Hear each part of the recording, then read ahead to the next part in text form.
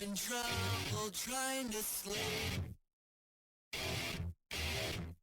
I'm counting sheep, but running out.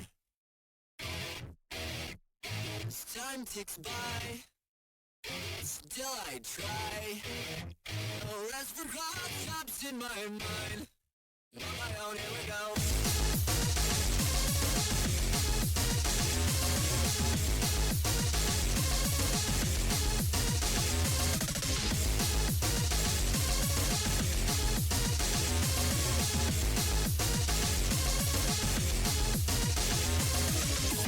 Having trouble trying to sleep. I'm counting sheep, but running out. As time ticks by, still I try. No rest for cross-ups in my mind.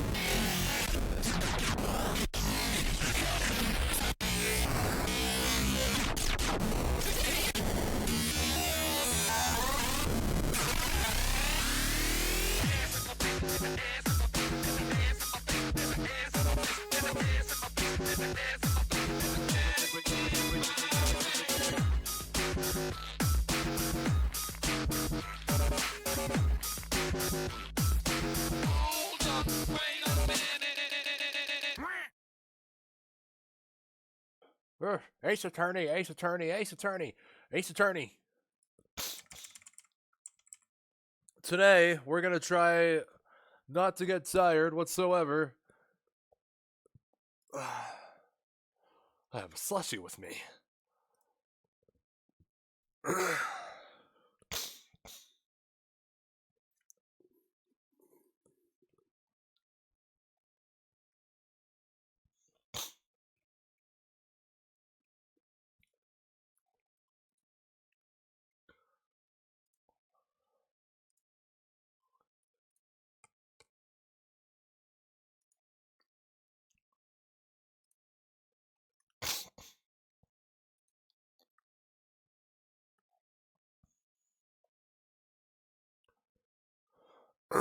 Let's begin.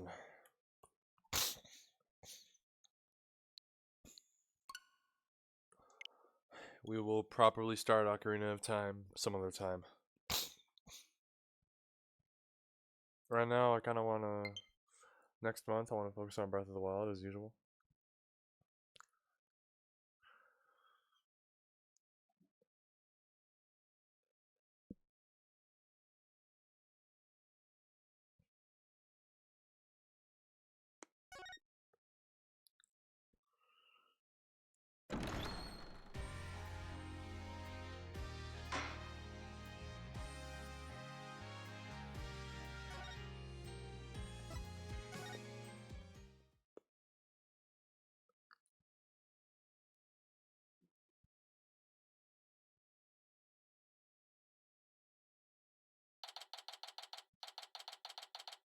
October 25th.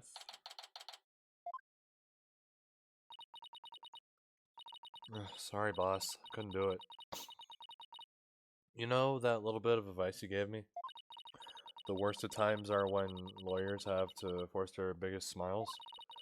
I don't know exactly what you meant, but there was no way I could force a smile in that courtroom today.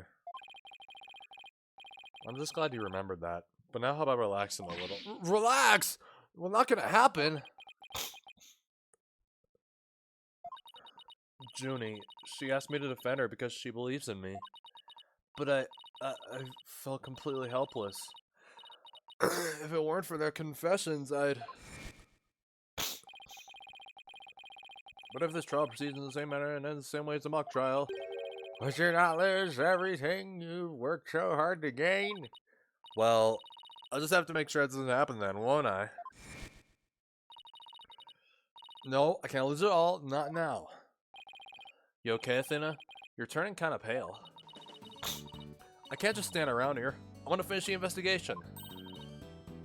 Can't wait. I just took a batch of freshly baked cookies out of my magic panties. Thanks, but I better get going. See me one for when I get back. Apollo, you wait here. I need to see Junie at the detention center first, right away. No, wait. I'm on with you. Sorry, Mr. Wright, but I better go too.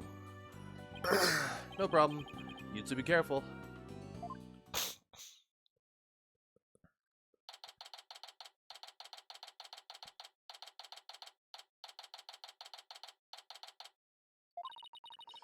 There's so much I need to ask Junie.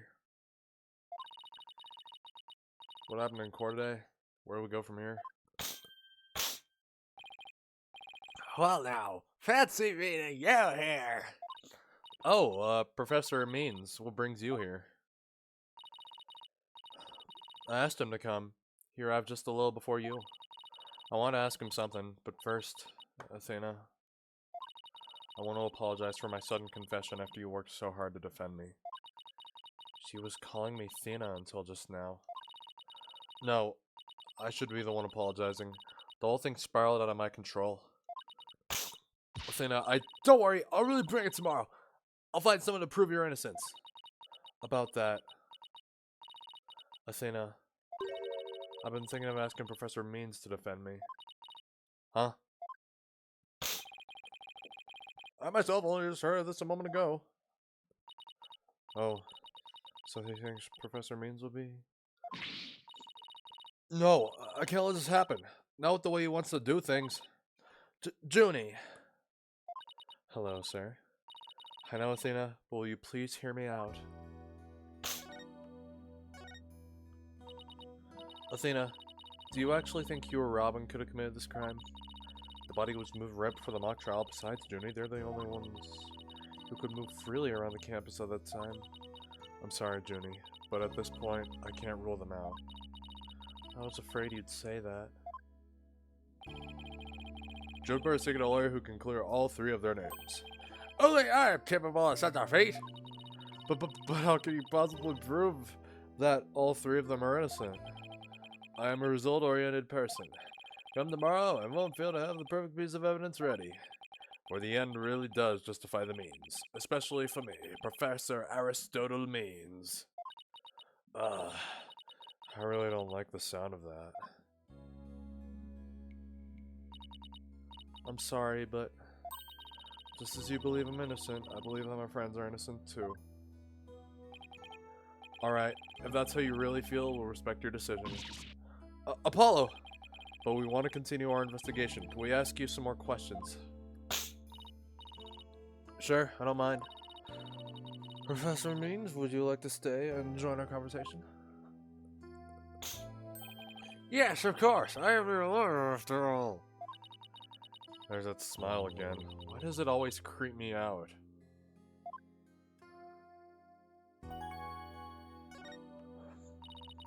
About your confession, Junie. It's not true, is it?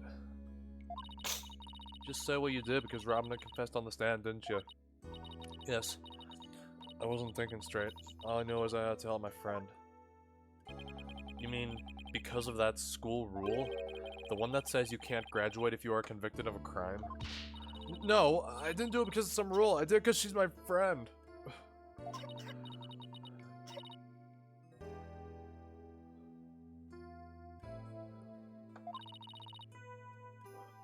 Why is there discord in her voice again?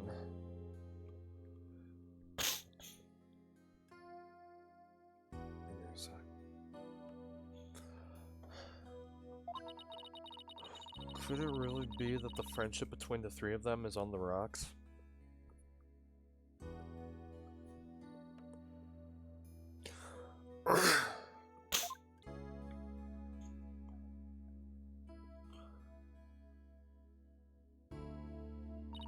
There's more here than meets the eye.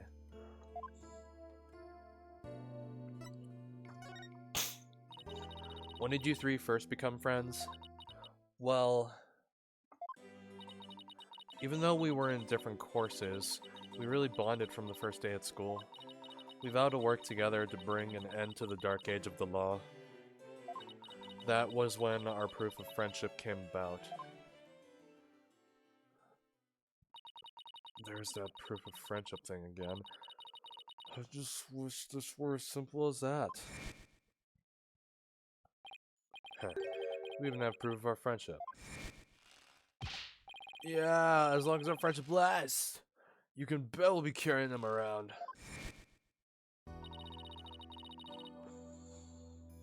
Will the situation kind of change recently? When the school's policy shifted to training legal professionals who produce results. Allow me to explain. In the lawyer course, I teach producing results means winning trials. Professor Cord, on the other hand, taught that finding the truth was the only valid result. Unfortunately, that clash of ideas created a rift among our students. At some point, we stopped talking about it. While that meant fewer arguments, it also meant we couldn't be as frank and open with each other as we used to be. I think I understand now. By putting their friendship on a pedestal, they actually did more harm than good. It seems the relationship between the three of them isn't as simple as I thought. Juniper, thank you for talking to us about this difficult subject. Yeah, thanks, Junie. Now, if you could tell us about the day of the murder.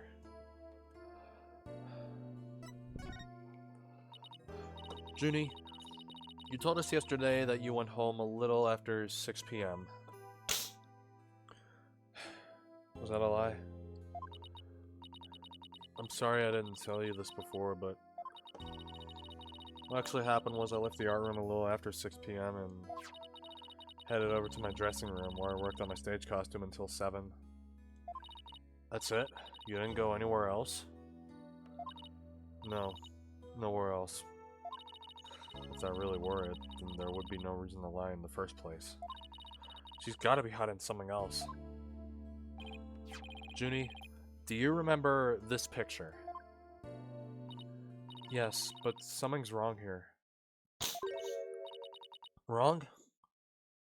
What's wrong? I took this picture at around 6, which was before I left the art room. But the clock here says it's just after 7. By 7, I'd already been working in my dressing room for some time. So there's definitely something wrong with the time in this picture. Huh. I guess we better go check the art room. Okay, just one last question about the day of the murder. On the evening before the mock trial, The evening of the murder. You ran into Hugh. Yes, I did.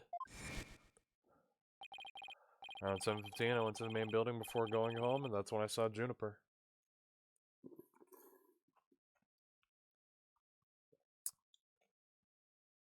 Get more musclushy here. He didn't say much as we passed by each other. She seemed her usual self. That's it? Anything else you'd like to ask?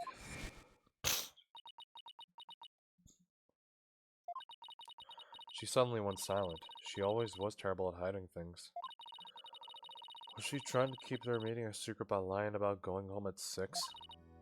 Alright, I won't press the matter any further. Is there anything else you noticed on the night of the murder?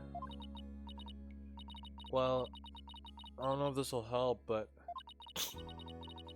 that evening, I went back to my dressing room to get something I'd forgotten there. It was well after the last bell rang. I'd say maybe around 8:30. Around 8:30, huh? It's over an hour after when the crime supposedly took place. That's when I noticed that both stage statues were finished. They were quite large, and they were each covered with a white sheet, but I could tell. It made me happy to think that after all that hard work, they were finally finished. Oh, right. Statues that Robin made. So they were covered in white sheets.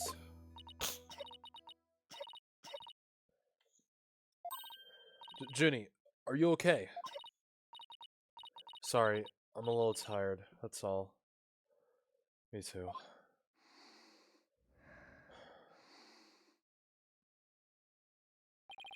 Athena, I think this meeting is over. Professor Means? I will use any means possible to get the result I want in Jennifer's case. But it will require considerable preparation, so I must be off. Hold it! Huh? Junie! And Professor Means! I have a proposal. A proposal? Wait, this isn't another one of your crazy by sundown today? Yes? I, Athena Sykes, along with Apollo Justice... wait a second! Don't drag my name into it. We're gonna discover the truth behind this murder mystery. What? We're gonna bring you the solid evidence showing just what that truth is. I see. So it has come to this, has it? If we succeed in doing that, I want you to promise that you'll accept it, Junie, no matter how hard it is to hear.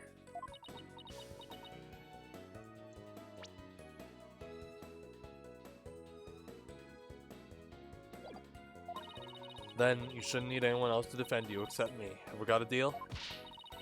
I trust that's okay with you too, Professor Means? I have no objections, as long as Juniper is satisfied with this arrangement.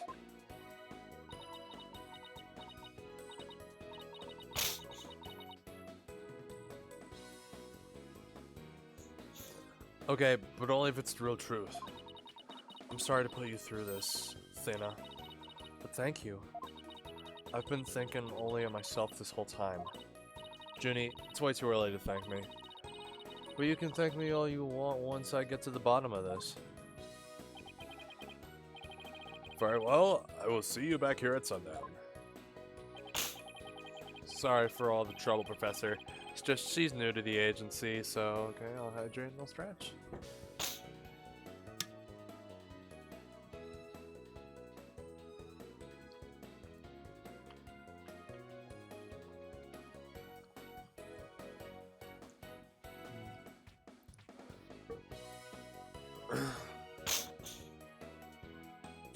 I've been thinking about making DMC1 a one-off game. Considering the time it took me to finish. Yeah, it's a... Now that I think about it, it's kind of a short game.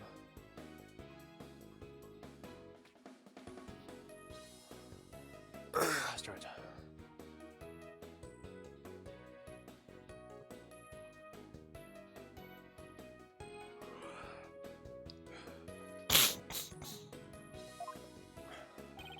Don't be silly. I find it all rather thrilling. Now let us meet here again later.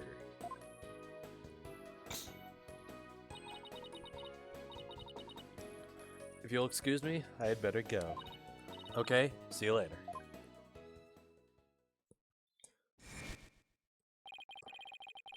What if this trial proceeds in the same manner and in the same way as the mock trial? Would you not lose everything you've worked so hard to gain? Ugh, there's no time to be thinking about that. I've got an investigation to do. I will find the truth by sundown, no matter what.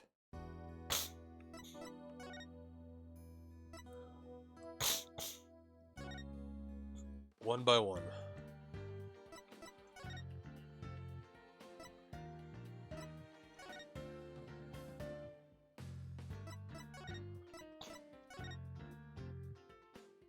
Okay. Oh, hey, look.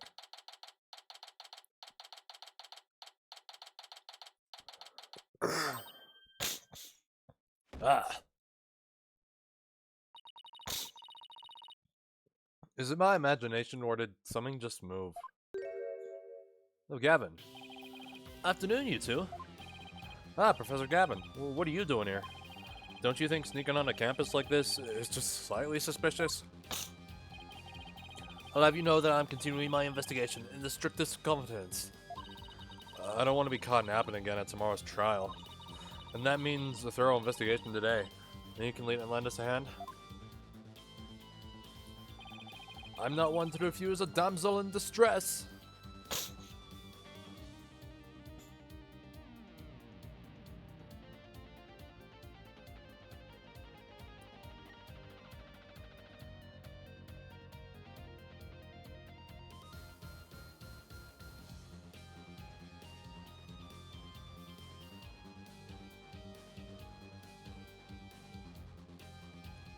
Give me a sec.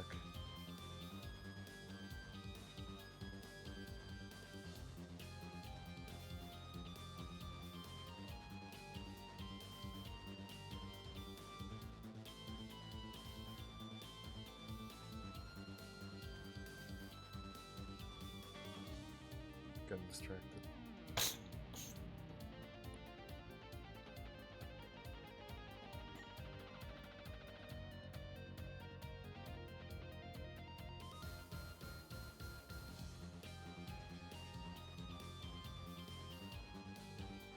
Okay. Not one to refuse a damsel in distress. But you needn't have asked, Fraulein. I'd intended to help from the start. Oh, you're the best prosecutor, Gavin. Okay, time for a thorough investigation. I bet we missed lots of stuff yesterday.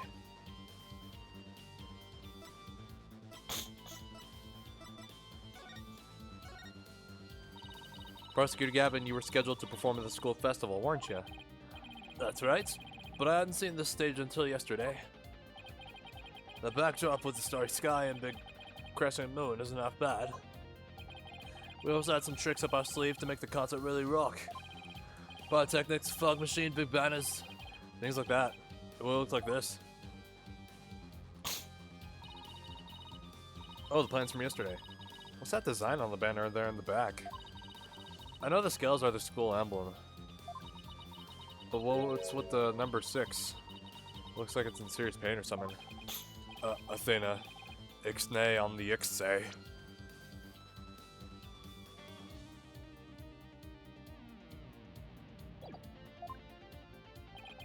That's the Gaviner's logo, Fraulein. Oh, a nice big banner for it. Really smooth.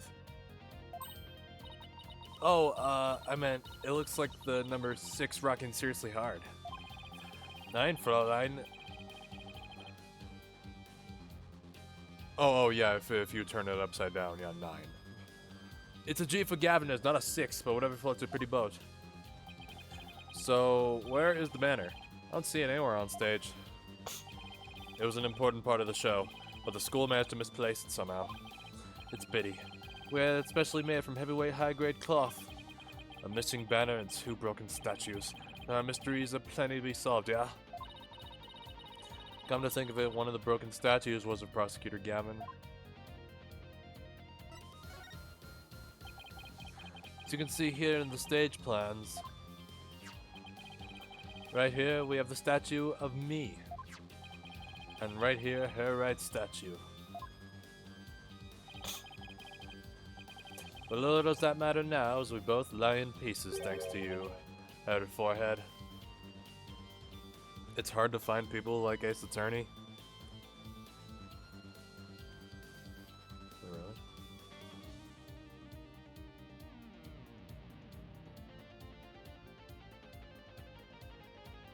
Alright. But little does that matter now, as we both lie in pieces thanks to you. Hi. Thanks to you, Header Forehead. How are you today? What did I ever do to you? Actually, this statue broke into rather large pieces. Why don't we try to put it back together? Maybe we'll learn something new. Huh. Picking up the pieces of a shattered rock star? Achtung! That's one uber cool idea. There might even be a song in there somewhere. Yeah, let's do it, Schnell! Case 3 of Dual Destinies? Yes, indeed. Is this an investigation or am I interrupting a German language club social event?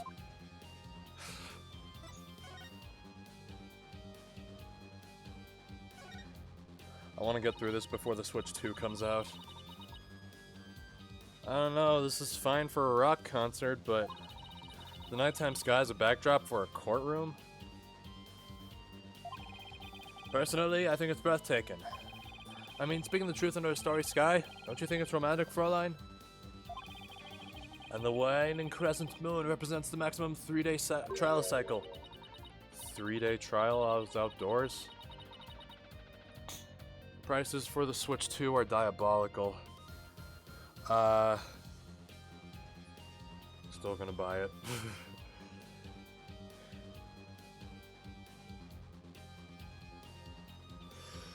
I don't know, well, I mean, they have tried to justify it considering the overall quality, like frickin' 4K, 60 FPS, 1080p, 120 FPS handheld mode, and all the shit that's going on, frickin' HDR display, all that. And I didn't think Cyberpunk would be coming to Nintendo consoles. No matter how high they make the price, we still gonna buy. Oh yeah, I'm gonna pre-order mine. And I don't care what anyone says, you know?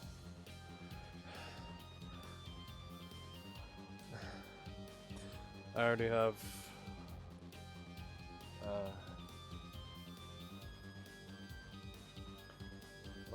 I am hoping and praying that all my Switch cartridges will work on the damn thing. Along with all my digital games, like they say you could transfer digital, yeah.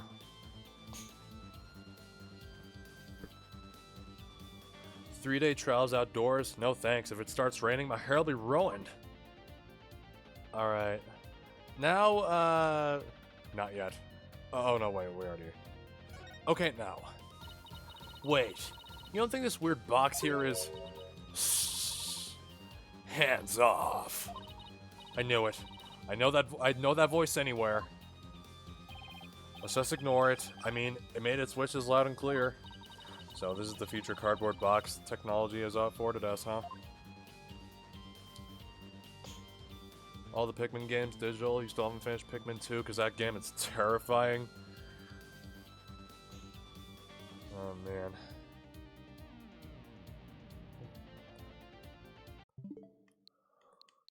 I mean, there may have been some games here and there which maybe I did regret buying digitally. What if I wouldn't be able to transfer them? Then they said that we could transfer it, so yahoo.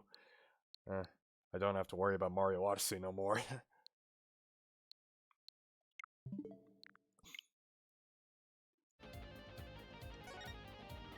What do we got? Alright, that's where the body was. The body's gone. All that's left is a white outline. I never knew Professor Court personally, but seeing her reduced to a white outline leaves me cold inside. But in a way, she still lives on in the messages she left behind. Like the strange way her body was posed and the signs of her wrists being bound. You're right.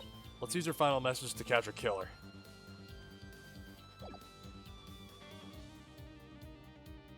What the hell can we examine? Was that rock? Even a prosecutor's bench here on the stage. Ah, the memories, Fräulein. As a former rock star and the prosecutor. The prosecutor's bench has taught me much about human emotions, passion, and fights. I can picture it now. You with your silvery singing voice and Apollo sweating bullets. Hey, how about picturing me winning once in a while?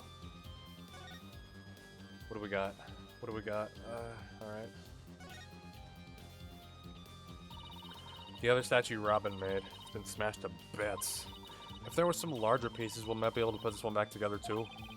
Yeah, but all I see are itty-bitty ones. I wonder what Mr. Wright would think. If he knew we put Prosecutor Gavin's statue back together but left his like this. We can always come back to it after the case is solved. I'll help you fix it.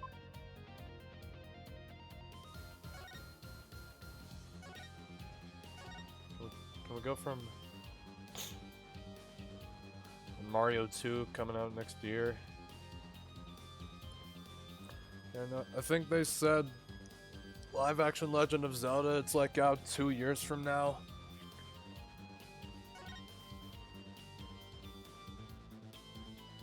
Which, by the way, I did try to start an Ocarina of Time playthrough yesterday, but the save file is kinda, I don't know, the save file is weird, so I lost a bit of progress.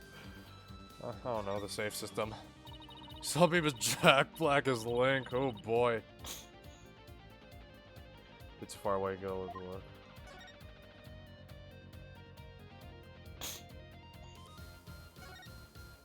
Oh no, examine everything. Oh, hello. I found one. Piece of Prosecutor Gavin's shattered pride. Are you saying my pride is as fragile as a plaster of Paris? It looks like there are other large pieces scattered about. Okay, let's find what we can. It's a master sword. And before the Switch 2 comes out, 1 month before the Switch 2 comes out, I'm gonna do a playthrough of Breath of the Wild. Yeah.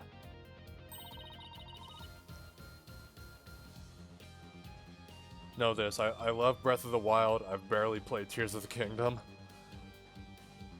You still haven't finished it? Oh. Found another piece of the statue, but there should still be some more. No stone unturned.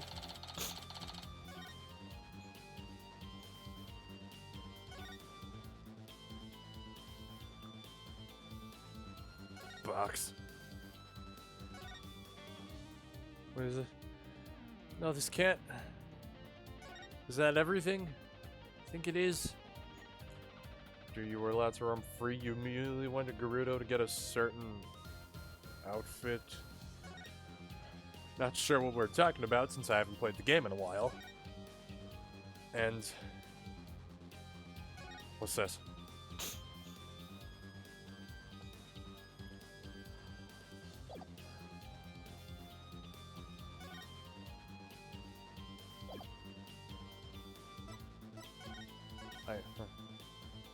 Screw this over. Cross-dressing Link is oh, I think now I know. Copy of the school paper with that story about the alleged love triangle. I wonder if people really waste their time reading this stuff. It's more popular than you think. What was that? I thought I heard someone just now. You're just hearing things. It was nothing more than your ears playing tricks on you. Right, of course. And thanks for the follow. Complete wreck. Why in the world would someone do something like this? I don't know, whoever did must have felt an amazing sense of release. Can't take that as a confession or forehead. What? No! I feel bad for Robin. She worked so hard on these. Let's pick up the pieces for her. You got it. Check every corner of the stage and yeah. But seriously, oh, found one.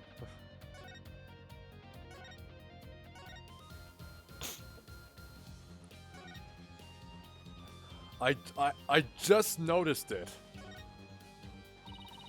There's really not much. Oh. Found another piece, but there should still be some more.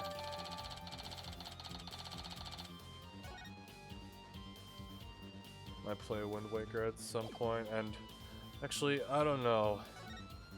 I mean, I know Breath of the Wild and Tears of the Kingdom, they're at the end of the timeline.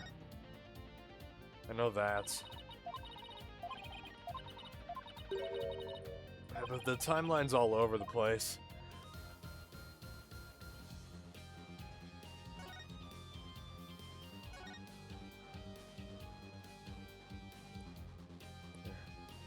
Breath of the Wild, Tears of the Kingdom at the end.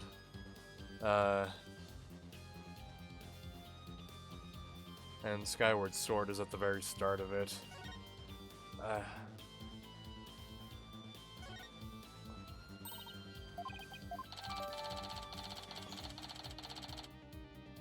You're given like the most waist revealing outfits for no reason. Damn. No stone unturned, huh? I'm sure we found all of them. I had to have... No, I think that's... If that might be part of it. Well, where... This is where the snake wannabe is.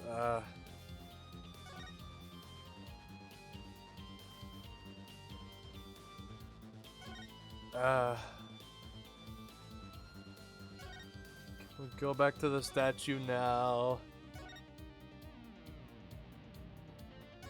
But if the big stone is...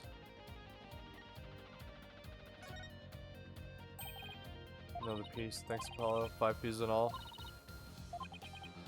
You might want to reword that. I didn't read it.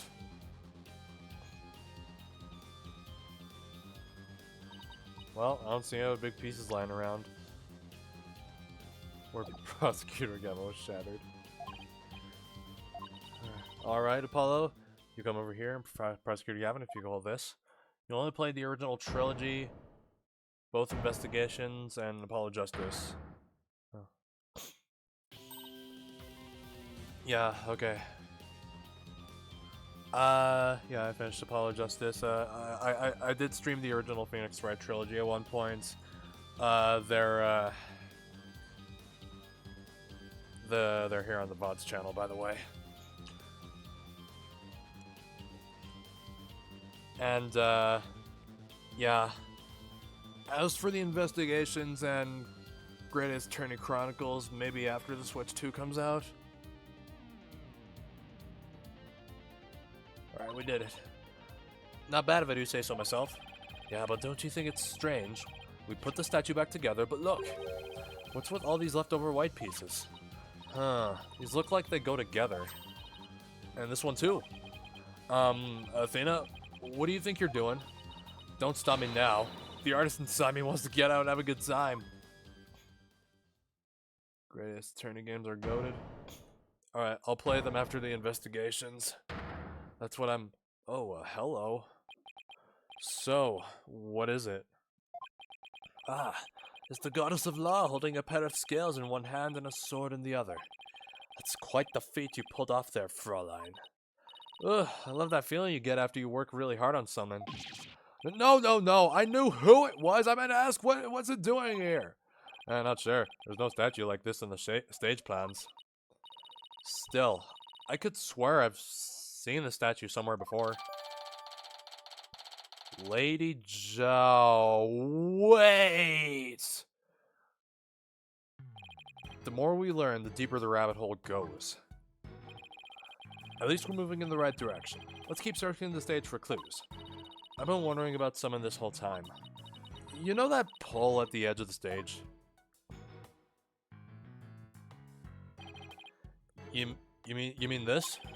It has a wire that goes off and connects to something somewhere.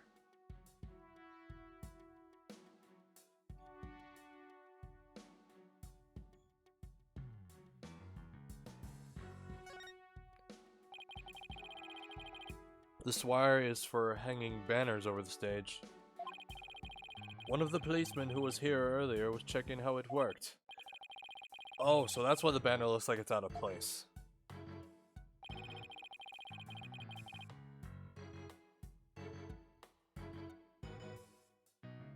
The banners are hung and removed from the art room over there. Oh shit, I gotta wait. Alright. Waiting. Still waiting. Not the ads. The ads always... Stupid ads.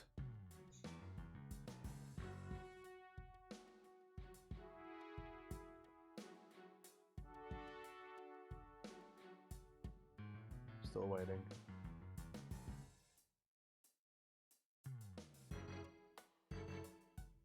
Unless the ads are probably done already. Which I think they are. Okay, you're back. Alright. The banners are hung and removed from the art room over there. That's the art room over there? As in the scene of the crime? Bingo, Fraulein. It's still crawling with cops, though. Hey! Anyone in the art room? Oh, God! Oh, it's you people! Injustice we trust! Ah, it's Detective Fulbright. And I'm not saying that. Is that some kind of a greeting between you two? Detective Fulbright, can you lower that banner from there? Of course! Just leave it to me!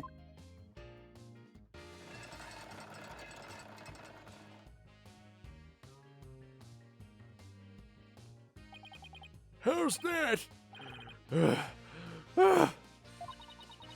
Thanks, Detective. And just as we trust.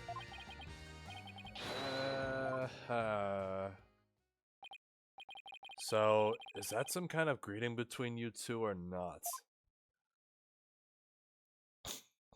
Of course he is. Well, looks like the banner's down now. Let's go take a look.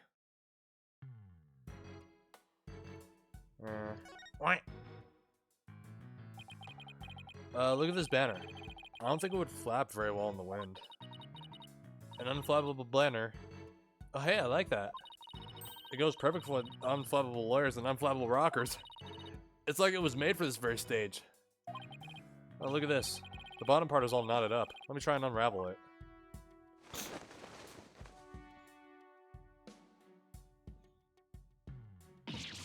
Oh, jeez. Did you really have to? You don't come across an unflappable banner every day. Athena, there are some things that have to yield to forces beyond themselves. What a cruel world we live in. Hey, scrap of paper was caught up inside. Oh, it's blown away. I got it. Yes. For a catch, huh? Looks like some kind of notes. What does it say? October Hue 120. What's that supposed to mean? Test score, maybe? Pretty impressive when you consider that 100 is a perfect score.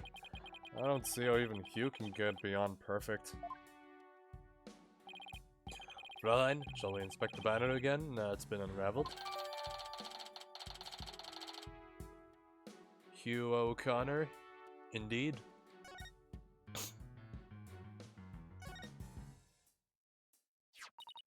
This is the emblem that's on Junie's school uniform. Oh, hey, you're right. Wait a sec. It's hard to see against the red material, but look. There's a dark red stain here, just under the emblem. This banner was on a wire connected to the art room. Right, and the art room is where the murder occurred. Wait, are you thinking of what I'm thinking? This stain might be from the victim's blood.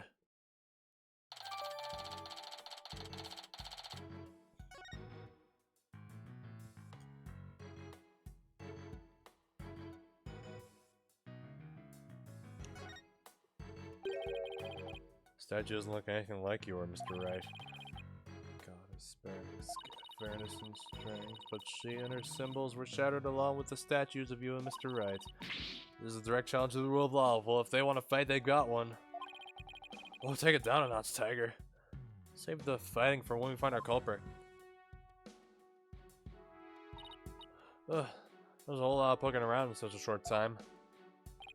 Does that mean you're satisfied? Actually, there was one more thing I wanted to check out. See that metal fence back there? There's just that one segment, so it seems out of place. It looks like they were in the process of removing them after the stage was set up, but they were never able to finish on account of the murder. You should take a look if you think it could be important. This track looks man-made. Oh, hey, you're right, and it looks like it starts from behind the backdrop. Maybe a big, muddy pro wrestler was hiding back there? Well, that was totally random, but we'll never know until we take a look. Looks like someone was being dragged through here, and this is where it started. Yeah, but whatever it was, it's long gone. Must have been pretty heavy. Perhaps it was used in setting up the school festival. Then I guess it wasn't a pro wrestler. Still, this could be something important. Well, that's about it for the stage. Right, I think we better search the art room next. I think I'll hang around here for a while, but make sure to tell me once you find it, yeah? Find what? What else? The governor's banner that disappeared from the stage. You never know, it just might be connected to the case at hand. Really? Or does he just want his banner back? Don't tell me. So, in short, that's... Huh? Hey.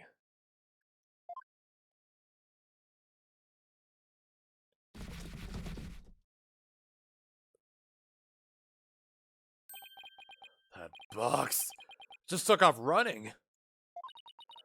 I have a pretty good idea who that is, as I suspect you do too. Come on, we can't afford to have any weird articles written about us.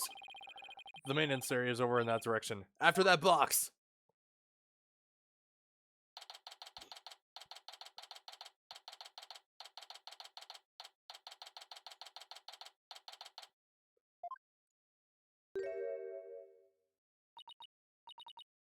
Miriam, you're liable to get tossed in the garbage truck if you hang around here. I'm just an empty box, and that's what you do with them. You throw them away. Hey, did you change boxes? Oh, I like the new look. What does it matter anymore? I was a complete failure in court today. My work, my pride, my dreams, everything I've worked so hard for. Gone. Sorry, Miss Scuttlebutt. But... Doesn't believing you had a scoop when he really didn't make you a failure as a reporter? A failure as a reporter? I really don't know what noise to make for that. And face reveal.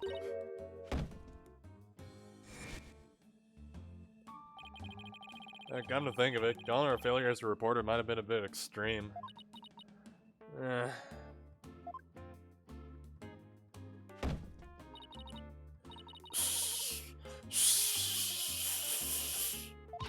Scold me, despise me, pack me away where I'll never see the light of day. I've been cast aside to waste away into a big pile of mushy paper mache. I kinda feel responsible for this, but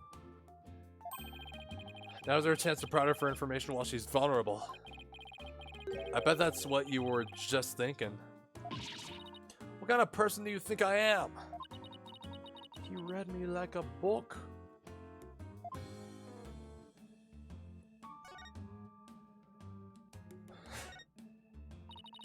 That was you on the stage earlier, wasn't it? Why'd you run off like that?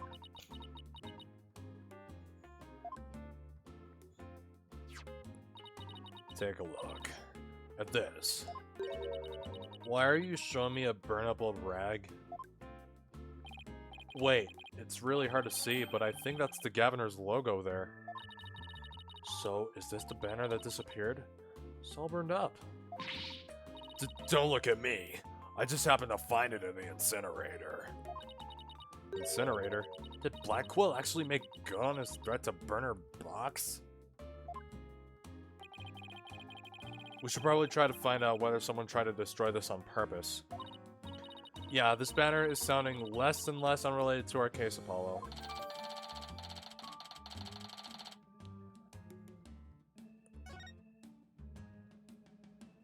The depths of despair.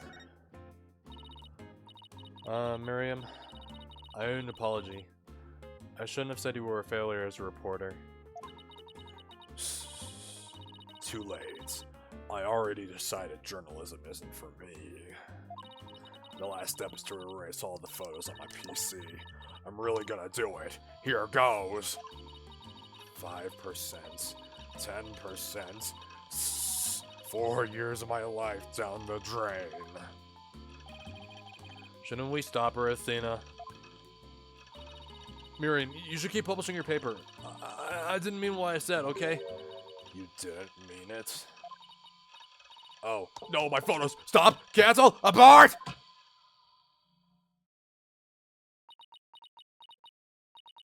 Did you stop it in time? Deletion progress. 99% complete. There are only 2 pictures left.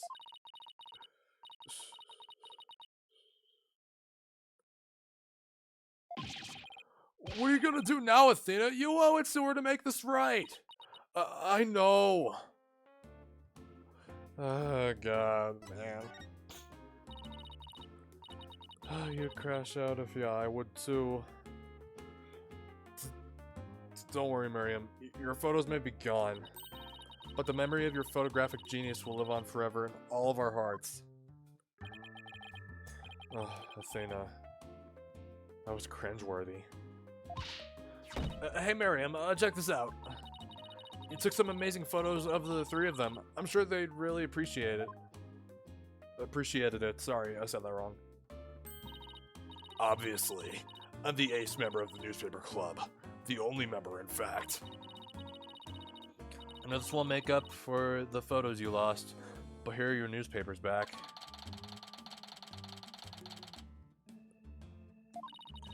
There's no rest for the wicked. I plan on pursuing those 3 for as long as I live. Miriam, why are you so obsessed with Juniper, Hugh, and Robin? Obsessed? I'm not obsessed with them. It's just, they were so close. Ever since our freshman year, so, well... Athena, are you thinking what I'm thinking? Yeah, I think that's the only explanation. Wait a second.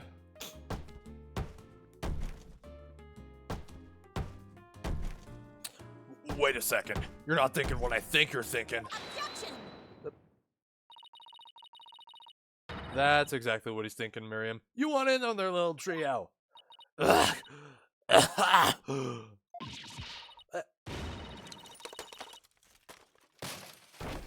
Oh, face reveal.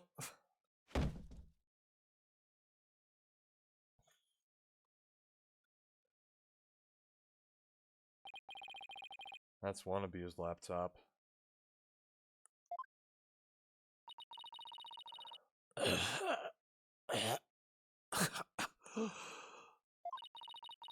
laptop won't turn on. Never thought my life would end so soon.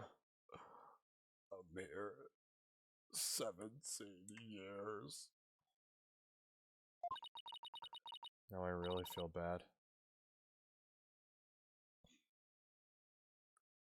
Oh, I know. Miriam, we have a laptop at the office. We'd be happy to lend it to you.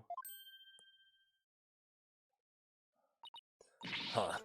You have a laptop I could use? Sure, but on one condition. I want you to ask Junie, Hugh, and Robin if you can hang out with them. What? Like I could ever do that? Sorry, but that's the deal if you want to borrow our laptop. You scare me sometimes, Athena. You're like good cop, bad cop all rolled into one.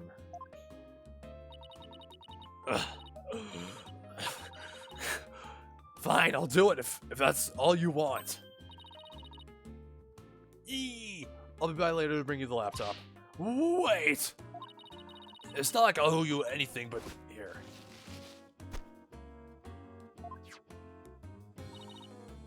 Thanks. Oh, it's a set of pictures. It looks like they're setting up the stage. Yeah, I took them while they were putting the stage's backdrop into place. Wow, you sure have an eye for photography. From what I can make out, anyway.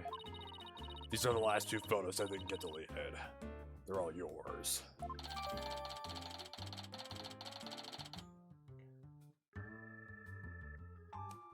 On the night of the murder, alright. Well, I'll see you around, scary lawyer lady. That was really impressive, Athena. What's next? Well, I'd like to talk to Hugh or Robin if possible. Let's walk around and see if we can find them.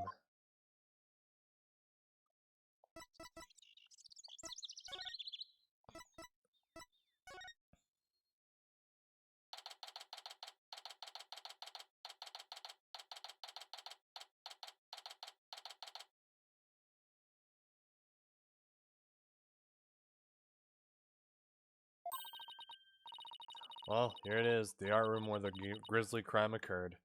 Let's start looking. Stop right there! This is an active crime scene! No unauthorized personnel allowed! What? Can't you make an exception? You won't even notice where... Freeze! I don't think so! No exceptions. Now move along. Nothing to see here. He doesn't seem very accommodating this time. Let's try again later. Oh, damn it. I hate him. There was nothing going on in the hallway and nothing in the lecture hall.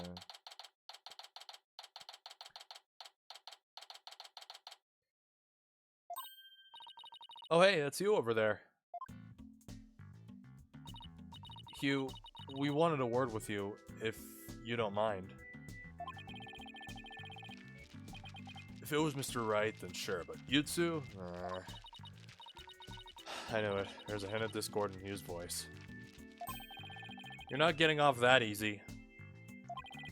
After all, you're a possible suspect, plus you actually confessed in court. Whatever. Wrong voice. Whatever. So, what do you want from me? To make it brief, I don't have a lot of time, and I assume you don't either.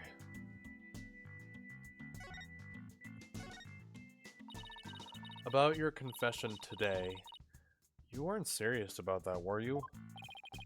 Let's just say I had no choice thanks to a certain lawyer who failed to get the job done. So you're really prepared to take the blame for this? Not gonna happen. The voice on the tape is female, so that rules me out. Let's put it this way. You don't actually believe that ridiculous play on words, do ya? Well, my confession is just like that. A means to an end. Or as we say around here, the end justifies the means. But I actually do believe the voice is shouting Hugh O'Connor. Juniper's confession was quite advantageous for the real killer. But if Robin or I were actually the killer, we wouldn't have confessed. It's that simple. Even you should be capable of such reasoning. Or have I overestimated you? You'll make a great lawyer someday. I mean, you seem to enjoy getting under people's skin. Could Hugh and Robin's confessions really prove their innocence instead of their guilt? This is going to take some serious thinking on my part. Sure looked like Prosecutor Blackwell was twisting your arm to testify earlier today. Is there some sort of secret he's using against you? I've no intention of saying anything more. Now if you'll excuse me.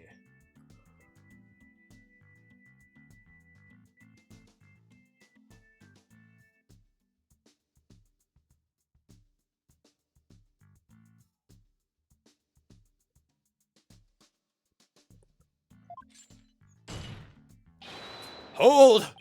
I am not through with you yet. Seems the rogue prosecutor has it out for me.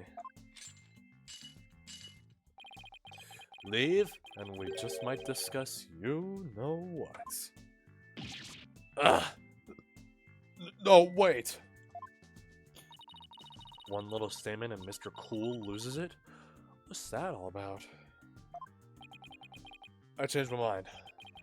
I'll stay and testify. You really are a rank amateur. Even if that were true, you think I'd open up to you? So, he's not denying it. That secret might be causing the discord in his voice. Then again, we have the same problem with Junie and Robin. Heh. You're just wasting your time and mine. Next question.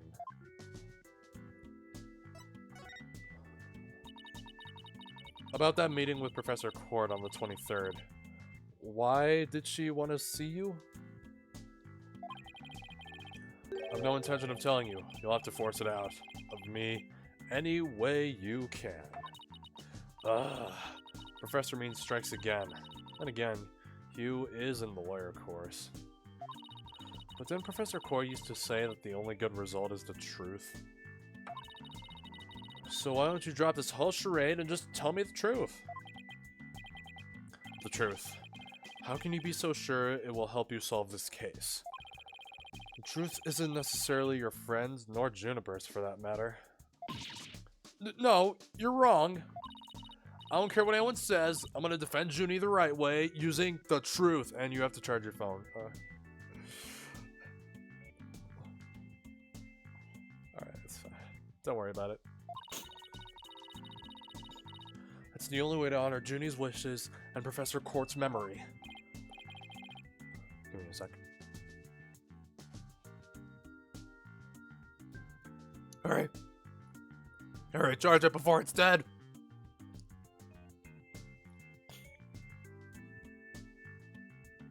Okay.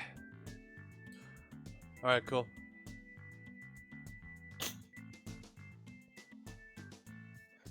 Cool, thanks for showing up. Thanks for the follow earlier.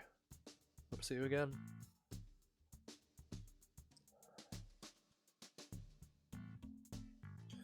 I see. Very well, Miss Sykes. I'll testify tomorrow about that truth you're so interested in. Hugh. But first, okay, I meant to check the court record earlier. This photo. What the hell is that? Hugh. But.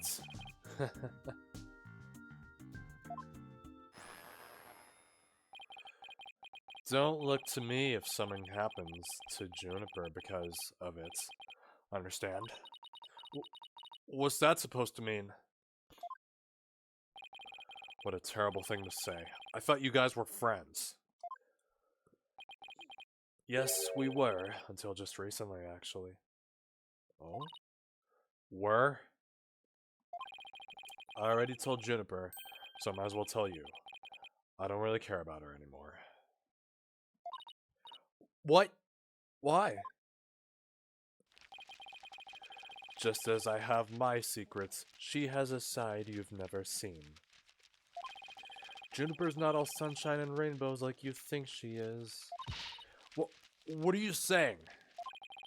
This conversation is over. I said I don't have a lot of time, and I meant it. Hugh, wait! He's gone. Doesn't care about her anymore? Why would he say that? That didn't go so well. I guess we'll just have to pin our hopes on his testimony tomorrow. Athena, what do you say we head over to the art room? Might be a nice change of pace. Hopefully the police have completed their investigation. Alright, we don't really have much time left anyway.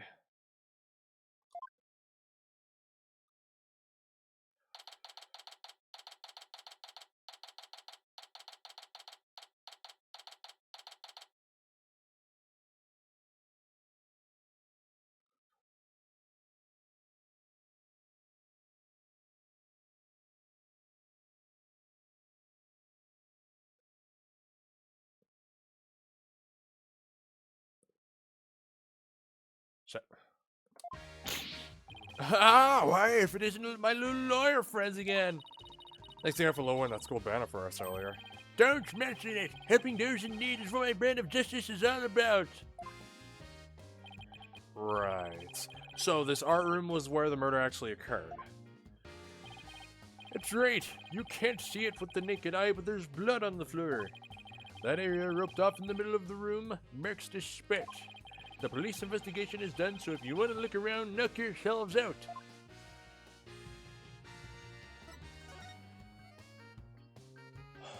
First. Hey, this area with the rope around it. That's where we detected a large blood stain. In short, the victim was stabbed here or somewhere close by. The fact that there's no visible blood means it was wiped up with something, right? Right, but we were able to detect the trace. Right, but we were able to detect trace amounts of blood. Merely wiping it up does not remove all evidence of wrongdoing, and that, in a nutshell, is justice, right? I'd appreciate it if you'd let me have the cool lines. Oh, we got some in here. Hey, it's gone. Remember that strange statue in the school camera photo? You're right. Wonder what it is. Robin's a member of the Fine Arts Club. Maybe she could shed some light on this.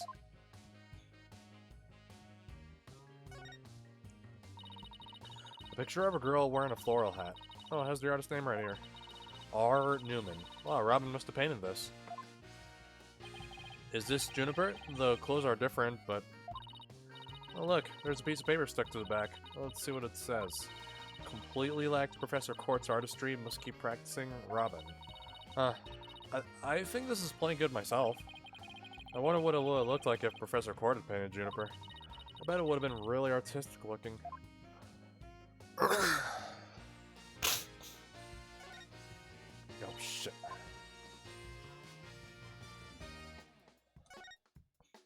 Guilty. I can see the other half of the building over there, and the quad and stage down below.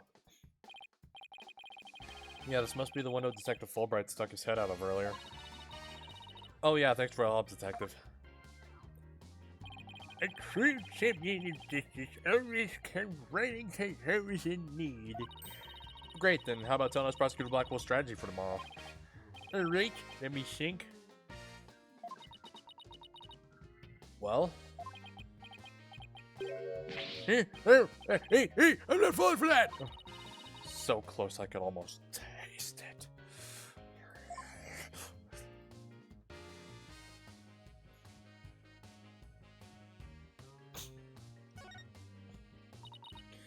Oh, hey, look. It's you on this mobile, Apollo. A red demon. A red demon? Looks more like a snake curled around a brush to me. No, see the antenna and the other spots on its back? Anyone can see it's a ladybug. I guess we'll have to agree to disagree. Fine, we can investigate this further at a later date. Agreed? Okay, let's do that. You okay with that, Athena? I really regret bringing this up.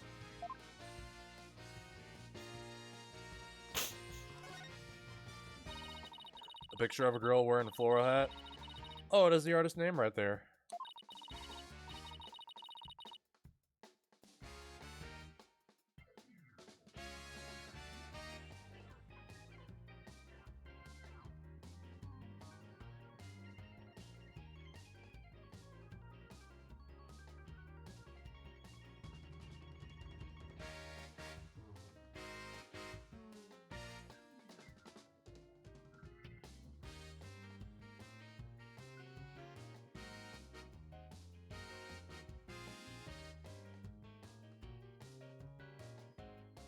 Distracted. Shit. See, Court. Wow, Professor Court must have painted this. So, is this what they consider art? I really don't get it. I swear I've seen this girl before.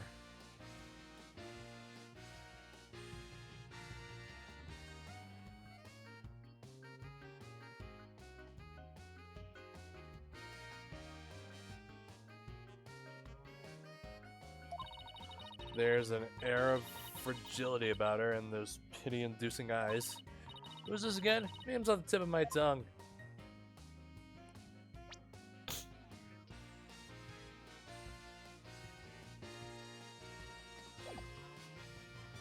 Oh. Script? A mock trial script on the floor, and nearby an envelope marked Use. I wonder if Miriam's script was ever really inside that envelope. Let's see here, by Miriam Scuttlebutt.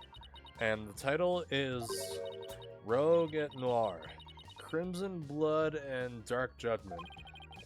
I wouldn't take part in that mock trial if she begged me. It says there are special rules allowing the payment of bribes while court is adjourned. Oh, you can bring in up to $3 worth of fabricated evidence. It also says, welcome to the darkest mock trial ever, where the end justifies the means. The prosecution claims this is the script that was supposed to have been used. But the scripts were selected by Professor Court, considering how much she valued the truth. I seriously doubt she'd pick a script titled Crimson Blood and Dark Judgment. Wow, you have that title memorized already?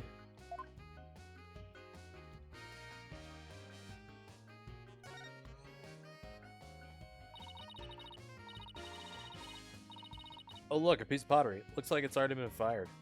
I bet Robin made it. And I bet it won't last long, not with the way she deals with her own work anyway. Yeah, it seems like such a waste. I mean, this one has already has some color on it. It looks just like bloodstains the way the glaze was dribbled onto it. Just like... bloodstains? Just as we trash! That does look like bloodstains! We better examine it at once!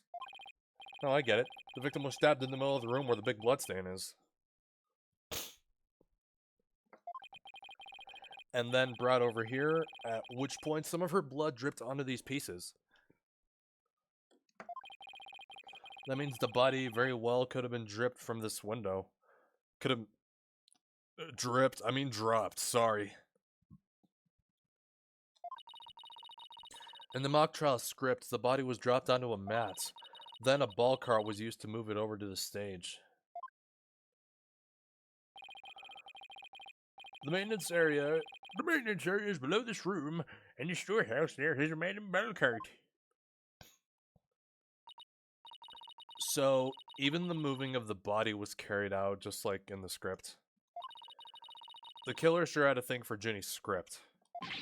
Well, what did you expect? That's why we suspected the defendant in the first place. Well, you're wrong, and I'm gonna prove it in court.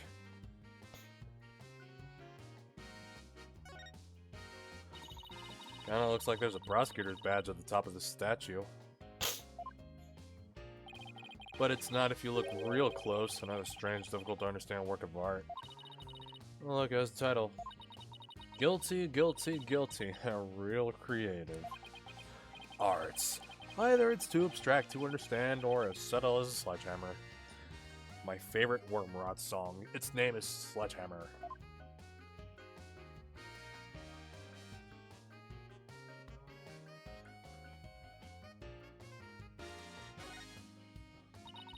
Three busts sitting on a shelf. A judge, a defendant, and neither a lawyer or prosecutor. The bearded one must be the judge, and the bummed-out looking one, the defendant. Oh look, there's another one that's fallen onto the floor. I wonder which one fell, the lawyer or the prosecutor? Think, Apollo, think! This could tell us how tomorrow's trial will go. I'll just wait for tomorrow's horoscopes, thanks.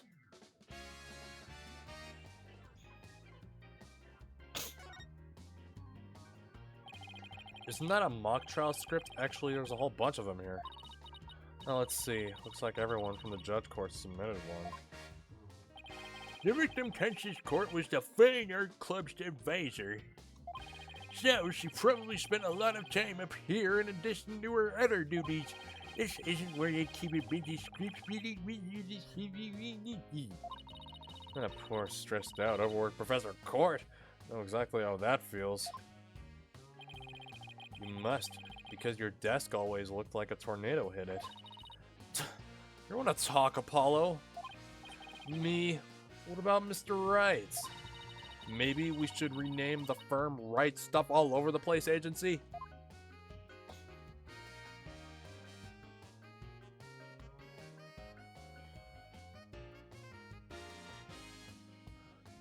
This is literally the last thing, I don't know, I'm looking for. There's a paint palette here. No surprise there, considering this is the art room. Looks like someone mixed yellow and red to make orange. I prefer yellow. You, on the other hand, are way too red. What's that supposed to mean?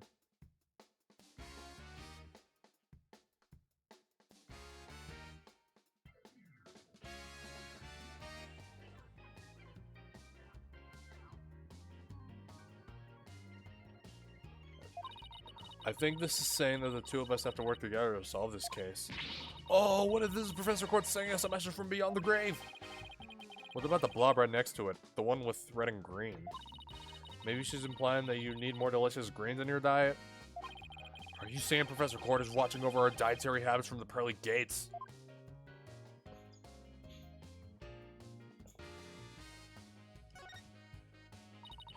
Some wire and a winch.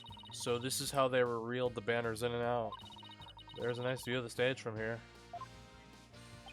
Prosecutor Gavin is still standing in front of that broken statue. So it really wasn't you, Apollo? Don't worry, you can tell me. I won't tell anyone. I'll never clear my name unless we catch the real culprit.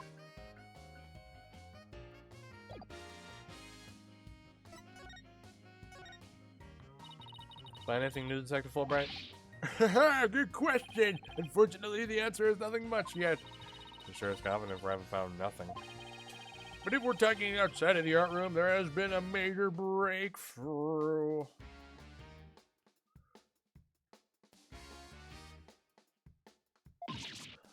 Oh dear! Unless I find out what that is, I don't know what I shall do. No need for the theatrics. I was told I could fill you in on this one. Wow, you saw right through me, Detective. I'm impressed. Looking to get arrested for murder via unwanted flattery, are we?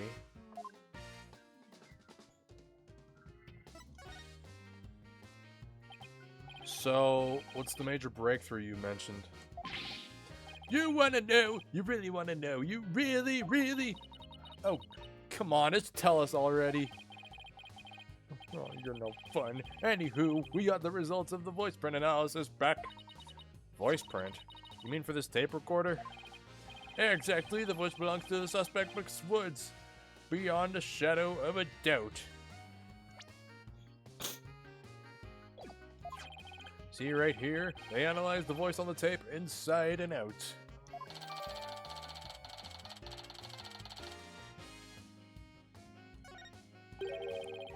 And you thought the voice in the tape was saying, "You, O'Connor!" Ha ha ha ha ha! Thanks for the good laugh, Miss Sykes. Ugh, he's the last person I want laughing at me. So now there's evidence of Juniper shouting, "You're a goner," around the time of death.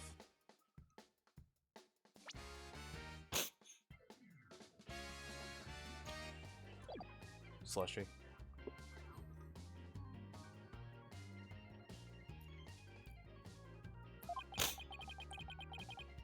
If we were to take this as truth, how are we supposed to make sense of it?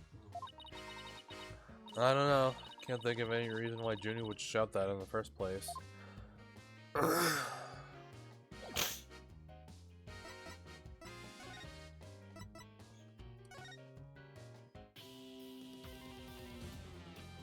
Gavin.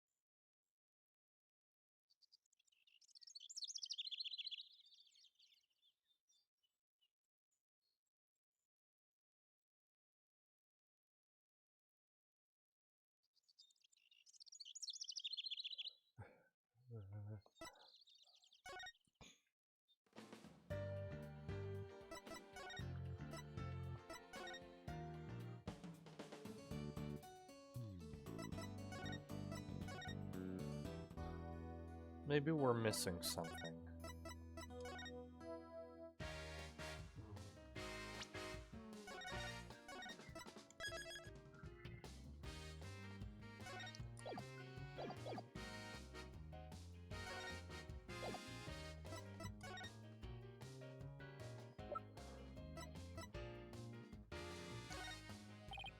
I see. That's your symbol of justice. Here's mine.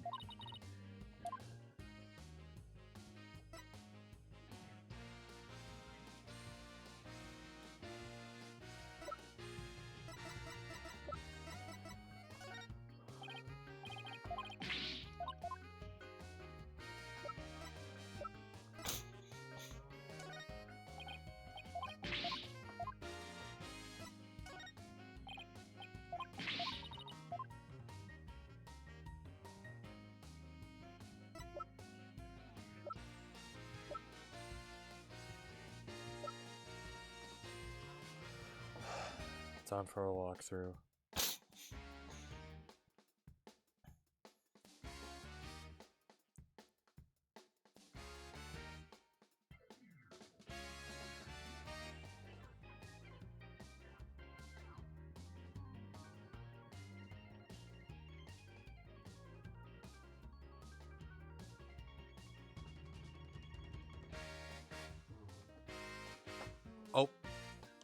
We did miss something.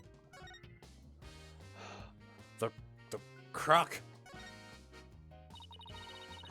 is the clock that created major problem. That created that major problem for Junie. Let's take a closer look.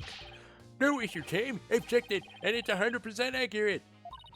You sure? How'd you check it? Of course I'm sure. I compared it to my own watch. See? Detective Fulbright, didn't you notice that your watch had stopped? It is? It's unacceptable! We obviously can't rely on him. Let's take a look for ourselves. Let's see. Wait a second. It's ahead by 1 whole hour. Well, detective? What?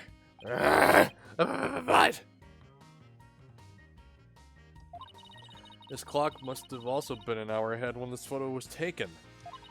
If so, that would fit perfectly with Junie's testimony. Prosecutor Blackwell won't like this. I almost feel sorry for her, detective. Well, almost. You can at least pretend to feel sorry by wiping that big grin off your face. Nah. Wait just 1 minute. The clock is an hour ahead right now. Sure. Oh, what proof do you have that it was running ahead on the day of the crime? Well, that's a good question. Wait. I think I just might have something.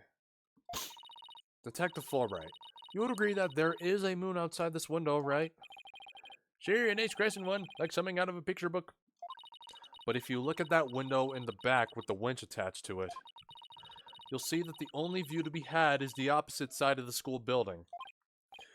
Then what's this moon doing here? I wonder. Prosecutor Gavin, you were scheduled to perform at the school festival, weren't you? That's right, but I hadn't seen the stage until yesterday. The backdrop with the starry sky and big crescent moon isn't half bad. Isn't this the same as the one painted on the stage backdrop? The proof's right here, detective. This shows it was 6 p.m. when the photo was taken.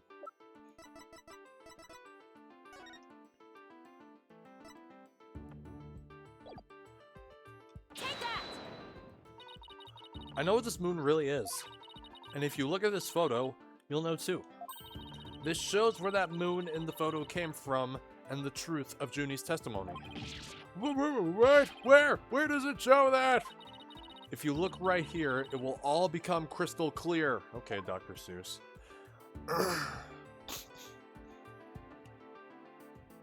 Take that! They were still prepping the stage, so its backdrop wasn't in place yet. This photo shows them in the process of moving the backdrop into position. I can see that. That's the big board hanging here. The size matches too. But there's no picture. That's a crucial detail. It is, but I believe what we're seeing in this photo is the back of the board. The back of the... That's right. And around 6 p.m. when this was taken, a photo of that same board was being taken from the front. What do you mean front? The front is against the wall. That's where you're wrong. What about the window? Remember how we said the moon shouldn't even exist in this photo? Take a good look. Are you suggesting the moon is the one on the backdrop? Exactly. In short, this photo was taken while the backdrop was being moved. And as you can see here, it was around 6 p.m. when the backdrop was being set in place.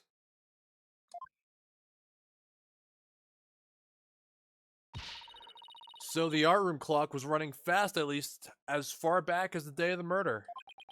How can I ever face Prosecutor Blackwell now? Yes, I just blew a hole in the piece of the prosecution's evidence. Well, I think we've examined pretty much everything we can. By the way, did Prosecutor Blackwell happen to tell you anything about tomorrow's trial? And just as we cross his nose, he's trying to find more information out of me. Having just learned that the clock had been 1 hour fast, means we're back to square one concerning the suspect's actions that day. I wonder what the main argument will be about now. How the body was moved would be my guess, but Prosecutor Blackwell's got his own plans. Oh? Does he know? Detective Fulbright? Try as you might, I won't say another word about the investigation. No, I wasn't gonna ask about that. I was just wondering if you'd seen Robin. Oh, you mean Miss Robin Newman? She was just here a moment ago. and she mumbled something about watching videos in the lecture hall. Video? What video? Thanks, Detective. Athena, I think we should stop by the lecture hall. Right, let's go.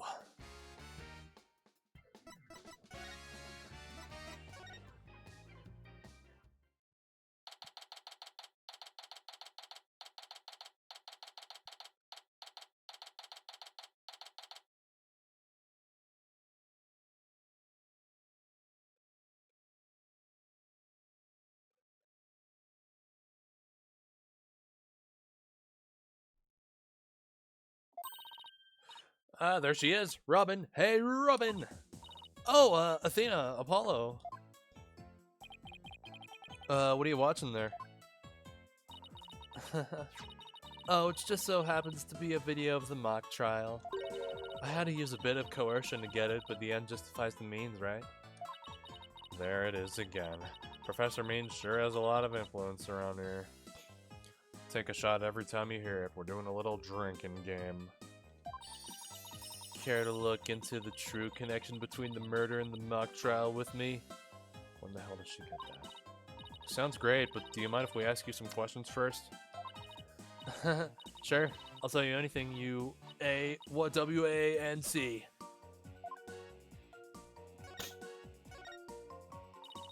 About your confession today, why'd you do it?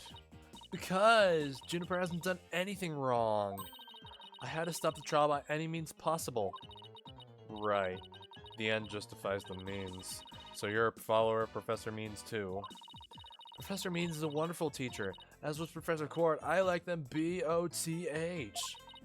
She brushed that one off like a pro. But with that style of justice, you run the risk of breaking the law. Well, I'm prepared to quit school because of this case. What? Why? I want to be an artist. That's what I really want, man. No, my parents forced me to study to become a prostitute. Oh my god. Oh, that's, you know what? At what time do you call? Oh shit. Oh.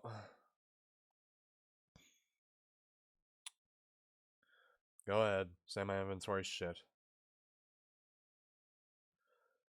Man.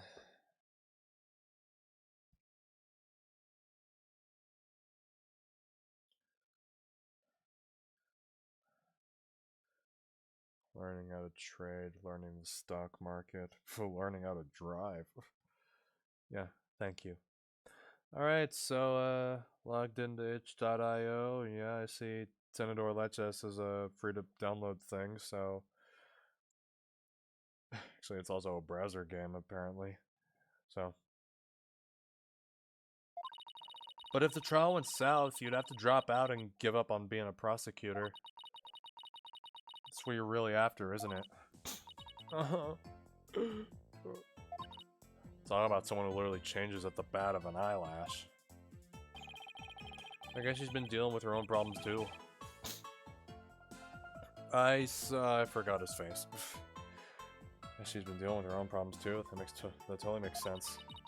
Yeah, I suppose so, but that doesn't make what she did right.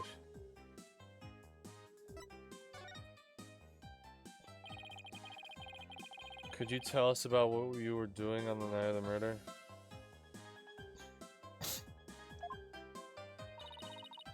Finishing a statue. I was on a stage until the last bell. That's right.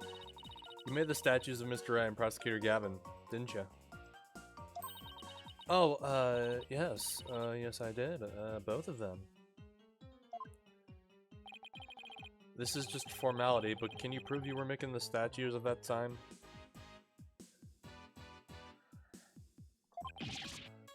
Can I prove it? You think I'm the killer now? No, that's not what I meant. Both Hugh and Robin were still at school after 7 p.m. But neither of them can prove exactly what they were doing.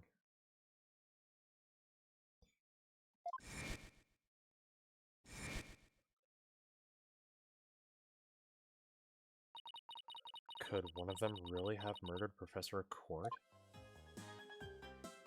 Yep, indeed.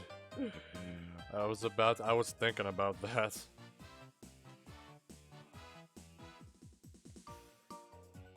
Now that that secret's out, have there been any problems now that everyone here knows you're a girl? No worries there.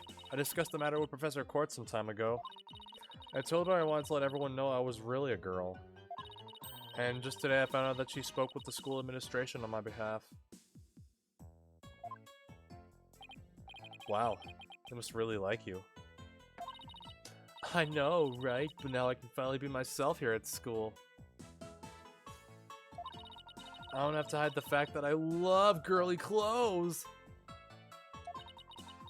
That's why, Athena, I simply must have this and this by any means possible.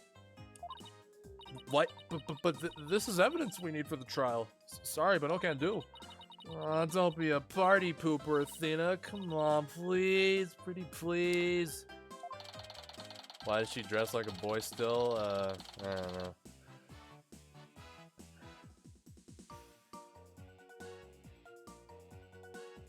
And justifies the mean style. Oh, damn it. Anyway, thank you again, Athena. Thank you for revealing who I really am. I wanted everyone to know before the snitch found out. The snitch? Sounds like a new lead.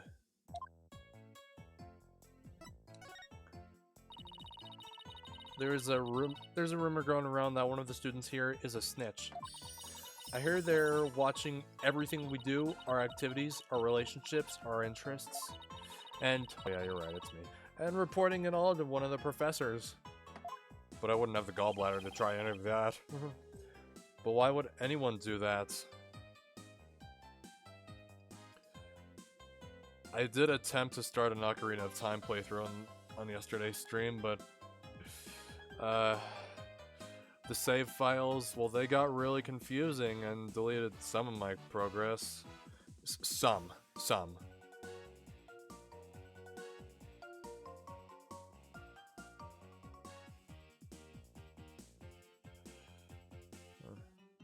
I'll create a suspend point, just in case next time.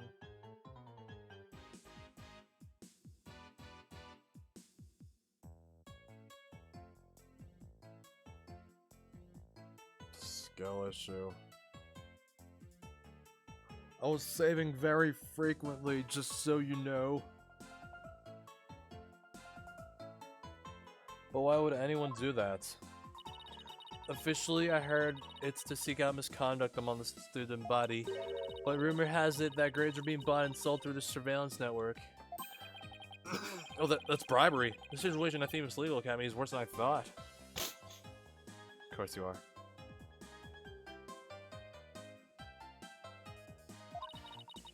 While all of this is important stuff, I still want to ask about that thing in the art room.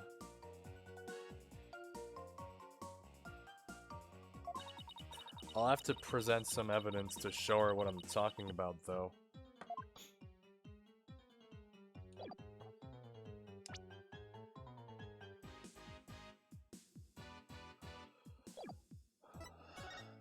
The thing in the art room. This. Well, I just remembered something I wanted to ask you. This photo shows a piece of art on the table. Do you know what it is? Oh, I got a slushie.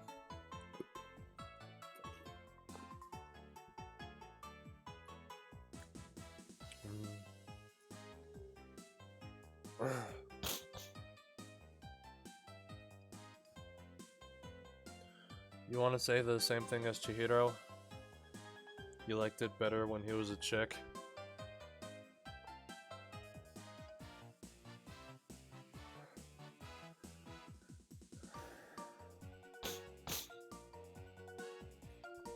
Which I'm gonna say it again. I'll most likely do Danganronpa after the Switch 2 is out. Yeah, but now she's just lady.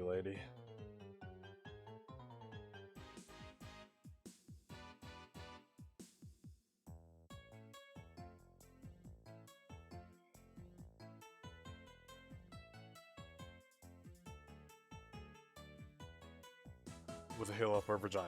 Can't forget that. And pottery.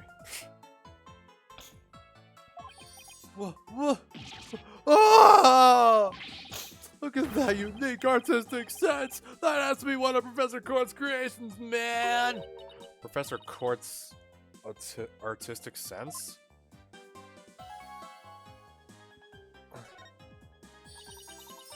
Professor Court's artistic sense. That's a tough one. I say it's avant-garde, very eclectic. In other words, it's weird and all over the place. Come to think of it, that strange-looking painting in the art room. Hello, Zuxu.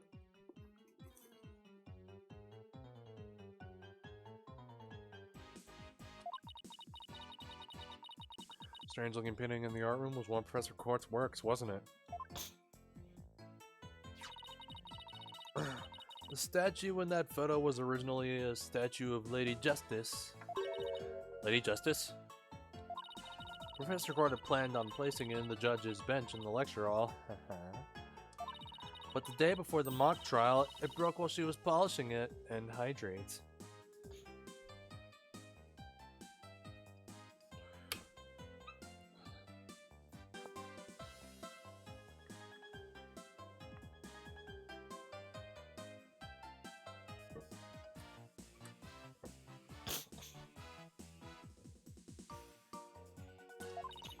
She said she'd take it back to the art room and try to fix it somehow.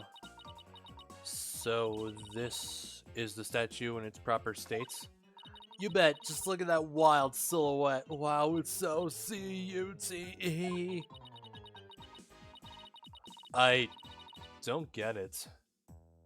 Do you have to be an artist to appreciate stuff like this? Athena. The Lady Justice that you put back together on that stage. Oh right, I didn't realize before because it was in pieces, but before it was smashed. Champapa. Maybe it didn't look like Lady Justice, but more like it does in the photo. But what in the world was it doing on the stage? Found broken on stage, Professor Quata remade into a completely different looking statue the day before the mock trial. Well, I think that... well,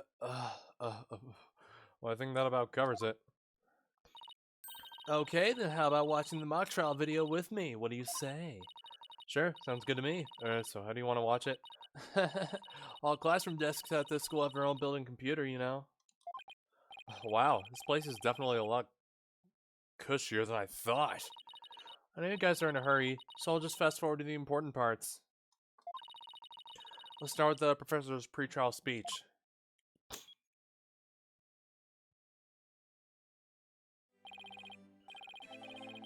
Good afternoon. I would like to start by thanking you for coming here today. Oh, that sounds like Professor Means. The mock trial, the crown jewel event of the school festival, will begin shortly. Is the camera like this the whole time? Yeah, it's in a fixed position in front of the stage.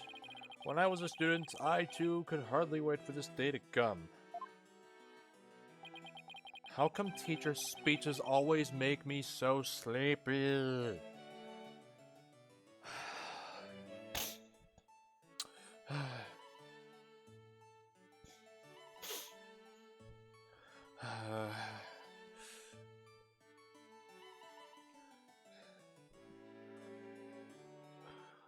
I like to buy an order of popcorn shrimp. Throw 2 biscuits in there. I can never sit still during a lecture.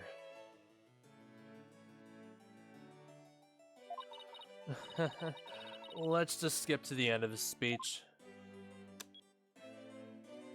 Now, let the mock trial begin. Hey, what's the deal here? Biscuits with no drink. Oh, no. Oh, sorry. I forgot the drink. Dr. Pepper. But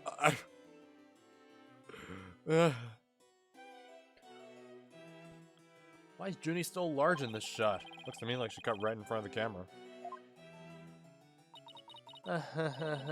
Junie was also in charge of the audio, even though she was already playing a part in the mock trial itself. Wait, you hate Dr. Pepper? It's like... Does this mean I got her removed from the stream tags or whatever?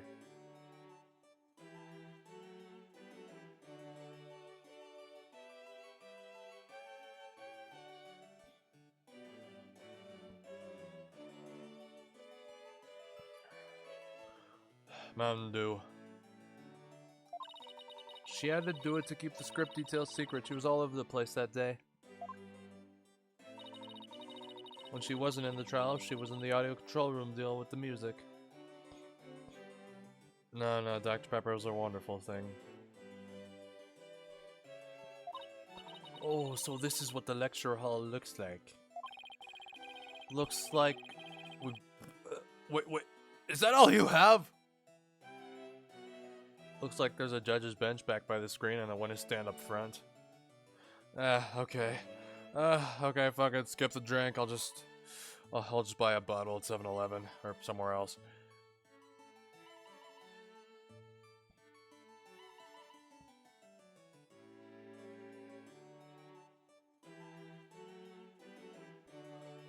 There's a judge's bench back by the screen and a witness stand up front.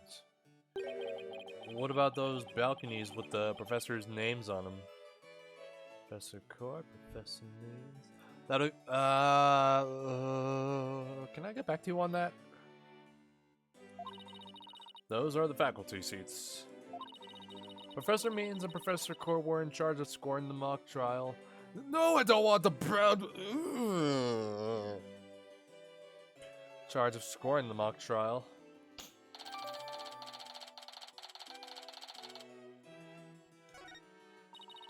Okay, let's fast forward this a bit. And either 20, 50, or can I get back to you on that? Let's fast forward this a bit.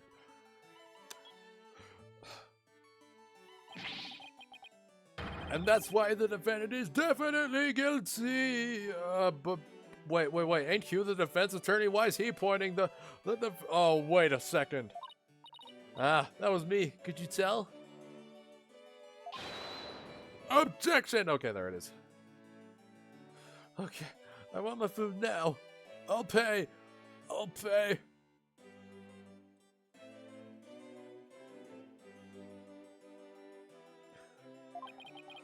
frail co-ed used her bare hands to stab her professor with an arrow? I don't think so.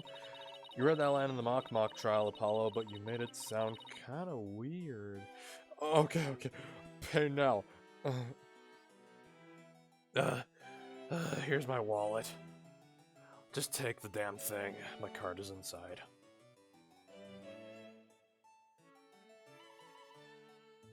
Bit of paper cash in there.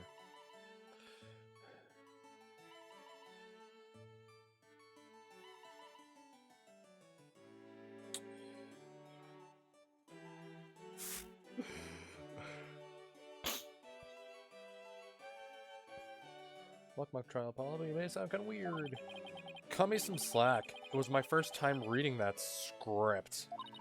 I think Juniper's gonna speak next. I didn't do it. I'd suffered a breakdown and pretty much lost it.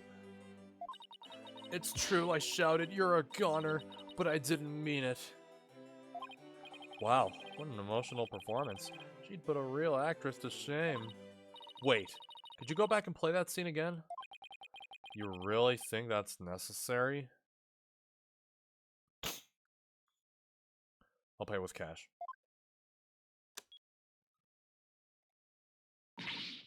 I didn't do it. I had suffered a breakdown and pretty much lost it.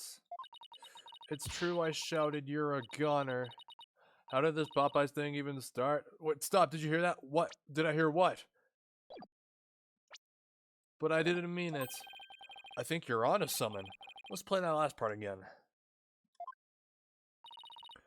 I don't follow. What are you guys so excited about? I think this piece of evidence should explain it. Time to show Robin a piece of evidence that links the line we just heard to the case.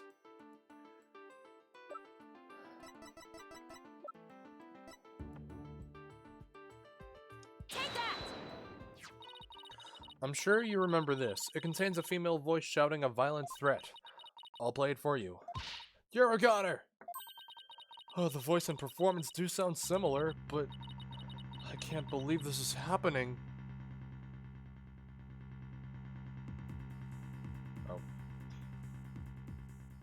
Oh. Click clackety duck, this is what the fuck I want.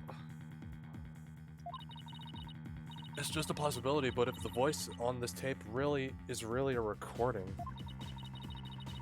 One made from the mock trial video.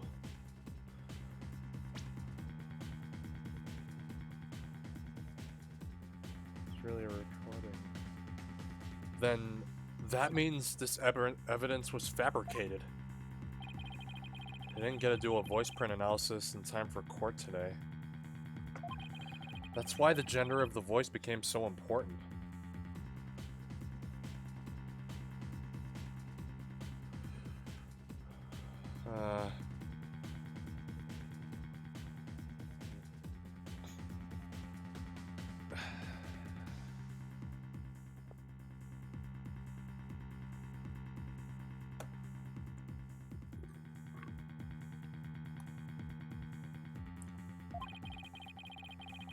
And if the real killer had foreseen that, gender would become key in today's trial. He would have tried to deflect attention away from himself by making the suspect female. So basically, the only one with something to gain from doing this is our sole male suspect. Wait a second. No way! Professor Mean's credo is the end justifies the means, so it makes perfect sense that a student who took those words to heart would fabricate evidence. We need to get that tape analyzed as soon as possible.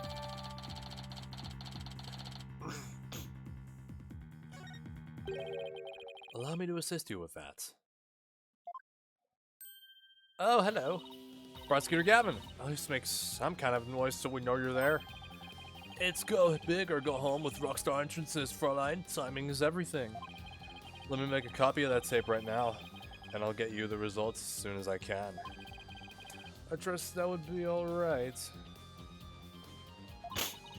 Very much so, thanks.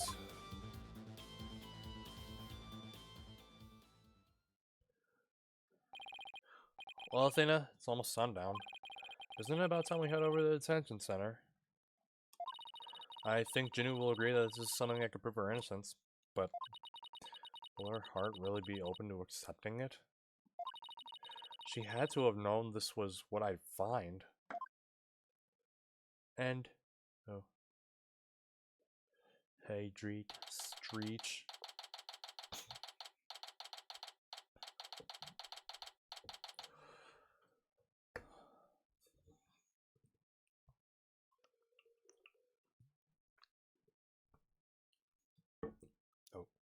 Oh shit. Oh, not again. Let me stretch first. Hold on. Oh, God. Alright, here we go.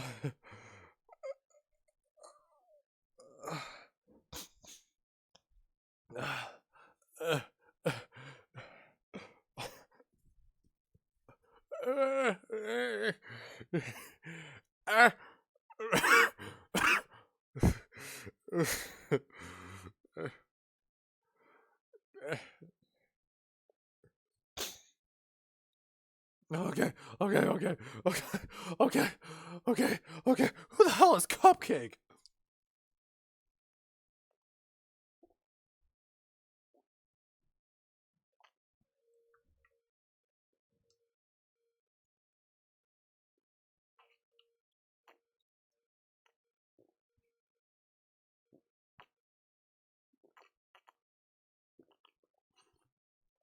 Ah!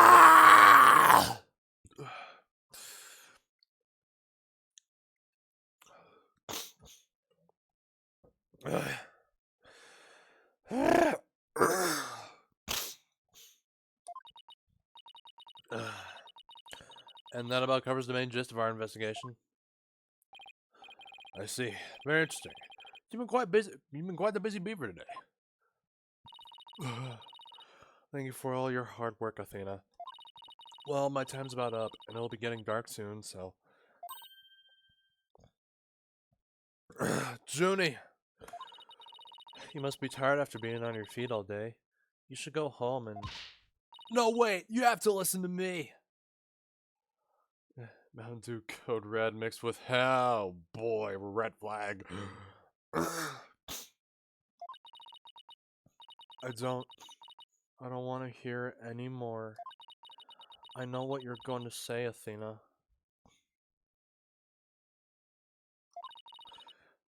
Junie, you promised. We're gonna discover the truth behind this. We're gonna bring you solid evidence to know what the truth is.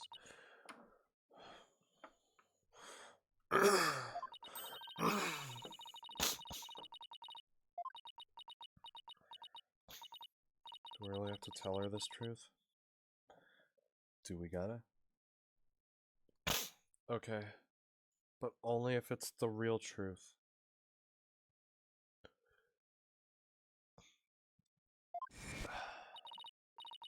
You're flat up. I know that. Mountain Dew and Hennessy? So please just listen to what I have to say. Oh yeah, that's my flag too.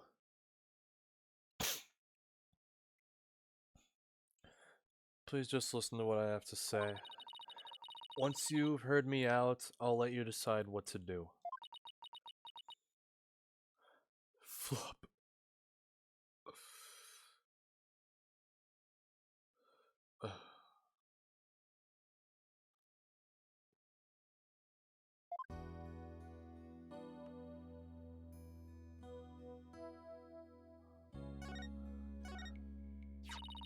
The voice in this recording has been proven to be yours, Junie.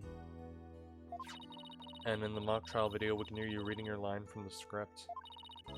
We're having both of them analyzed now, but from what I can tell, the voices are the same. And the only one who'd benefit from faking the voice recording would be Hugh.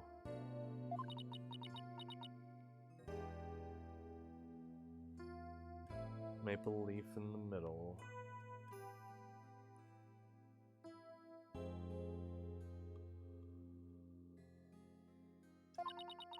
But that doesn't make any sense. I mean, Hugh confessed in order to protect me. This may sound strange, but his confession is a ploy to make himself look less suspicious. In other words, he was just pretending to protect you. Besides, his confession came after you and Robin had already confessed. If he hadn't confessed right then as well, wouldn't that have seemed a little suspicious?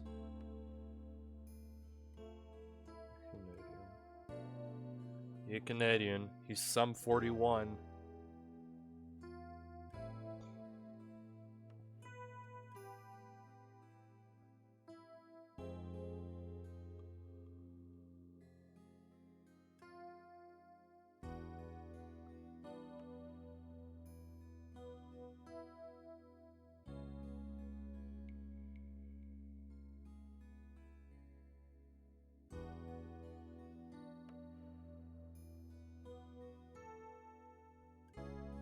If he hadn't confessed right then as well, and that seemed a little suspicious. Say what you will, Athena, but none of us would hurt a fly, let alone kill someone. He was a gifted student. He gets outstanding grades and never causes trouble. Wait, Athena. My bracelet reacted just now. It did? But why?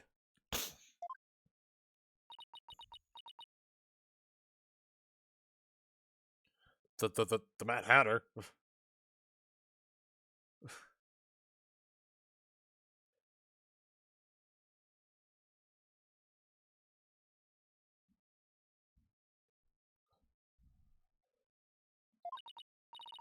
Junie, can you look me in the eye and repeat what you just said?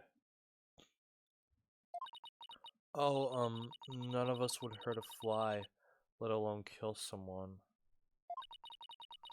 Hugh's a gifted student. He gets outstanding grades and never causes trouble.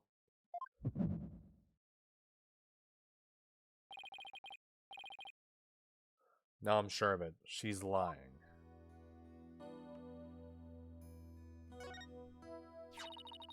The voice in this recording has been proven to be yours, Junie. And in the mock trial video, we can hear you reading your line from the script. We're having both of them analyzed now, but from what I can tell, the voices are the same. And the only one who would benefit from faking the voice recording would be Hugh.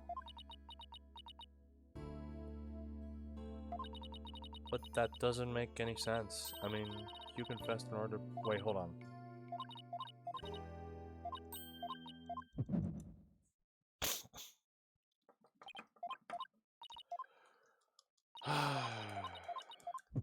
Oh shit, yeah, I am Welsh, am I? Well, really.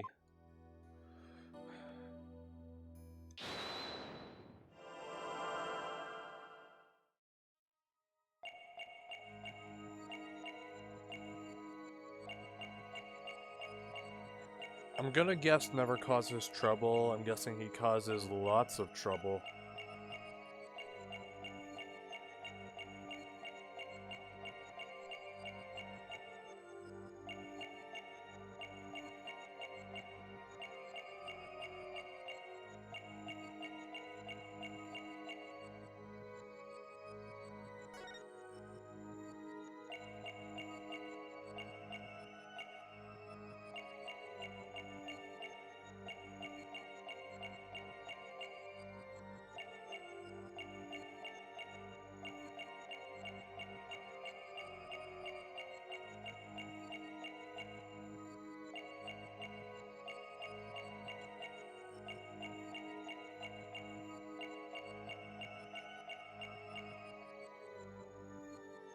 Can't find it.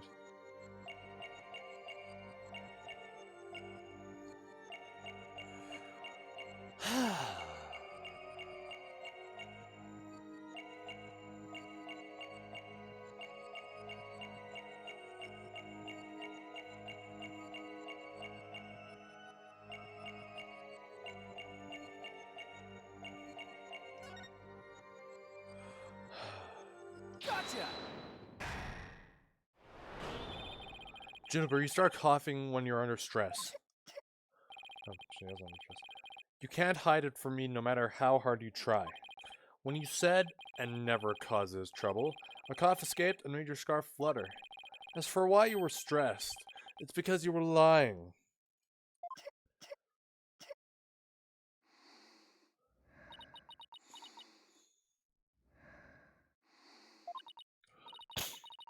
Junie, you're trying to hide Hugh's connection to this case, aren't you? And I believe that also ties into a secret about yourself. A secret? About me? I don't understand. I already told Juniper, so I might as well tell you. I don't really care about her anymore. What? Why? Juniper's not all sunshine and rainbows like you think she is. He ended their friendship after he found out about Junie's secret, which means Hugh must have felt betrayed by Junie, making her the snitch.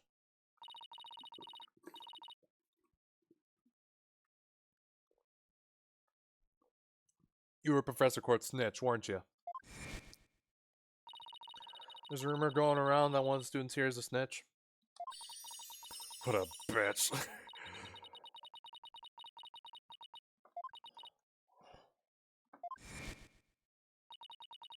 And while fulfilling that role, you learned something about Hugh you'd rather forget. Oh no, but Miriam, though, I was kind of like on. I was kind of thinking about Miriam, but just for like a few seconds, I was thinking about Miriam. You learned something about Hugh that you'd rather forget. I don't know what you're talking about. Junie, please, stop hiding things from me. I hate having to force things out of you like this.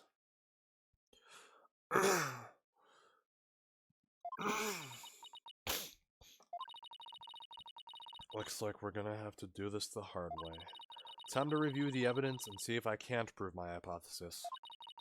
I must have something that proves Junie's the snitch, and Hugh's connection to the case.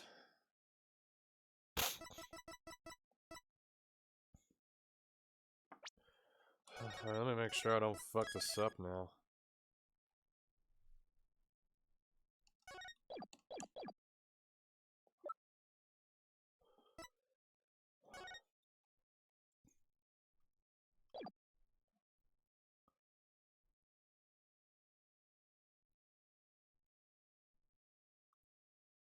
Q120.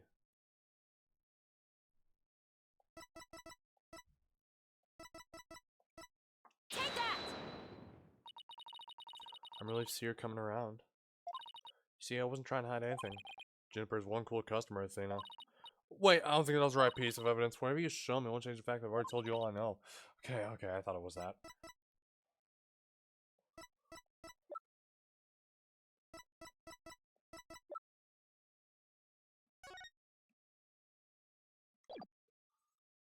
Take that! Ugh.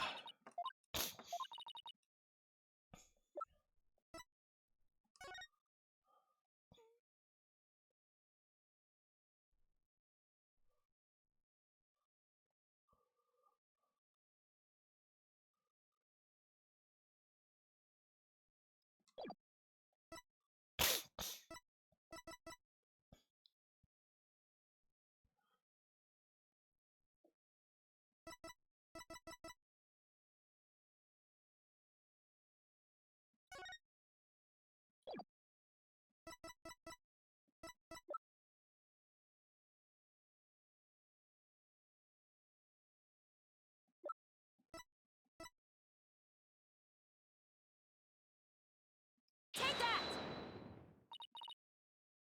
Reload. Even though I don't really have to.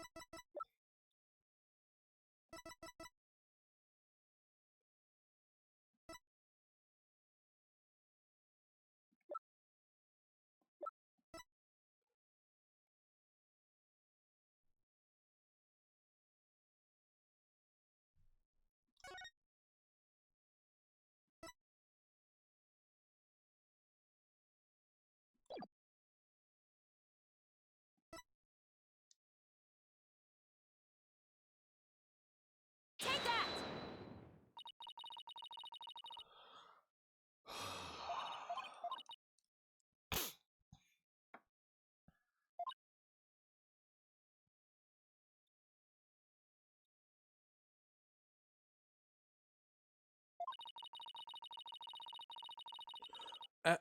Hold up. Oh, man.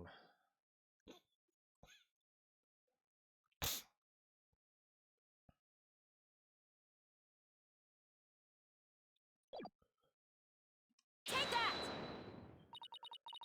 Right here in Professor Court's planner, it says routine report. I believe this is meant to mean when the snitch would report in to Professor Court.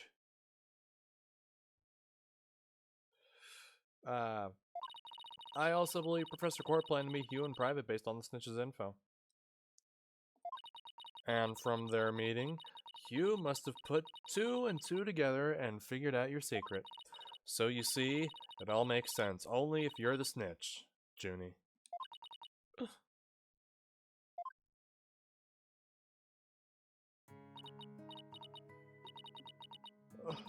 Forgive me. Forgive me, Thena. So this is her breakdown?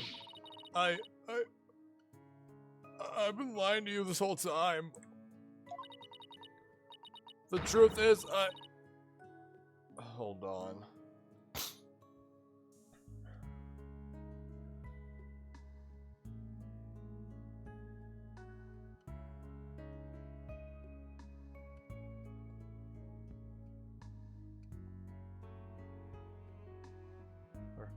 The truth is, I suspected Hugh from the start. You did? Oh, this is surprising. I'm so sorry.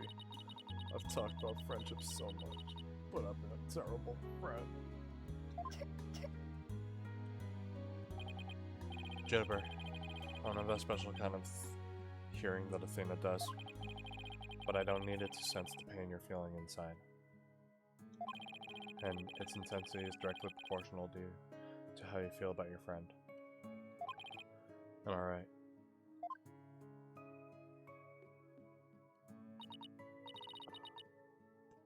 Paula. Please, Junie. Tell me why you suspected Hugh.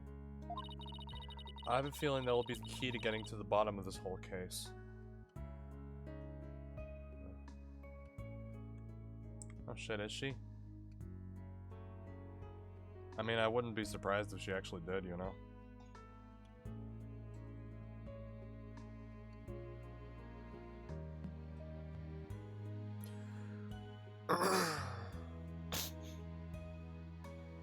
Something.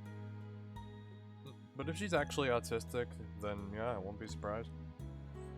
I have a feeling that'll be the key to getting to the bottom of this whole case.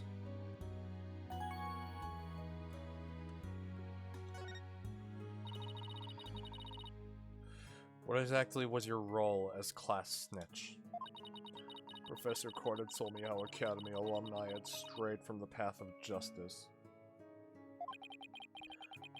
The dark age of the law, huh? She didn't want any more of our students going astray like that. But few others at the Academy shared her view. I thought her ideas were beautiful, though sad and unrealistic. She asked you to be her eyes and ears, didn't she? I used to report to her once a month about any wrongdoings I'd seen or heard about. And that report session in her planner, the one from October 22nd, was a part of that? Seems like a prick. Seems like. Yes, that's when I reported Hugh to Professor Courts. She snitched on her own friend?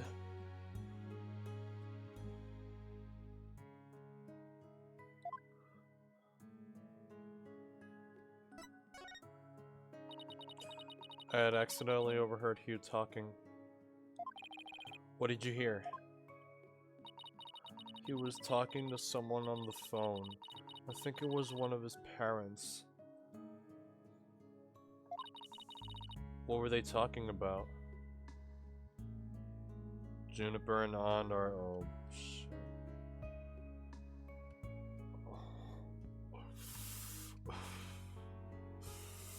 You've made it official at this point, have you? What were they talking about? Something about having paid money for good test scores. Did I complete the 3 originals? I have. They're on the VODs channel.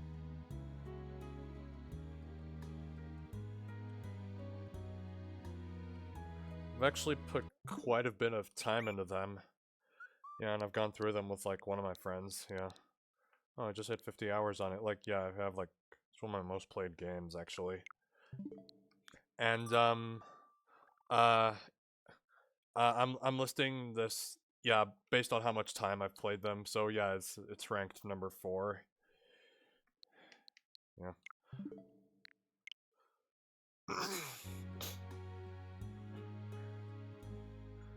Something about having paid money for good test scores.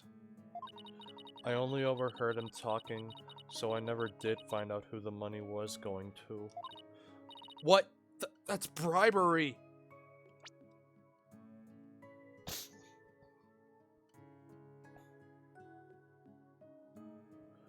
Paid money for good test scores they were paying? He was buying his way through the school, and if that's the case, then that evidence that always seemed out of place might actually be about his secret. The out-of-place evidence. The out-of-place evidence. Take that! We found this while we were investigating the stage. It's got Hugh's name on it. I didn't know what the number meant at the time, but now that I'm hearing about bribes, it must mean that a bribe of 120 grand! It's way more than I thought. Was to be paid in October. What's more, take a look at this mark.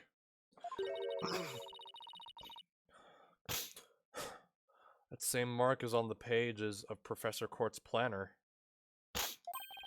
Hey, you're right. I need the money too. I need to, in case of emergency. Okay, split the money. Actually, no, you can have all of it.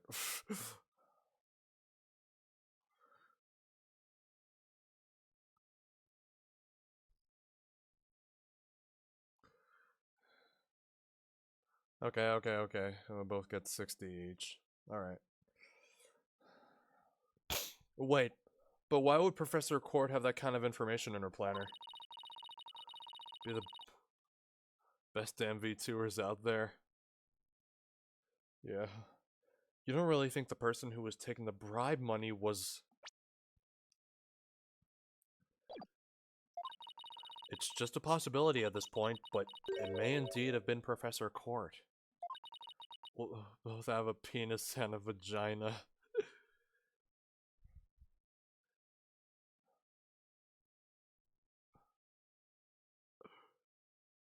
But... That is impossible. She'd be the last person I'd ever suspect of accepting bribes. You know, I kinda completely forgot he was here. Like I said, it's just a possibility, but a rather good one. Maybe their private talk had to do with the possibility of the bribery being exposed. And what started out as a little argument soon got out of hand. It's not your fault, Junie. Anybody would have suspected Hugh if they knew what you knew. No, I don't believe that alone would have driven him to murder. There's another reason why I suspected Hugh. You've got to be kidding me. There's another reason? I saw Hugh around 7 p.m. the day before the mock trial. Oh, so she's finally ready to talk about that. When I saw him, his... Oh, Thena. She's stressed. Junie, are you alright? Just try to relax. Tell me what happened. Anime. I never wanted to see what I did, but I'll have to live with it. In that hallway, Hugh's hands. Oh God, they're all bloodied. His hands were dripping with blood.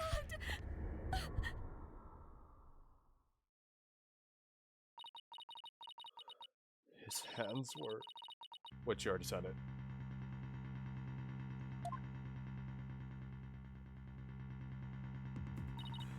What? But why? What am I going to do? Deep down, I know Hugh can't be the killer. But my mind keeps telling me he is. No matter how hard I try to convince myself he isn't. Oh, what am I gonna do? Hugh. He's... I can't take this anymore, Thena. So she hid the fact that she had seen Hugh and said she went home at 6 because she wanted to avoid talking about what she saw. Junie, it must have been terrible holding all of that in, but it's gonna be okay. I'll get to the bottom of this. And that's my promise from one good friend to another. I'll be defending Juniper tomorrow. If that's okay with you, Professor Means. My main concern is whether you can defeat that prosecutor. But I won't try to stop you. I will be watching from the gallery. And shall look forward to seeing what sort of results your methods can produce. Good luck tomorrow. Now, if you would excuse me.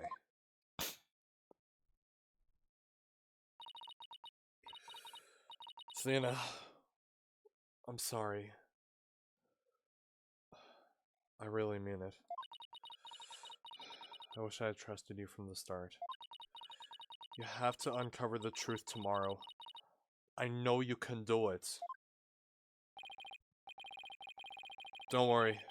We already know that the prosecution's key piece of evidence is a fake.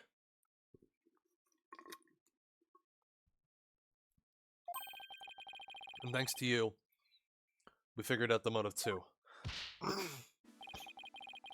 Let's give this our best shot, Athena. Let tomorrow be the day Juniper walks free. Wouldn't have it any other way. We should be all ready now. What could possibly go wrong this time? Still, there's this strange, uneasy feeling I can't shake.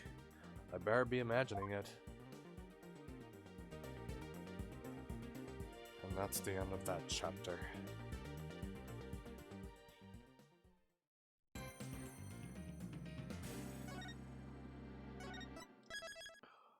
Now, if we have time after this chapter is done, then we might play a bit of Mario Kart. October 26th, 9:45 a.m. District Courts. The killer is Means or Hugh.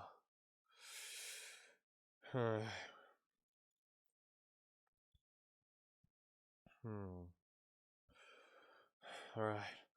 October 26th, 1985.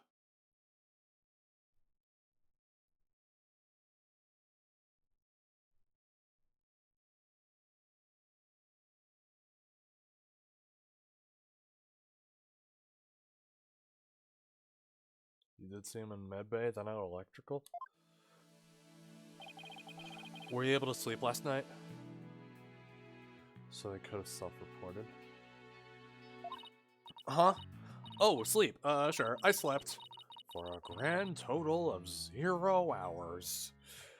I have done that before. I have. Good morning, you two. You look like you're ready to put on a real show. Didn't see him do any tasks. But before you do, I have a good luck gift for you. The voice print analysis came back, and the results couldn't be more clear. The voice in the mock trial video and the tape recording are one and the same.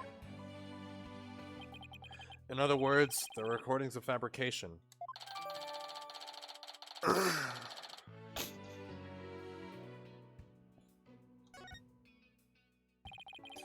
The lab is continuing their study of the tape. So far, they found signs of overdubbing, but it's going to take a bit longer to recover the audio that was erased. Huh? Huh? Who's there? Wait. Did you see who it was? No, I got a quick look, but they got away. I think it might have been Hugh. I bet he was eavesdropping. I wonder if he saw our hand. Oh god, not Von Karma. You definitely mean Francisca. Manfred is dead.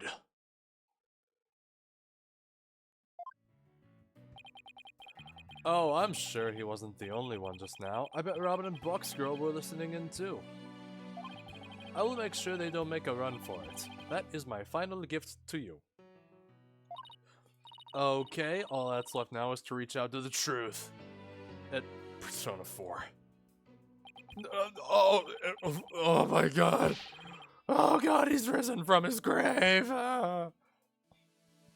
Time for a mini chord steel workout. I'm apologizing. I'm fine. Your turn. I'm a fan of Sonics. I'm fine. That sounded like shit.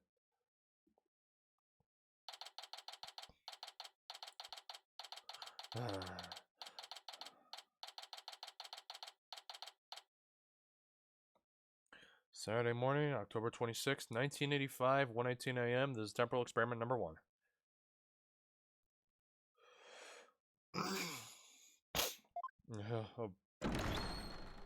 Both him and the whip together? I don't even know.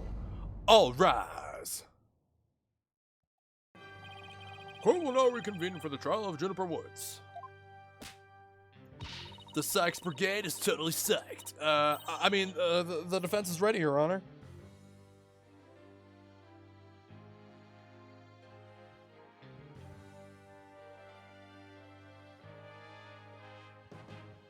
Give me a second.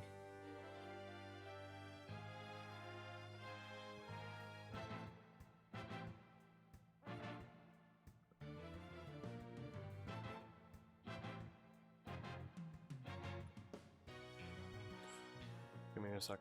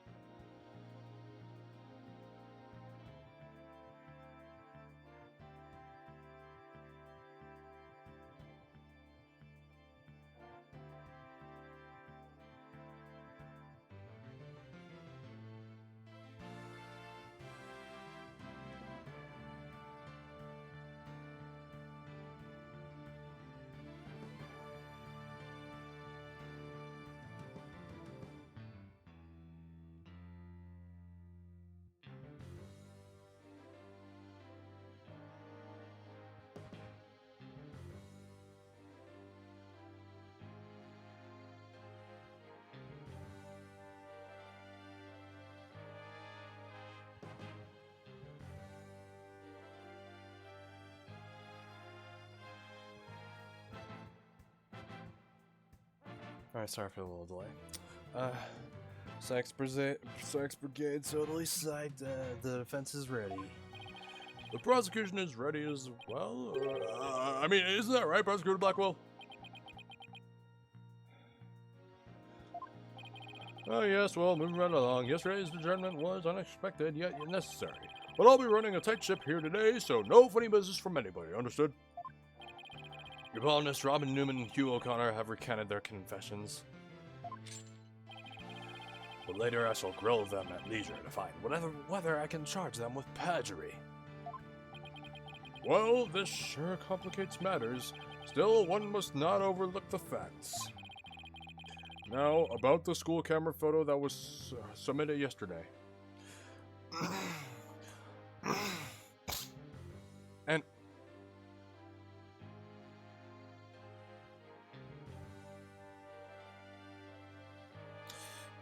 Alright, I guess... Well, thanks for spoiling the game.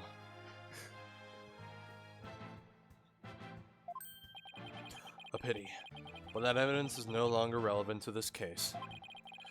The art room clock runs fast. It cannot function as an accurate means of time. For the bungling detective who overlooked that, he is paying for his failure as we speak. Poor Detective Fulbright. I don't give a fuck about him. I hope he returns to work with all his body parts intact. Maybe not his dick, but everything else. But if that's the case, then what will we... The accused is the sole person who could have moved the body from the art room to the stage. And I mean to prove it here, this day. Plus Maya and me, isn't Maya on the next... Wait, hold... Nah, Pearl. And Mia's already dead!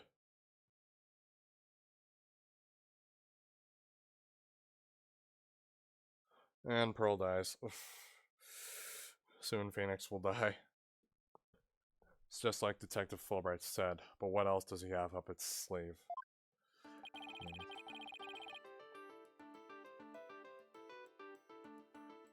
Mia possesses Sky's body and fucking dies.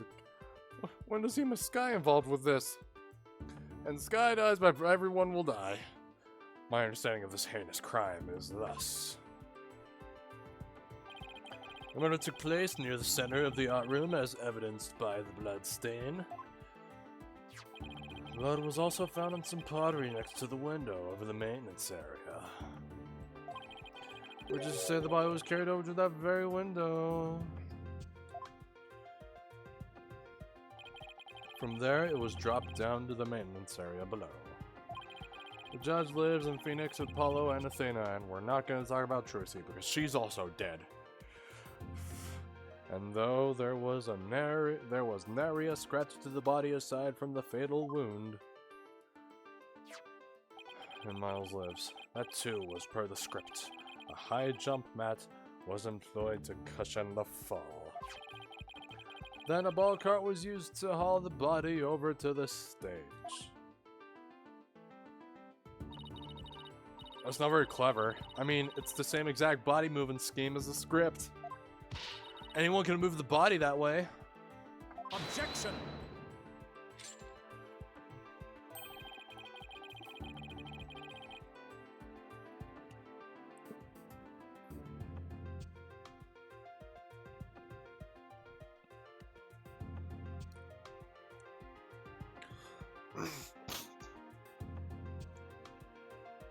Your propensity to speak forth words before you think is not very clever either. Why you? Moreover, the prosecution has a witness, which is most unfortunate for you. Witness, it's time for you to come forth. Oh. Huh. Well then, will the witness please state his name and occupation? Hugh O'Connor. I'm senior at the famous Legal Academy, and I'm studying to be a lawyer. Yesterday I told that lawyer there that I would testify to the truth. So I intend to cooperate fully in today's trial. Happy now, Miss Sykes? What's he up to now? Court appreciates your cooperation, Mr. O'Connor. Now your testimony, please. Holding in a shit. Wait, does he really look like that? Was he really?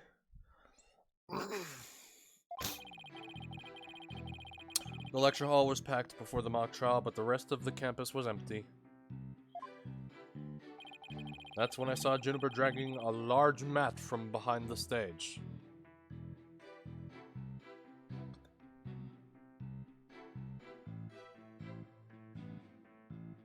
When you hold in a shit, you look like that.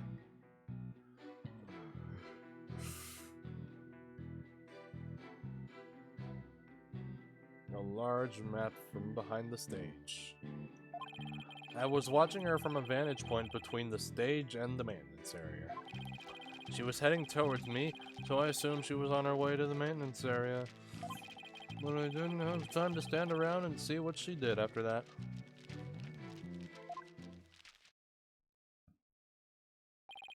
The real truth hurts so much, doesn't it, Miss Sykes? Or maybe you thought I was going to bring up something else entirely against your client. Ugh! Never a snappy comeback when I need one! He's coming straight at us today, using any means possible.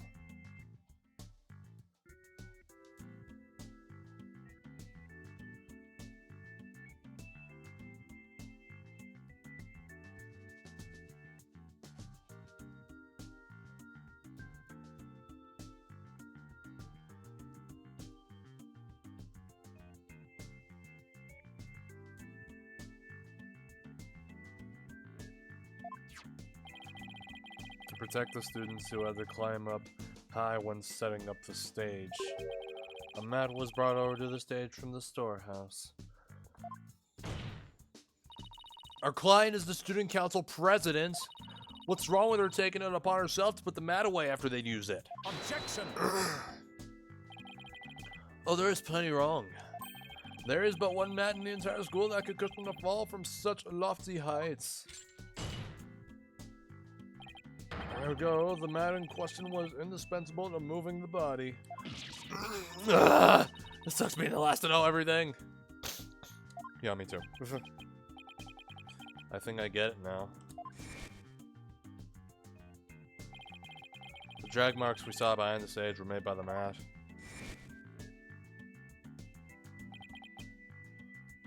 If the only mat of that thickness was where the body is assumed to have been dropped, it would be hard to deny a possible link to this case.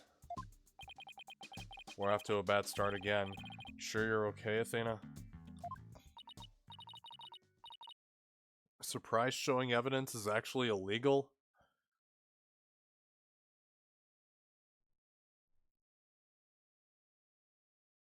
Oh, so Edgeworth updating the autopsy report. Ah!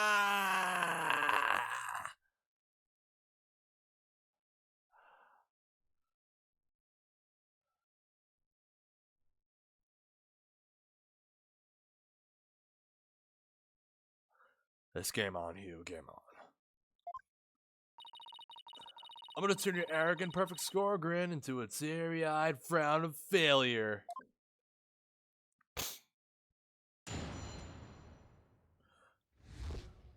What O'Connor saw.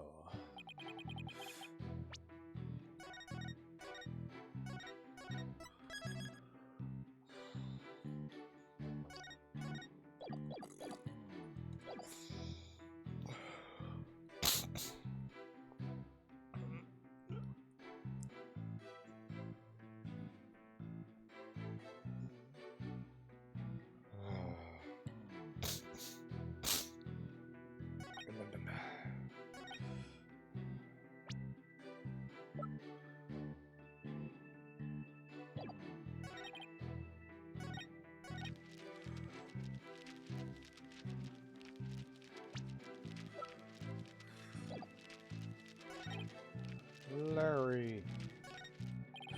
Mr. Confident sure goes all out when he tells the truth. Well, I don't think he meant for any of that to be misleading, but it doesn't make it factual. Careful now, Athena. A genius like you could be leading you right into a trap. I'd be surprised if he wasn't. But all I can do is charge forward with both eyes open. Maggie.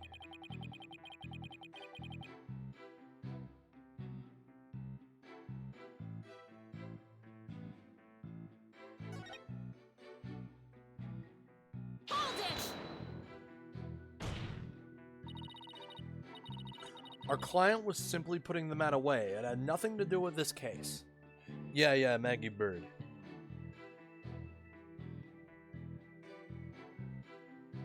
Yeah. Opening case. Objection!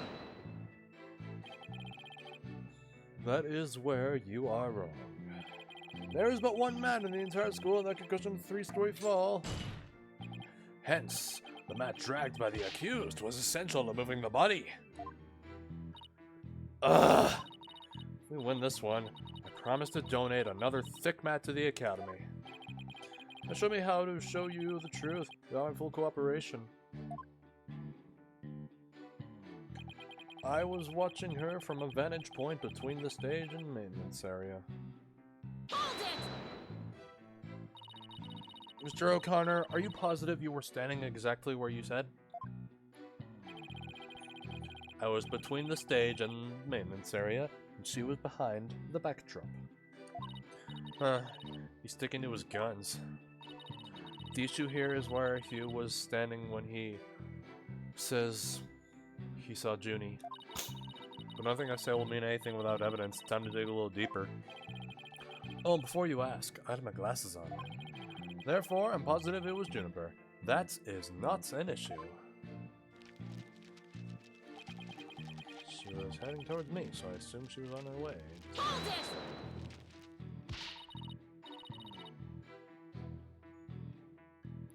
You shouldn't assume anything. It only shows that you're not positive. Objection!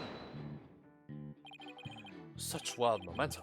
Perhaps you were a raging bull in your past life. Objection! Ugh. Don't compare me to some stupid farm animal.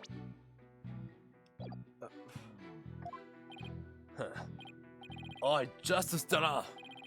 Our assertion is Juniper was simply putting the mat away. In that case, where would she be taking it? Oh, to the storehouse over in the maintenance area. Precisely. Therefore, there is not wrong with the witness's judgment in this matter.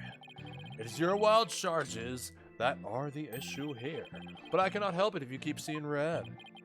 He's gonna get a face full of justice, Apollo style, if he keeps that up. Anyway, I saw her heading toward me. but I didn't have time to stand around and see what she did. Then it's entirely possible that someone else moved the body, correct? Objection! Huh. Are you mad or merely delusional? Everyone was in the lecture hall before the mock trial. The rest of the campus was empty. Ergo, the only probable suspects were the trial participants. I know. Thank you for stating the obvious. I also know that you O'Connor, were one of the participants.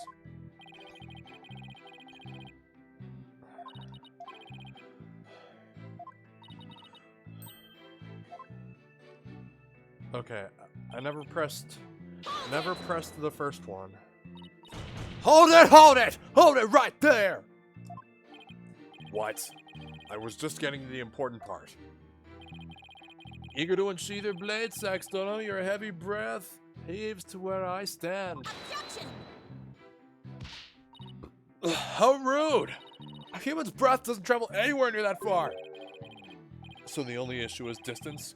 You're not denying that you're a heavy breather? I'm just saying that scientific studies have proven that it's not. Slushy's almost finished. Hang in there, Athena. No matter how many insults they hurl, it won't affect the judge's opinion of you. What about my own self-esteem? Let's get back to what happened before the mock trial.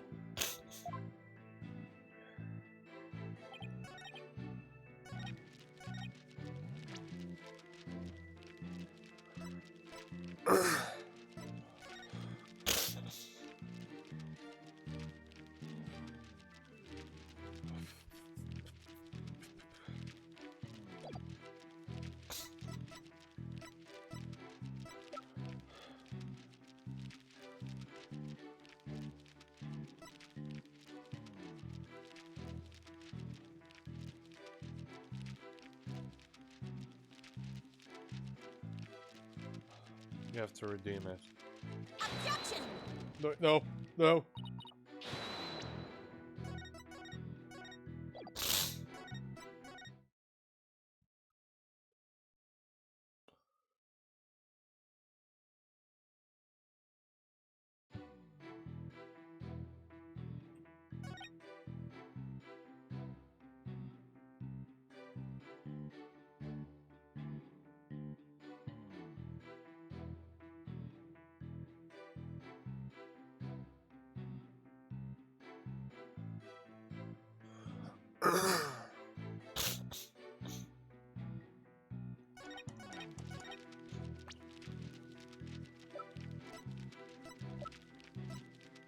Objection!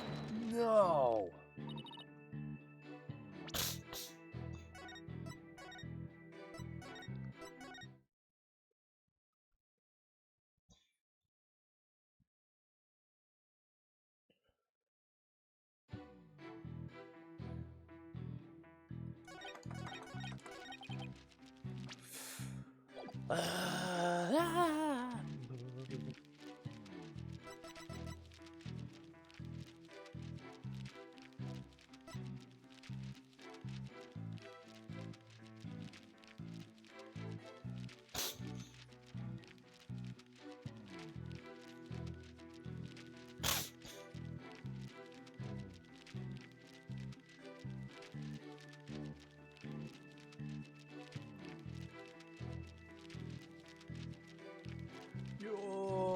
I don't know where to present. Objection!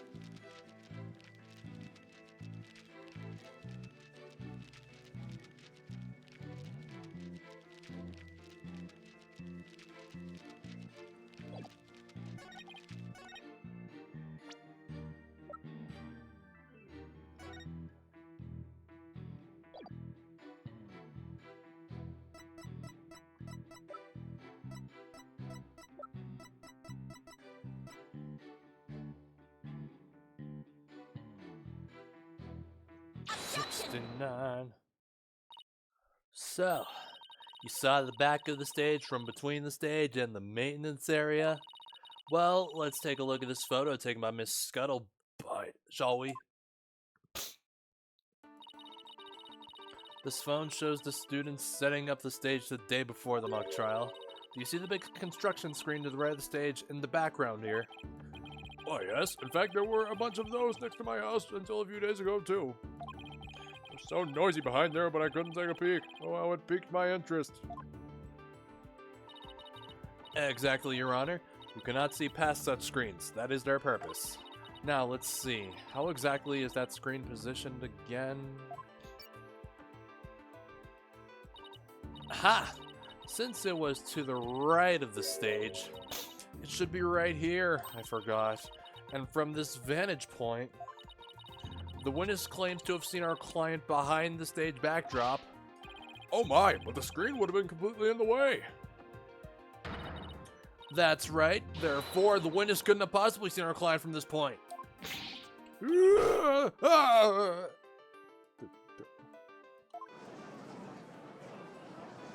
you actually hold on to that? Order! Order! Mr. O'Connor, have you been lying to this court? The screen? Right. It must have slipped my mind. What? Are you telling me you, Mr. Genius, forgot something as literally big as that? There are two kinds of memory lapses. The normal kind you mouth breathers have, and the genius level lapses of memory that people like me have.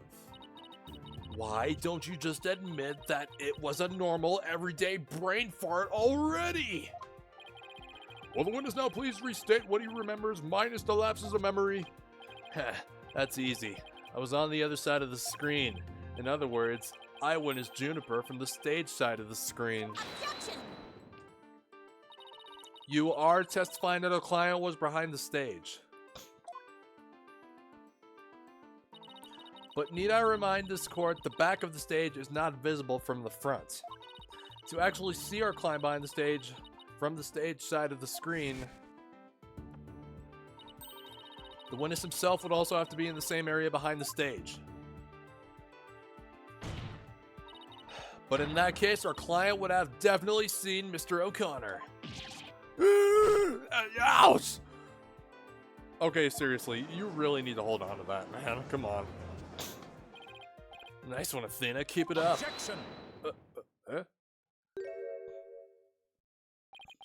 When do you get a scarf? Alright, golden boy. This is not your chance. Telling the truth will be like a weight lifted from your chest. The truth? What truth? The fact that golden boy here was where he initially stated. That is to say, he was between the maintenance area and the stage. Objection! But then the screen would have blocked his view Objection! of. Oh my god. On the ground, yes, his view would have been blocked indeed. But consider how smoke always wants to rise up high. Athena, look at the photo again. Do you think something on the other side of the screen? Something high enough to see the stage?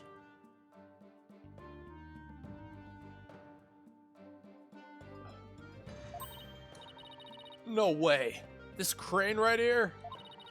But I don't remember seeing a crane there on the day of the mock trial. Yeah, me neither, but it's probably safe to assume it was moved before you found the body. That's far enough, Professor Blackwell. Remember, you promised! I recall making no such promise. It was you who came blubbering to me about keeping quiet in exchange for information. What's all this about a promise? Is this about whatever Blackwell is using against him? And what's it got to do with going into the crane? Golden Boy did not go up in that crane for fun. How rude. He was working part-time as a crane operator within school grounds. What? Do you mean to tell me a high school student was operating a crane? The witness, I object to the prosecutor's last statement. There's no proof I ever operated that crane. Hold it! Actually, there just might be something that proves you did. What? If this whole part-time job thing is true, I doubt it would be limited to a single day. You were probably working at the same site the previous day too. Is this what you're thinking of, Athena? Yep. As the court can see, this photo captured the crane's operator. And if you look carefully, he bears a definite resemblance to Mr. O'Connor. Are you serious? This is ridiculous! Oh, you just made spaghetti. How very interesting. Let's ascertain whether this is as ridiculous as the witness maintains. The defense agrees with the prosecution. Let's bring the facts to light. That's all very well and good, but just how do you propose to do that? The person in this photo has one really distinguishing feature. I'm not 100% sure, but it's at least worth a try. We can clearly identify the person in this photo as the witness by examining his neck.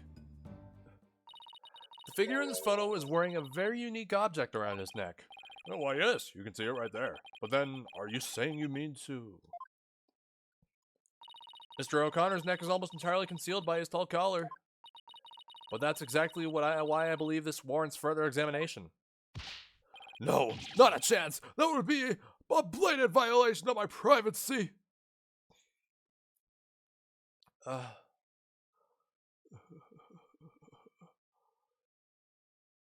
Ash.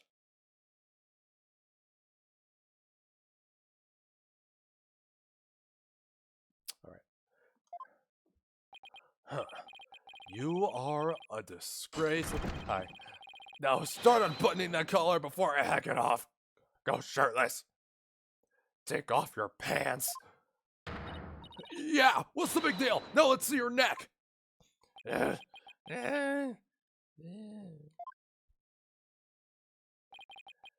Guess I have no choice. This guy's kind of a dick. Well, there it is.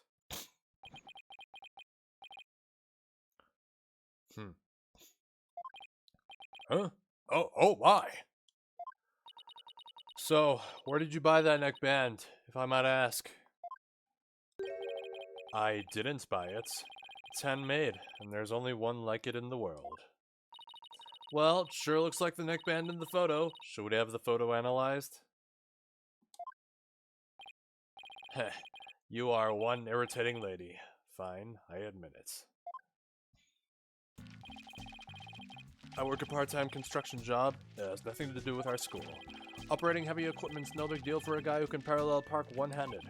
But I never expected one of my jobs would take me to my own school.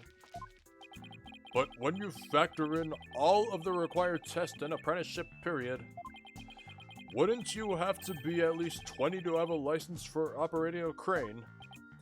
Oh, about that.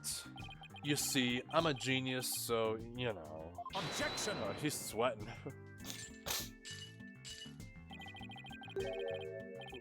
Let us dispense with this inane charade, Golden Boy. No, Prosecutor Blackwell. How old is Mans? High school seniors are 19 at most, thus they fail to complete their requirements. Okay, this boy here is 18. Along with Juniper and Robin.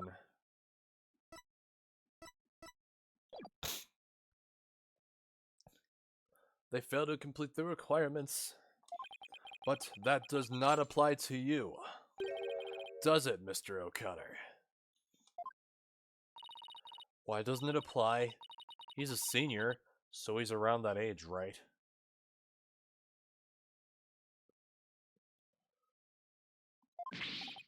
No, don't, please! Actually, Golden Boy here is 25.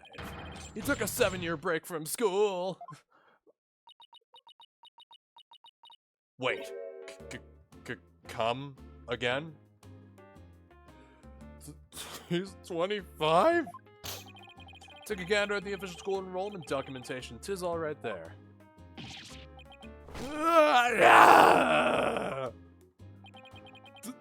25? You mean he's older than me? A 25-year-old high school... I didn't even have time to finish that. 25-year-old high school student. Hold it! A 7-year break. 7 years. Once I was 7 years old, my mother told me, go make yourself some friends or you'll be lonely. Once I was 7 years old.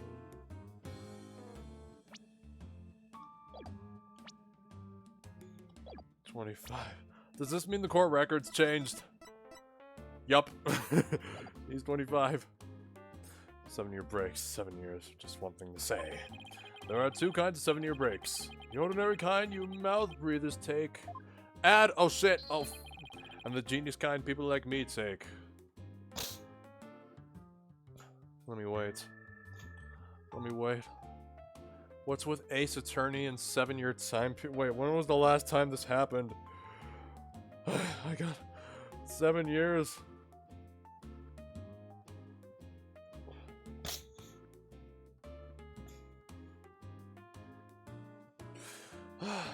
Okay, you back. 2 kind 7-year breaks, the ordinary kind you mouth breathers take, and the genius kind people like me take. Objection! But a genius would quickly become a chore for a 7-year break. I need more of my slushy, hold on.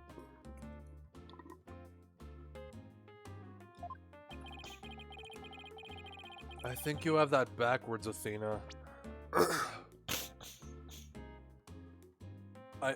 Oh shit, I think she does. Yeah, even geniuses make mistakes. I just happened to make mine only 7 years in a row. Only Hugh can prevent forest fires. Only Hugh could get away with using only like that.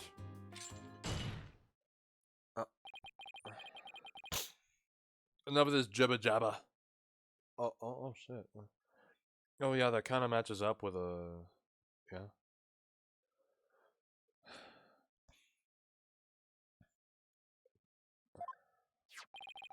Suffice to say, the witness was up in the crane when he saw the accused dragging the mats. The accused readied all she needed to move the body immediately prior to doing so, and Von Karma 7 whips. That much is clear. I see no need to deliberate the matter further. Considering that the body was moved in the same manner as in the script, I find Prosecutor Blackwell's claim to be quite persuasive. Does the defense care to dissuade me? And as long as a mat was used to move the body, Junie's gonna be under suspicion. Athena, I just thought of something. What was Hugh doing in the crane right before the mock trial?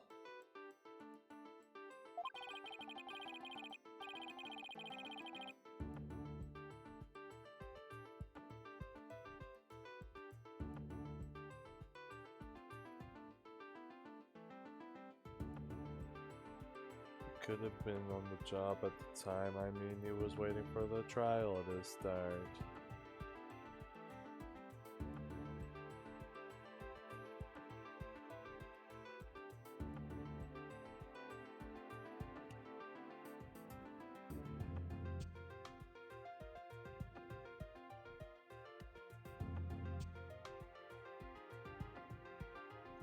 Sorry. Yeah, why was he in the crane? Wait, you don't think... Your Honor. Yes, Miss Sykes? I've got it. I've got an amazing idea that will turn the prosecution's claim on its head. A little conjecture has never stopped us before. Interesting. Mr. O'Connor, you were using the crane, Sue.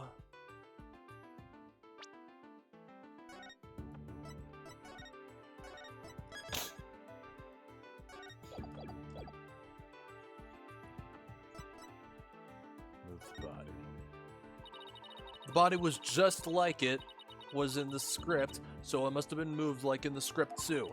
At least, that's what the prosecution believes. How simplistic, even foolish.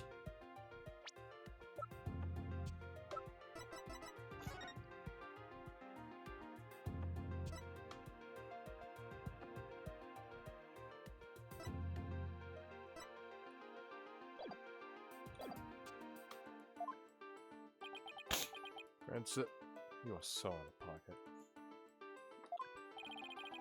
Those are pretty strong words, Athena. You sure about this? The witness is a licensed crane operator, so we could have used it to move the body. Objection! Huh. Well, Golden Boy, can I chime in? I intend to say no more on the matter. Save that this does not bode well for you. Wait, he's on my side this time? Or is this another trap? Heh, watch this! I can use a... No, Cinnamon, get out of the way!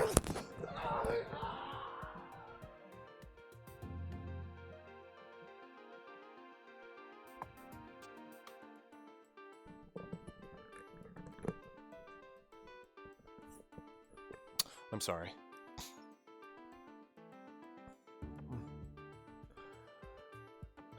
I can use a bow and arrow one-handed. Wow, that's a crazy level of dexterity. I can even drive a crane with one hand, that's easy. But operating the crane itself is so complex it requires both hands. Now, I would have the court look at this. What? Oh, please tell me that's a ketchup stain.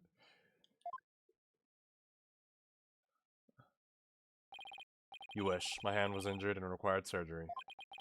That's the reason I kept my hand in my pocket all this time. I have already verified this with the hospital treatment. Quite a nasty wound, they say. So, how did you hurt it?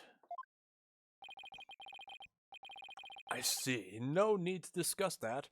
There's no relevance to this case. 2 hands are required to operate complex machinery, such as a crane.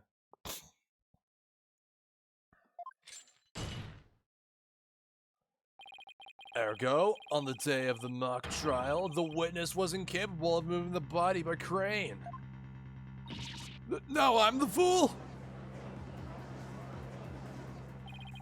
I planned on moving the crane the night before the mock trial, but then I got injured. Wanting to keep my part-time job a secret, I had to do it just before the mock trial instead.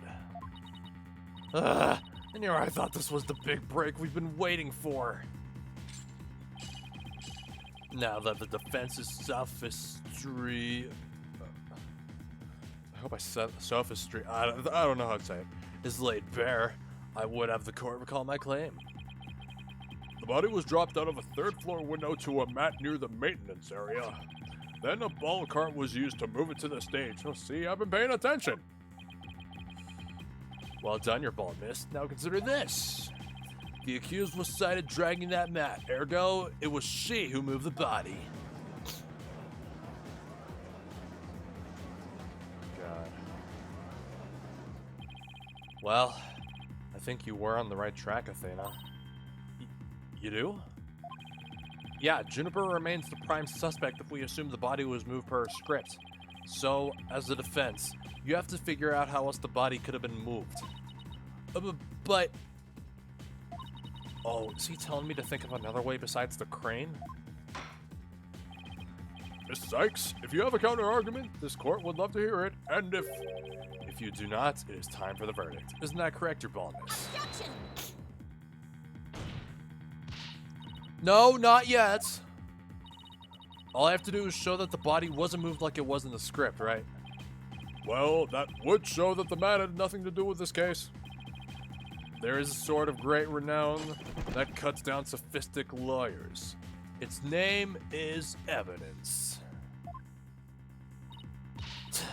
You don't scare me. Force a smile, Athena. You can do it! What's wrong with your face, Athena? It's a weird mix of terror and creepy grin. Just focus on how the body could have been moved without it being dropped. How could anyone lower it without just dropping it? It's not like it could fly. Or maybe it could. After all, there is a way to zip between the art room and the stage. Oh, I know. Someone could have easily used that thing. Huh? Oh, yes, of course. Miss Sykes, the court would like to see what you have for us. All I have to do is show the tiniest shred of a possibility. The mat and ball cart weren't used to move the body. This is what was used. This. The key here is the thing that ties the art room and the stage together. Might I propose an idea? It might do you well to tie your lips together, lest you further expose your ignorance. This isn't exactly the time for black comedy, Prosecutor Blackwill.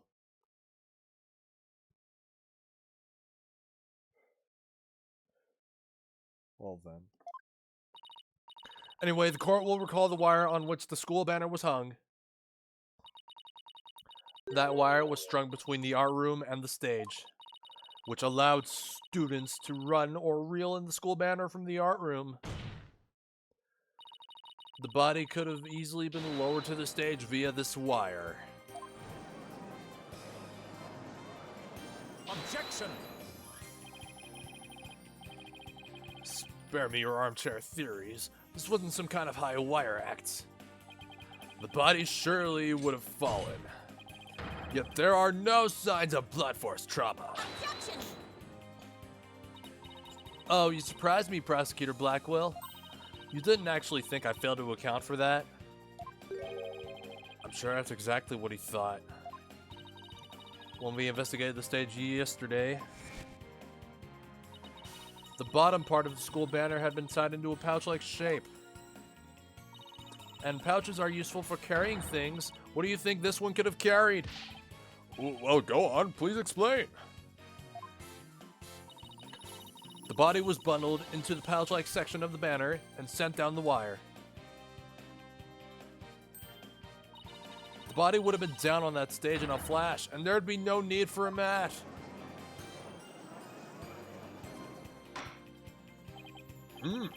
I've heard the phrase carrying the banner, but the banner doing the carrying. Objection!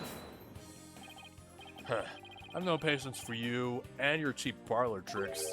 Your claim is as shaky as a corpse performing that absurd high wire act. If you have an actual objection, then just come out and say it.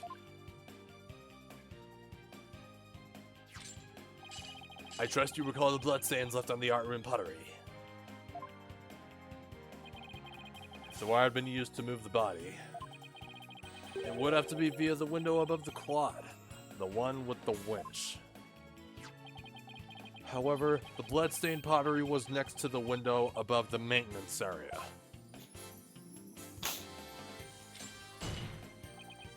Ergo, the wire and banner had not at all to do with this case. Oh, haha, the bloodstained pottery. I remember that.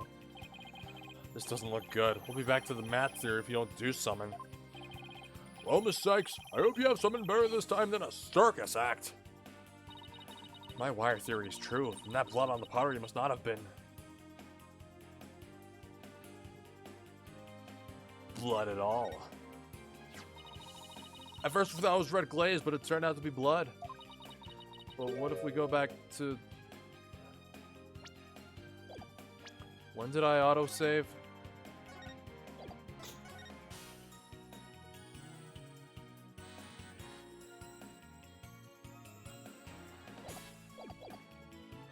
Oh god, I just remembered. Objection! But the police clearly have identified it as blood.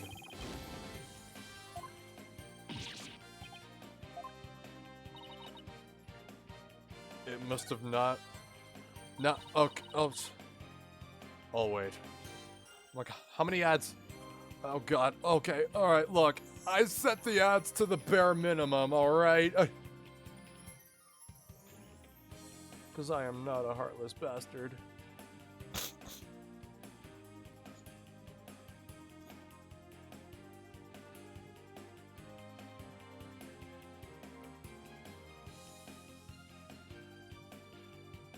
Okay, you're back, man. I only run 30 seconds of ads per hour.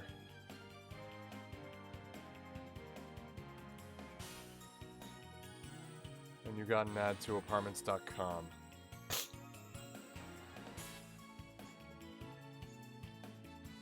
Maybe it's not the victim's blood. Did the police check to see from whom the blood on the pottery came from? Why did it? Oh. Shame on you, Sykes Dunno. Have a little more respect for the constabulary. I hope I said that right. Oh, God! Fool Bright. Looks like they didn't check it. Don't let it get you down, Prosecutor Blackquill. Everyone makes mistakes. Spare me your cheek. We will know not either way till the tests are run. You want Gumshoe back? I do too. True, but in the meantime, I'm going to press my claim as far as I can. Your boldness, I demand that the blood on the pottery be analyzed this instant. Of course. It shouldn't take long to get the results back.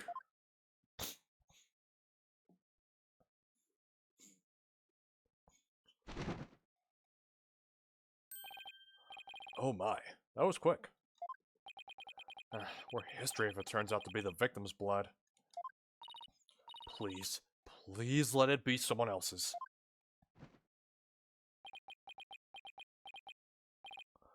Ugh. It seems the blood was not from the victim. Yeah, Gumshoe better. Gumshoe better. Oh, what? Furthermore, a comparison with other parties involved with this case reveals... Huh? That the blood belongs to one Hugh O'Connor. I'd rather have Gumshoe, thank you. Score!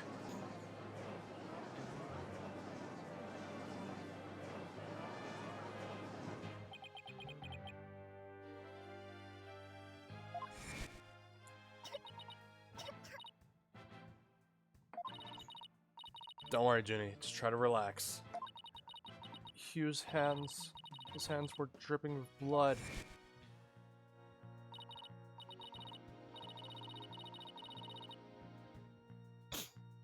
Your Honor, as we saw earlier, the witness's left hand has suffered a serious injury. He sustained the wound in a struggle with the victim, and his blood got on the pottery.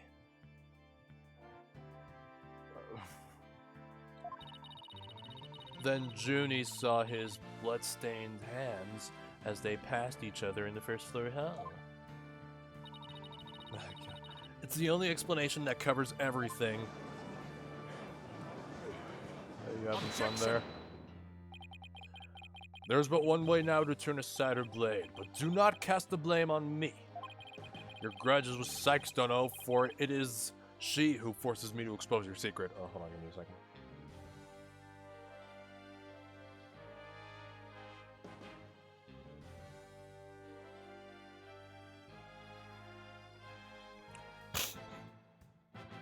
Oh, wow, you all seem so proud of yourself, do you now?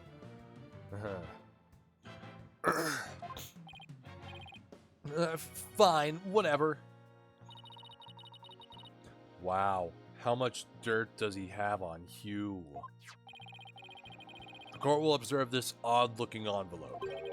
It was inside this that Miriam's Scuttlebutt script was found. Miss Scuttlebutt's? But didn't the prosecution already claim that this envelope is the one that contained your script? Circumstances have changed. You see, Golden Boy had hidden this from us all. Let's see here. My word! Oh, talk about the world's most painful paper cut! Oh! Oh, wait a... Oh, man. Indeed, you can clearly see that if this envelope is not opened correctly, a powerful spring-loaded blade will shoot forth, leaving a horrible gash upon the hat. The only one who had been told of the correct way to open it was Constance Court.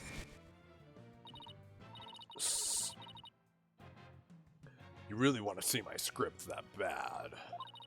Well, you better watch out. Read it without my permission, and you'll wish you hadn't. This is Snake. Ah, yikes. Miriam wasn't kidding when she said that. The blood on the blade is the witnesses. Our genius here tried to sneak a peek at the wrong script and paid for his foolishness. Ouch! This guy's the worst genius I've ever seen. Stupid. Don't worry, Athena. The wound isn't that deep. We still got the wire theory. Yeah. Oh, I've got it.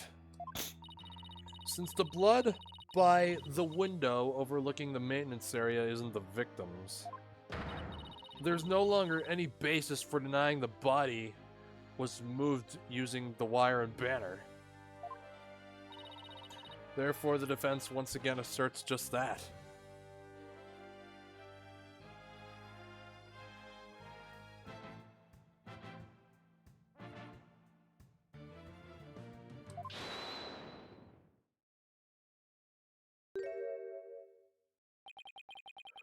Call yourself a lawyer? Huh. Don't you see the glaring contradiction in your thinking?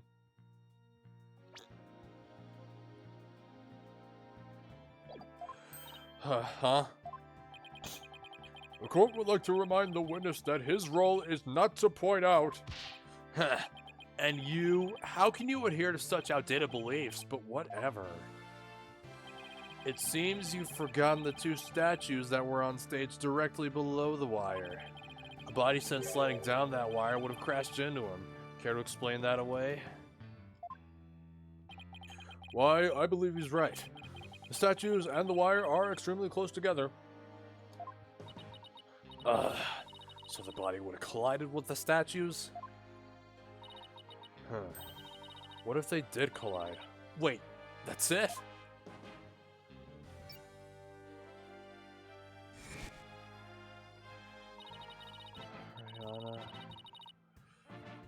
Oh, I already know who.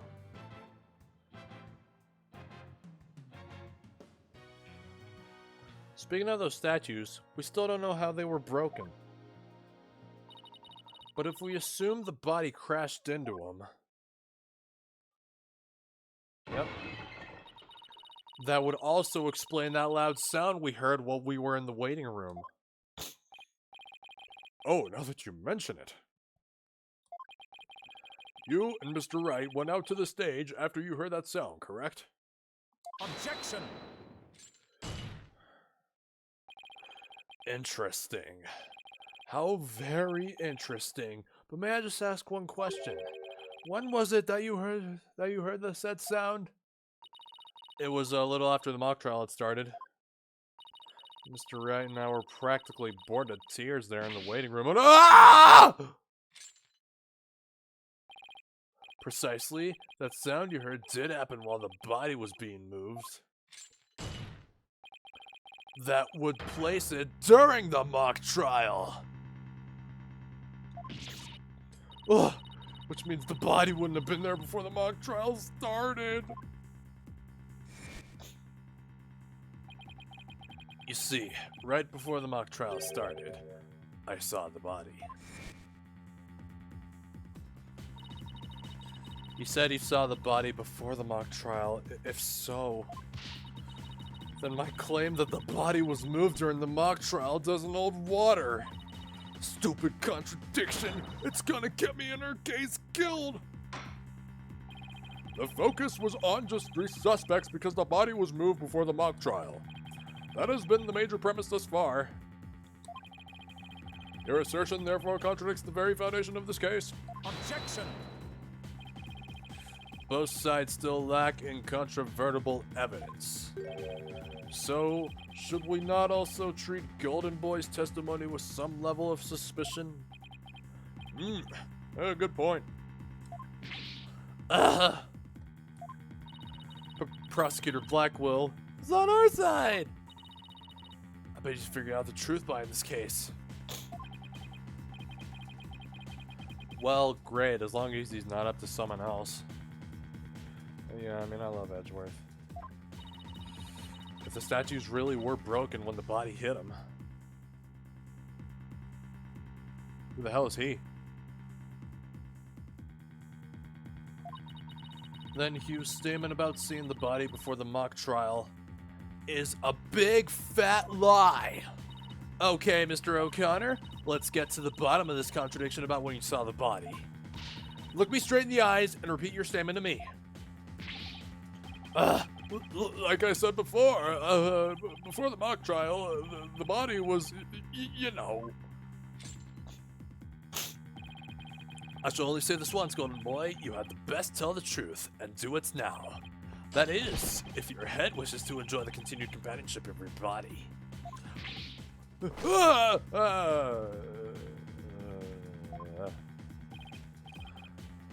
Now, out with it. Do you truly witness the body? It's like Eustace Winter. Eustace Winter. Eustace Winter. What is that to put on? Eustace Winter.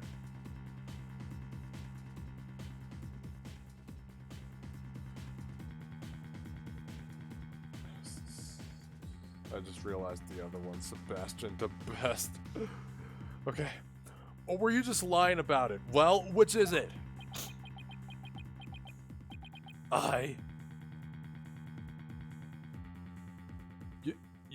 Useless whiner? Well then.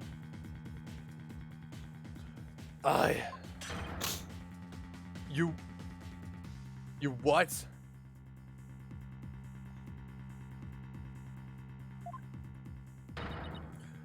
I never saw the body.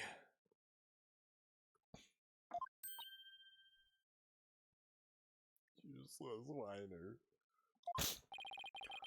Are you sure about that?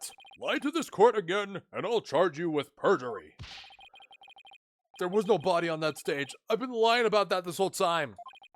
I'm sorry. Yes, we've exposed Hugh's big lie for what it is.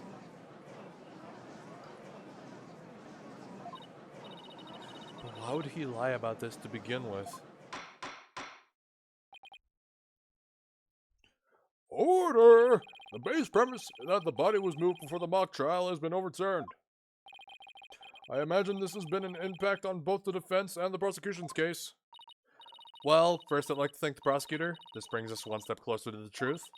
Now at least we know the body was moved using the wire and school banner. Indeed.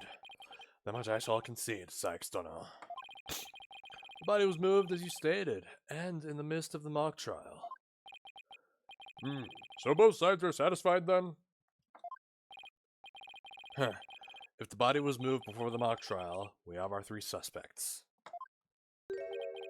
But if the move took place in the midst of the mock trial, it is an entirely different story. Right. All three suspects were in the mock trial. That gives them solid alibis. Objection!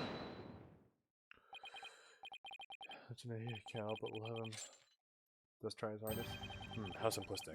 Did you forget about the student in charge of the audio? Amidst the mock trial, she was the one soul who could leave and re-enter the lecture hall.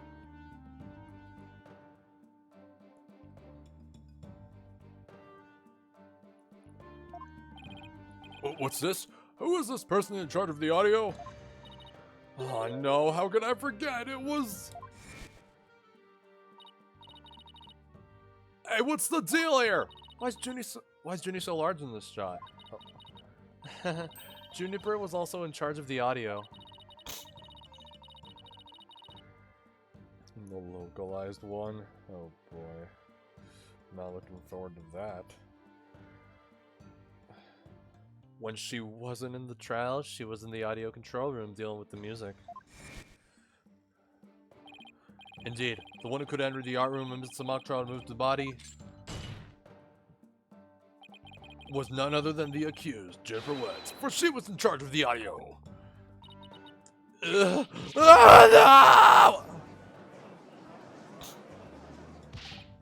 Why, yes, I see. That does make perfect sense. This can't be happening. Instead of exposing you as crime, Junie's and even deeper. No matter how you slice it, we're cooked. Here, I thought Prosecutor Blackwood was on our side, at least on this issue. The Twisted Samurai strikes again. Twisted! It's really dirty rotten! Huh, your boldness. It is time to put an end to this farce. The prosecution has presented a quite convincing case, but the defense has one last chance to voice any remaining objections. Well, Miss Sykes? Apollo, what are we gonna do? I've got nothing left. Nothing. Nada. Niente. I've been trying to think of something, but I'm drawing a big blank too. Ugh. Poor Junie. Unless we figure out something, she'll be... Objection. Objection. Well, I object to... Hold it?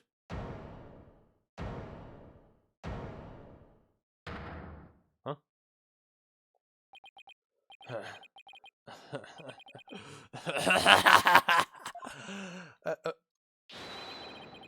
All ears to me! It's time you heard about the rare genius of Hugo Connor.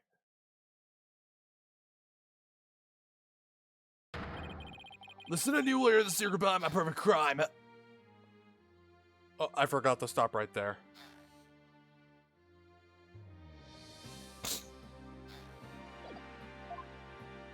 Wait, is that... Perfect crime! Whoa!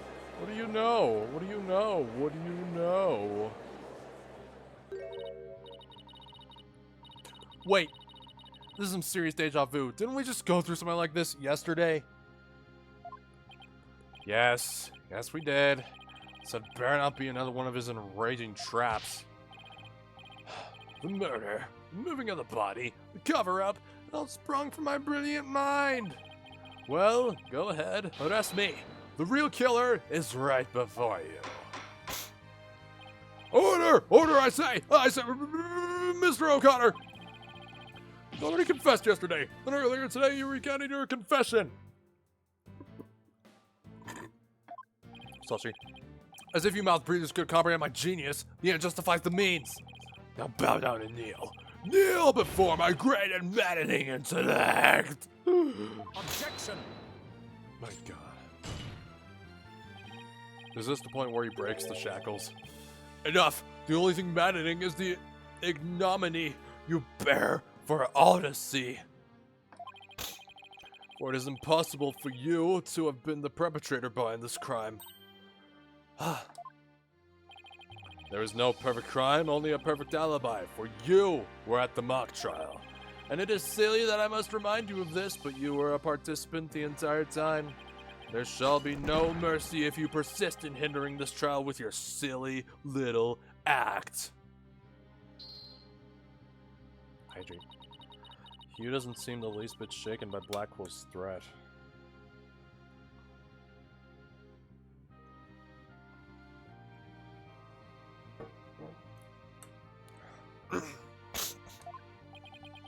Listen, Mr. Prosecutor, calling that a perfect alibi is beyond contempt. Your Honor, I'd like to take this opportunity to offer further testimony. I will now demonstrate the very moment of genius that transcended even perfection.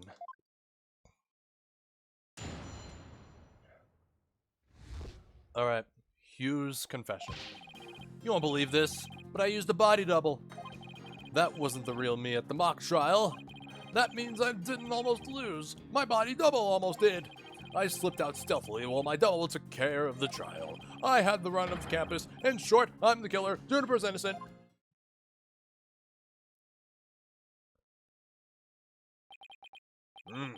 I have a question. I was hoping the defense and prosecution might help answer. Is it just me, or does the witness's testimony make no sense at all? No, it's not just you, Your Honor. All I got from listening to that was a headache. Yeah, that was just plain weird. Especially the whole thing about a body double. Well, I'm relieved it's not just me. And the prosecution? Your baldness. Summon an ambulance this instant. The witness is stark, raving mad. Yes, I think it will be for the best. Now then, let's pretend that never happened and move on to my verdict. You people don't believe me? It's not a matter of not believing you. It's more along the lines of questioning your sanity.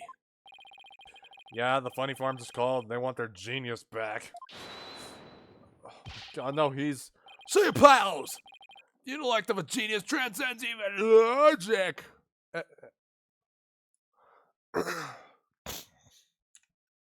So delusional.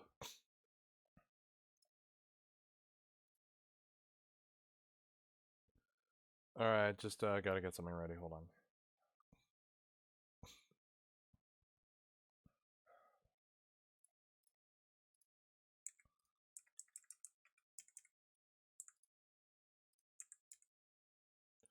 Alright, I have this ready just in case.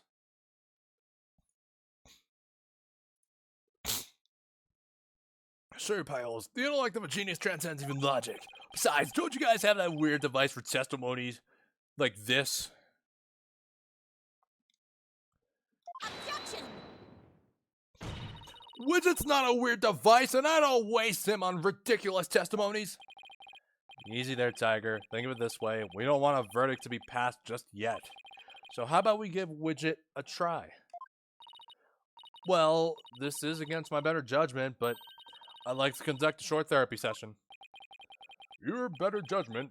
I'm a judge, and it's far beyond mine, yet I find it hard to say no. Prosecutor Blackwell, I trust you have no objections. Prosecutor Blackwell? Wait, where'd he go? The prosecutor said, rubbish! We'll be out on a stroll. Then left with Detective Fulbright. How does he get away with stuff like that? Then I'll interpret that as meaning he has no explicit objections. All right, Miss Sykes, you may proceed with your therapy session. I've seen my share of crazy trials, but this one takes the cake. Yep, much crazier than Turnabout Big Top.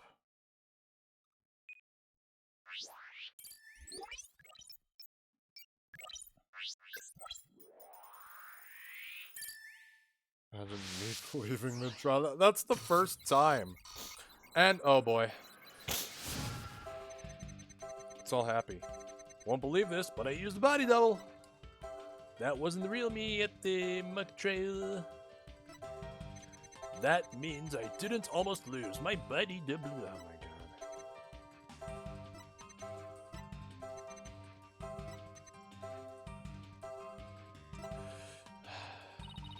I don't get it. His confession is overflowing with happiness. Maybe he enjoys thinking about how us mouth breathers can't comprehend his genius. But this goes way beyond normal happiness. He seems to take an insane level of delight in this confession. Even a normal level of delight would be weird for a confession. Then again, he's not what I'd call normal. Hugh, why are you confessing? Who is this really for?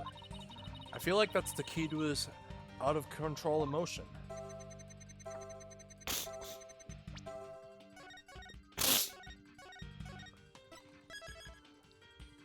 Body double, body double, body double, body double, body double. I don't even...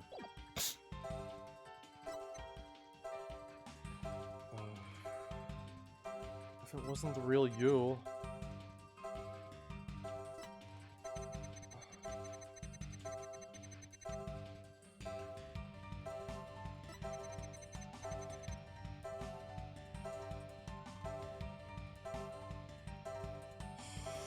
I don't know where this is going.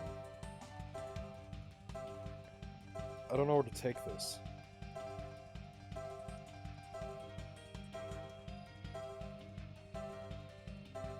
Like...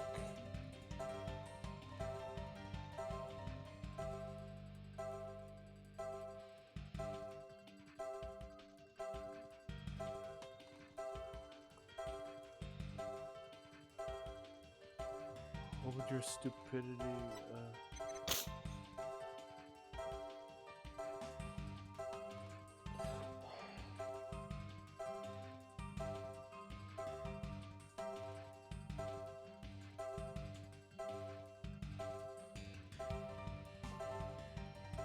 Wait.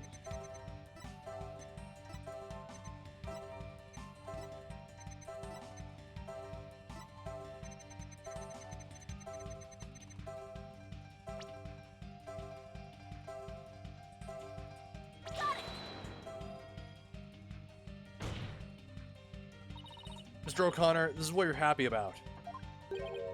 Happy? What are you talking about? I'm confessing to murder here. To call the grief I feel at the severity of my crime, happiness is insanity beyond mine. Oh, I guess I got that one wrong. Wait. Okay. Into your mouth breathers.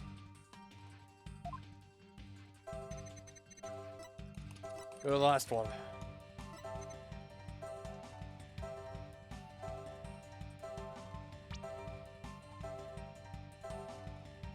Junie.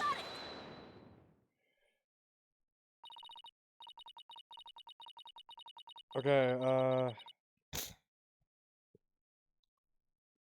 yeah, I'm surprised with that too. Okay. Alright, I hate to say it, but, it's time for... Okay, I usually do this on stream. I have a dinner break.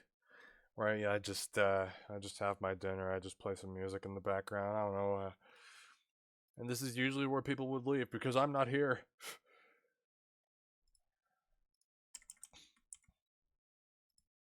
So, send pic. Okay.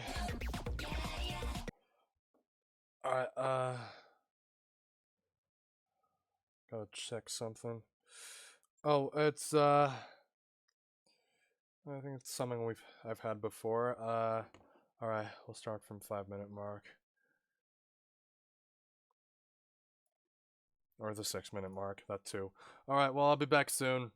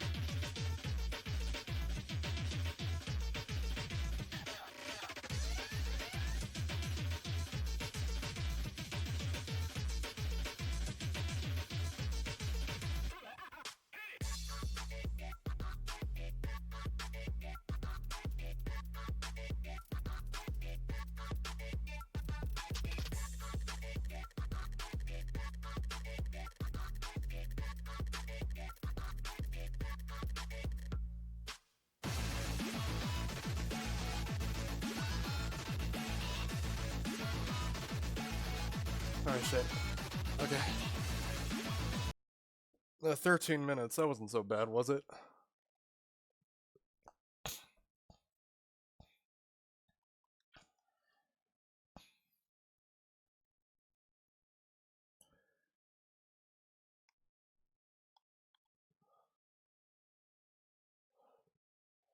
Alright, now.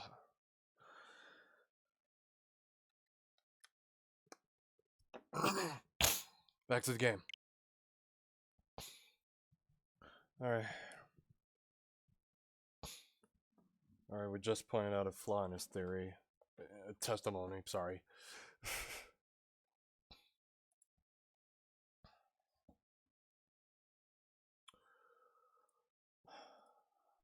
Mr. O'Connor, yesterday you said that you didn't really care about Miss Woods anymore. Already told Juniper, might as well tell you I don't really care about her anymore. And it seems everybody has left. Give me a second.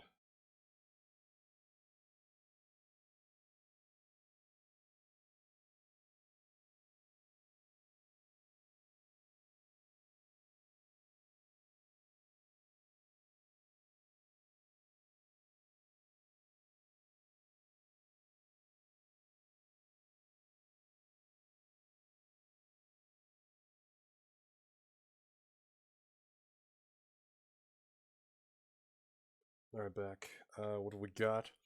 What? Why? Yeah, well, Juniper reported my secret to Professor Kurtz.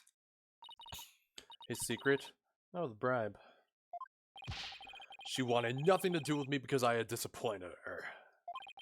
That's why I don't care about her anymore. I was never trying to protect her.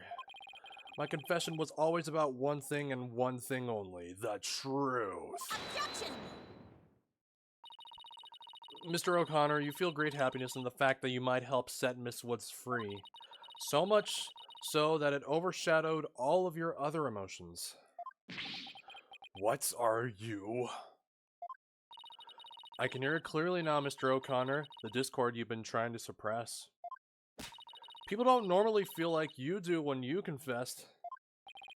So Hugh really was trying to protect Juniper. Yes, I'm sure of it. Hugh's feelings for her are the real deal. Alright, 10%. But that means his confession is... Finally figured out the obvious, have we? He returns. Why, Prosecutor Blackwell, you're back.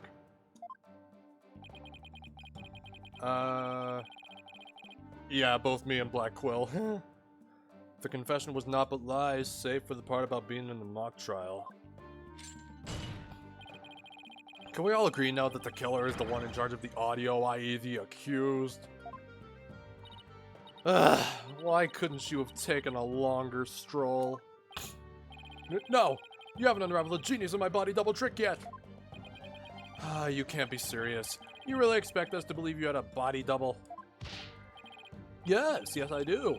But if you think I didn't, then prove it.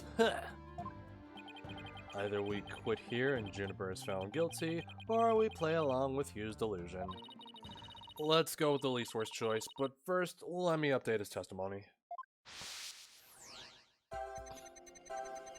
You won't believe this, but I used a body double.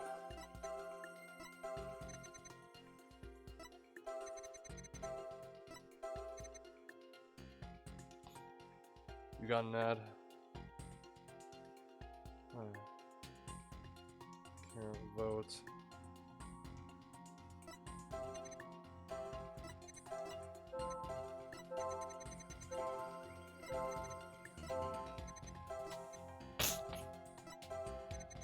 I have a feeling it's this one.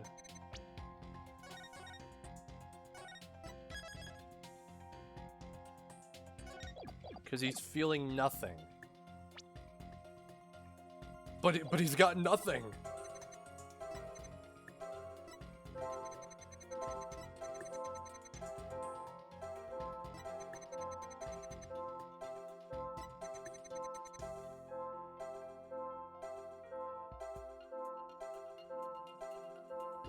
Living through butts and thongs. But wait, hold on.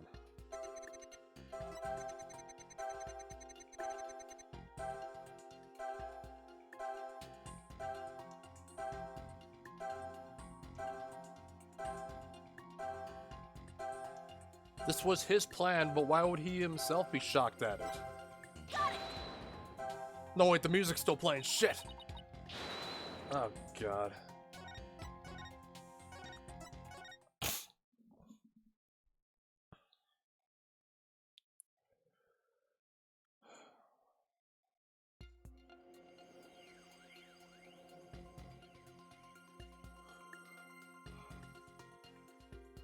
There's nothing to go.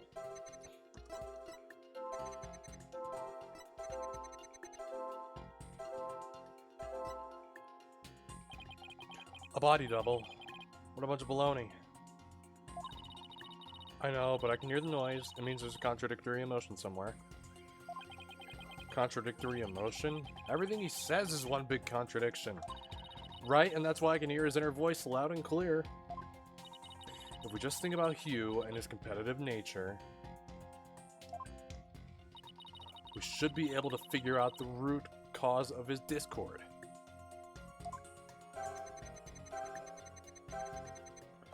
Competitive nature, huh?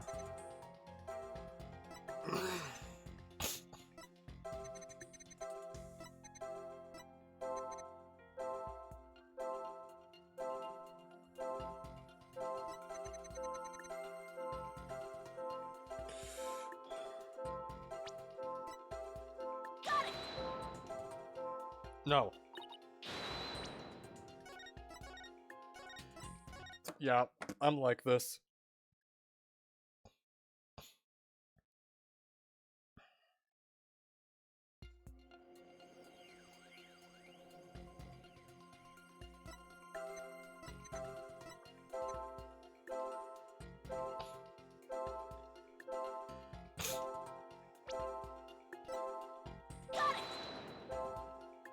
No!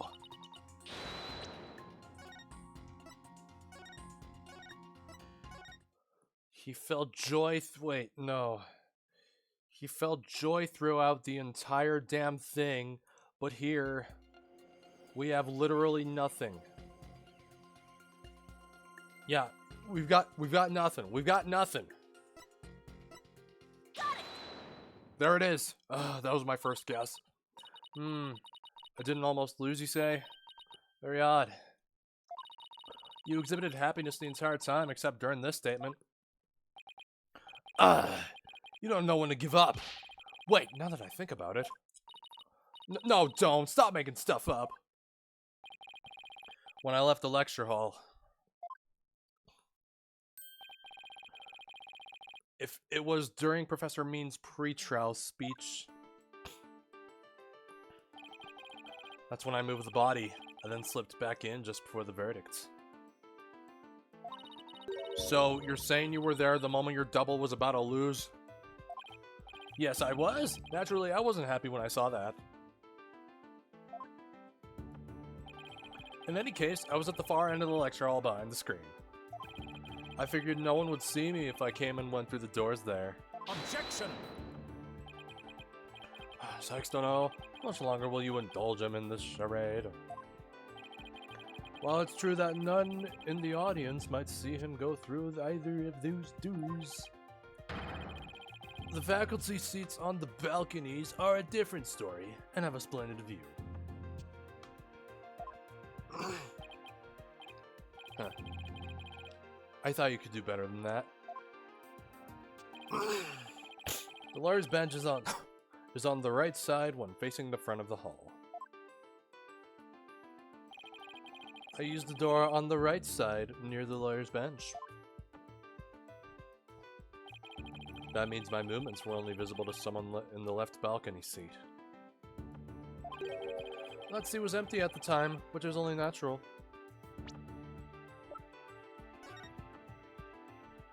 What Professor means.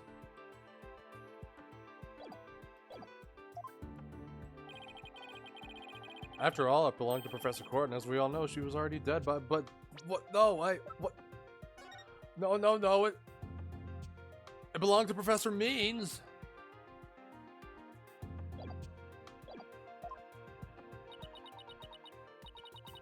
That can't be right. An empty balcony seat on the left side contradicts this piece of evidence.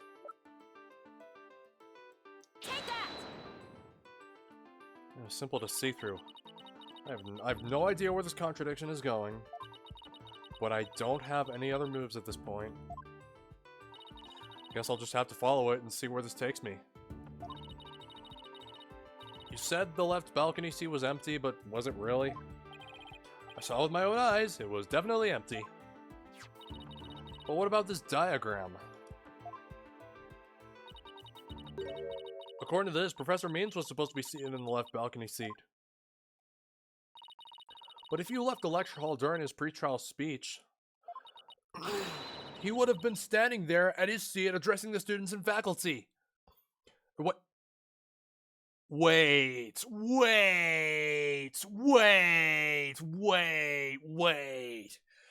Now, hold up.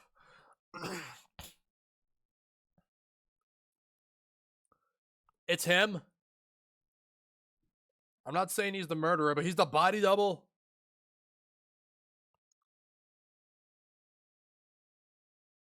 Well, I don't know. It's entirely possible. No, this can't be right. Okay, either he's the murderer or he's the body double. Oh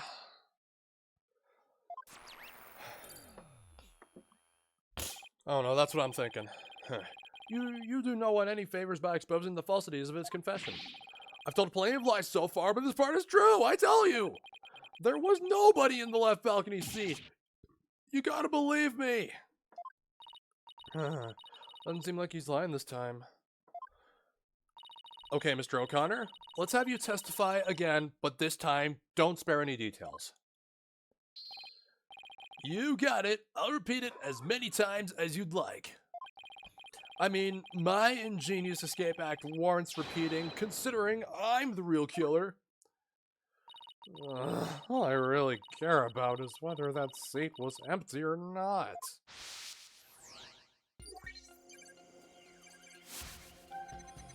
The second floor was deserted. Why won't you believe me? It's true, I tell you. I went out through the back door without anyone noticing.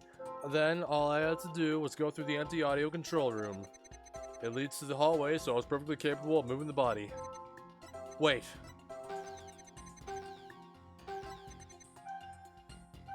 Okay, alright, so he's feeling a different emotion for each of them, but the only one where he's feeling two of them is this one.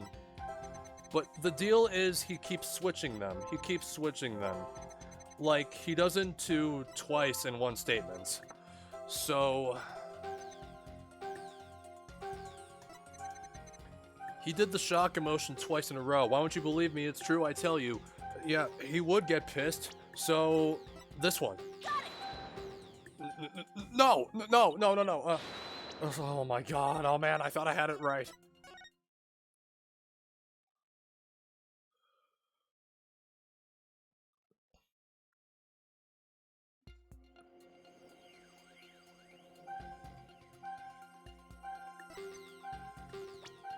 Process of elimination.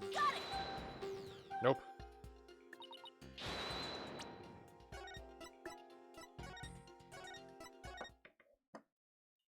I don't know, it's just my way of thinking.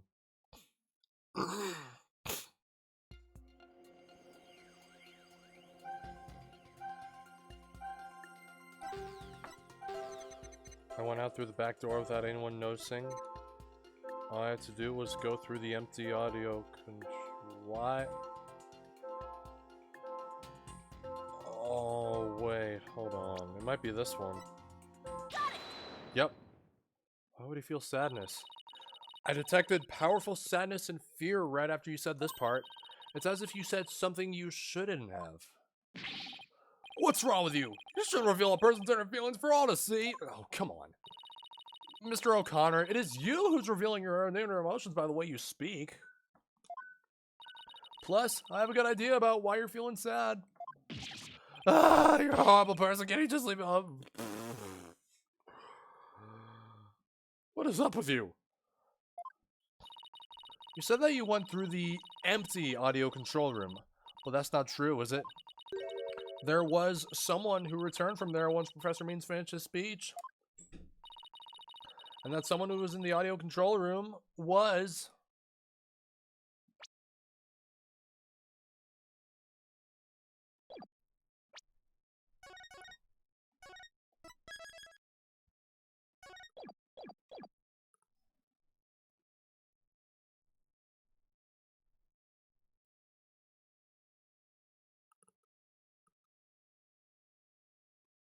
Cheating.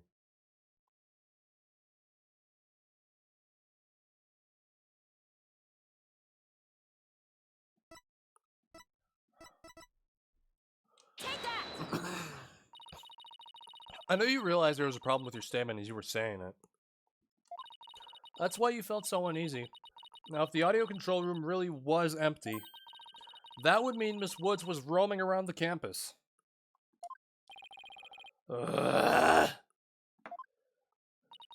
Mr. O'Connor, if you really want to protect Mr. Woods, just tell me the truth. If you believe in her, revealing the truth is the same as protecting her. Juniper's innocent. That's the truth. But in this dark age of the law, the truth can be easily twisted to serve anyone's needs. When the end justifies the means, your only choice is to fight back with lies. Hugh's heart won't hold under this battle between truth and lies. Is there something I can do to make him recant his false testimony? I fear nothing now that I have lost everything. Go ahead, Prosecutor Blackquill. Cut me down if you wish. I thought you'd never ask. With you gone, we may swiftly... Give me a second.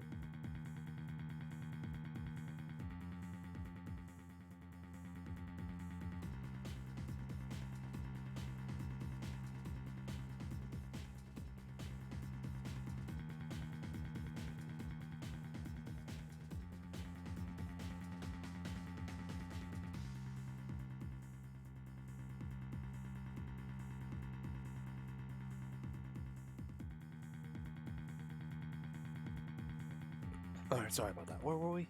I thought you'd never ask. With you gone, we may swiftly proceed to a verdict. And they have broke. Yeah! That's the third time. It broke up his shackles again! I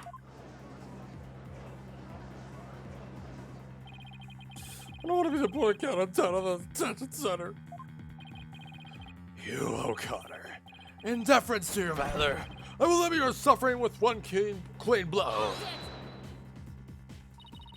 Could you wait just one moment before you cut him down? Silence. Silence? Do not come between a samurai and I never learned about this in law school, and I didn't even finish reading that. Do not come between a samurai and foe sex at all. Never learned about this in law school. Careful, prosecutor. Remember that shocking experience you had last time?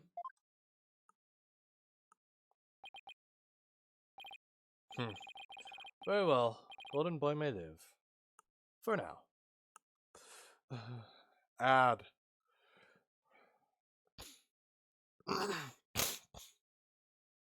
Oh, it has been 1 hour.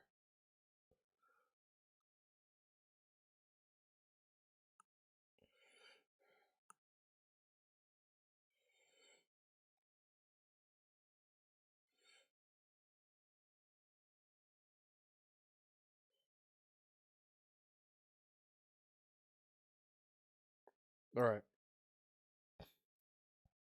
Very well. Golden Boy may live. For now. Enough already, Mr. O'Connor. Miss Woods would never want you to protect her this way. She values the friendship between the three of you more than anything. That's where you're wrong. She doesn't feel anything for me now. But what does it matter anymore? Might as well tell you everything. This is, no doubt, news to you. But I am not and never was a genius. Sorry, but I already knew. Me too. And don't forget me. Though, in all fairness, it was pretty obvious. Oh, I thought he was a genius at first, but... the stuff he said was crazy. No need to rub it in. Just shut up and listen. It all started several days ago. I accidentally learned that my parents have been paying good money for my grades. But that's bribery. How many times have we heard that? So the bribery wasn't Hugh's idea? All my perfect scores were the product of cold, hard cash, not genius. Even worse, when I confronted my parents about it over the phone, Juniper overheard me. Oh my, what a terrible misunderstanding. I've been living a lie. I don't know what else there is to say. No genius. I'm completely worthless.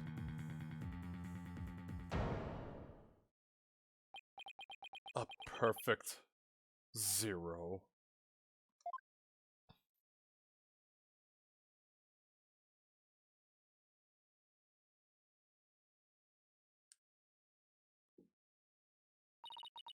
Hugh.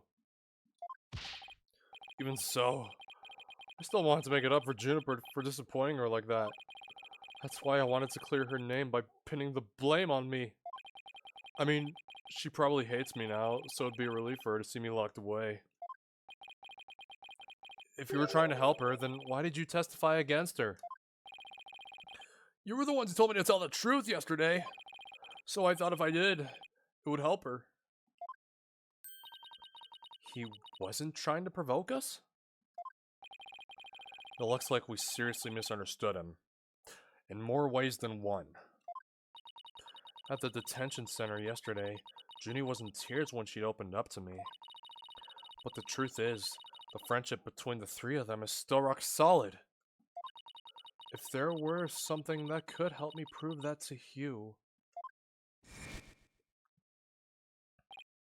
Heh, we even have proof of our friendship. Yeah, as long as our friendship lasts, you can bet we'll be carrying them around.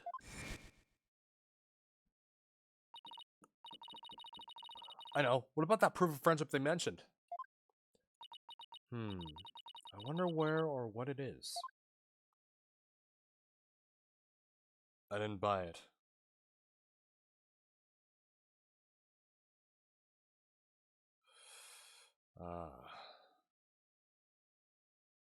It's handmade, and there's only one like it in the world.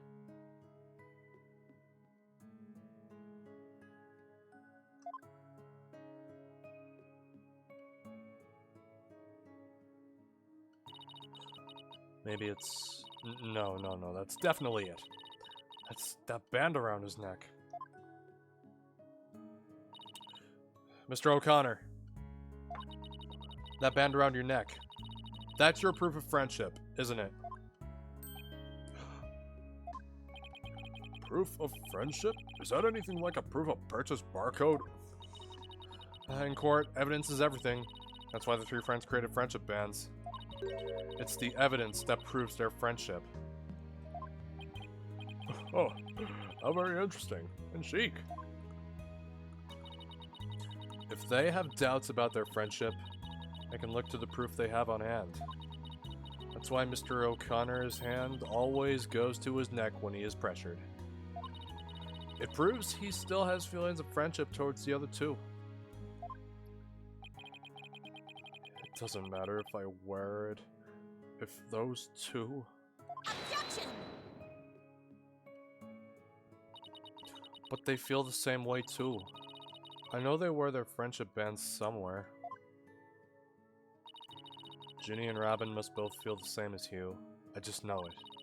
Everything Hugh has said leads me to believe that. In fact, he may have also just told me that the others wear their proof of friendship.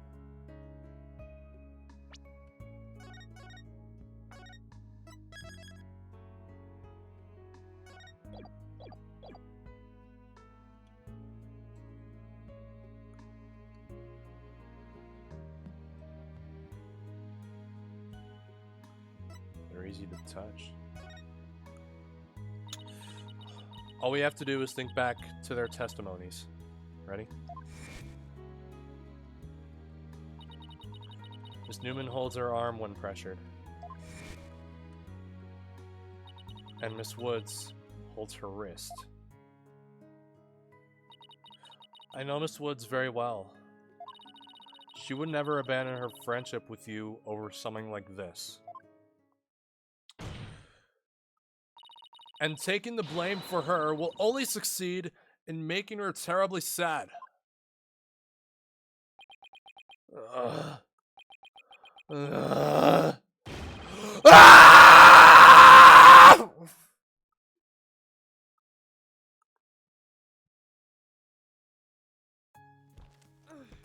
Anime.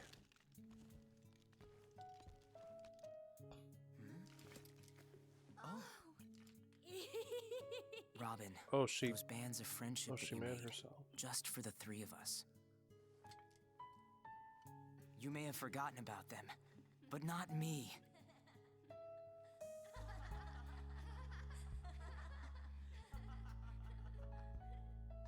Hugh! Ah, Hey, Hugh!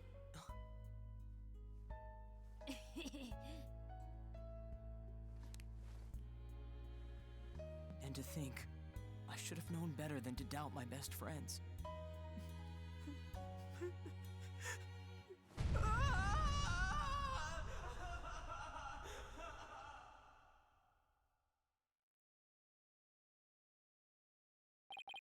I didn't kill anyone. And I didn't have a body double. I didn't move the body. I didn't even see it. No body double? Welp. Only one possibility left. And it may look like I'm speed reading. Zen and the Art of Mastering the Bar exam, but I haven't read a single word. Huh? Well, you could have fooled me. In fact, you did. Hugh.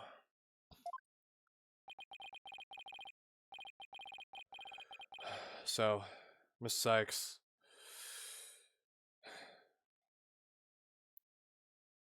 Can I place my trust in you? I'm gonna save Junie. So yes, you can place your trust in me. Then, am I to understand that the witness is recanting his confession?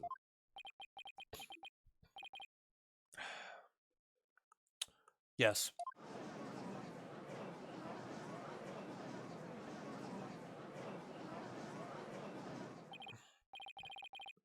No, he's here. He's here.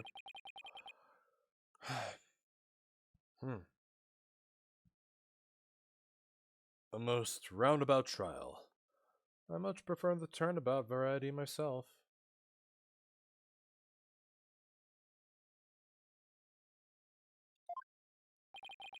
Now we are back to the fact that there was but one suspect who lacked an alibi. Which is, in the end, the truth you've been seeking this entire time. So, we're back to square one. Now, I'm exhausted and depressed. It probably doesn't matter at this point, but I might as well update the mood matrix.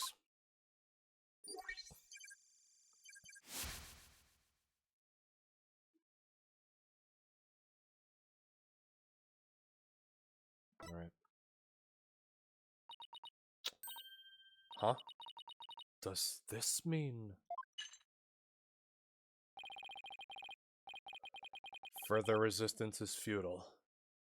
The time for a verdict is nigh. Objection! Please wait. What sort of devilry are you up to now? What if our client wasn't the only one without an alibi? The trial would continue, right? Well, yes, I suppose it would. But after such a thorough investigation, does such a person really exist? Yes, we found someone. May seem like a major roundabout. But Mr. O'Connor's testimony has cracked this case. There's no more noise. Hugh is telling the truth now. During the mock trial, the balcony seat opposite him really was empty. Which now means there is one person unaccounted for.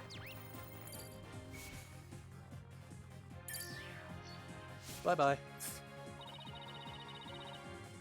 Besides Junie, the only other person without an alibi during the mock trial is... Creepy Smile Boy. The balcony seat was empty. That much is true, isn't it, Mr. O'Connor? That's right. How many more times do I have to say it? So basically, Professor Means wasn't where he was supposed to be during the mock trial. Silence. Silence.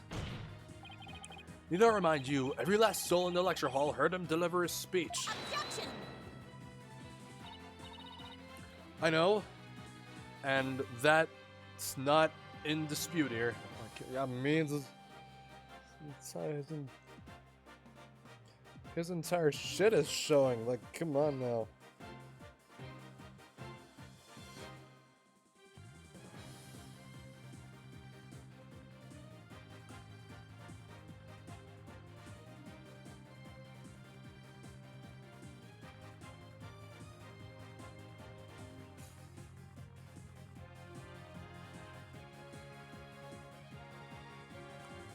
Sorry. I know, and that's not in dispute here. Now let me explain how a speech could be given from an empty seat. It was...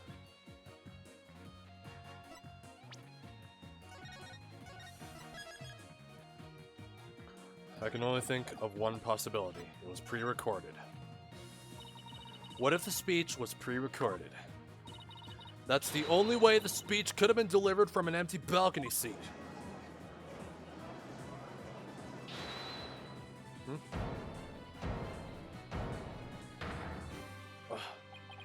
Wait, are you accusing Professor Means? That's insane! I mean, he's the one who gave me the tape recorder. Take this to the police, he said. And tell them you found it! What? Really? Wait a second.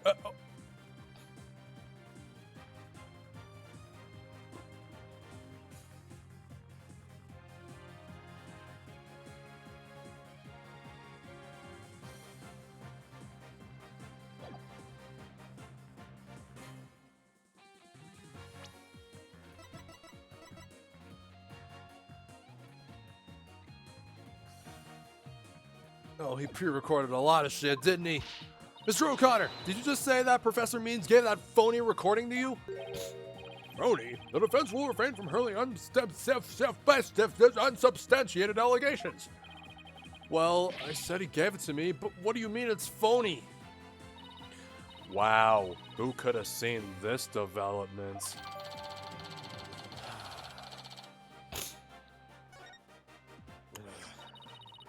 The voice shouting, "You're a goner," as recorded on this tape, was dubbed onto it using a line our client said in the mock trial video. Why, this is an extremely crucial piece of evidence. Oh, and I noticed Ash refollowed me, so thanks for the refollow. Professor Means gave Hugh the phony tape. If that's really true, then Professor Means has guilt written all over him. Your Honor, the defense moves to call Professor Aristotle Means to the stand. Silence. The seat was never empty. 'Twas but an oversight by our dullard of a witness. An inmate who was formerly a surgeon once told me something. He said it's often all too easy to overlook critical symptoms. Well, we're not going to overlook this oversight. If the speech was pre-recorded, the basis for suspecting our client would be shattered. Let's check with Professor Means and see whether the empty seat was a witness oversight.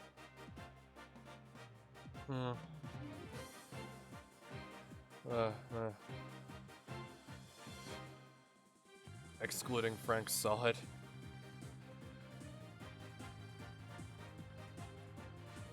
Yeah, Frank Solid's a fucking idiot.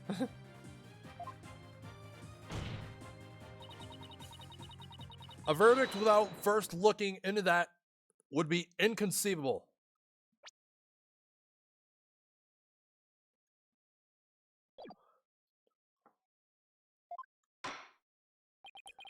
That's enough, both of you. Now, here's my opinion on the matter. And Richard Wellington. Oh, him, yeah, him too, yeah. While a surgeon overlooking critical symptoms is a problem, a witness's oversight too must not be overlooked. Thus, as to the matter of whether Professor Means was or was not in his faculty seat, I believe we must ask the professor himself. I agree. Professor Means should be here in the gallery today. Huh. Do as you please. You mistake a basketball glove for the basketball glove. Bananas. Will you please state your name and occupation for the record? Certainly. I am Aristotle Means. I teach the lawyer course at Themis Legal Academy, and let me add that while I welcome any opportunity to assist with the trial. I don't care for this undue suspicion. All sports are the same in your eyes. Okay. Don't worry, Professor. We're just interested in the mock trial video right now. We just need to take another look at that speech you gave. Can we count on your cooperation in this? Very well, if that's all you're interested in, please proceed, Miss Sykes. Quit with that. We need to find some sort of evidence that shows this speech was pre-recorded. Alright, I believe we're ready. Let's roll the video.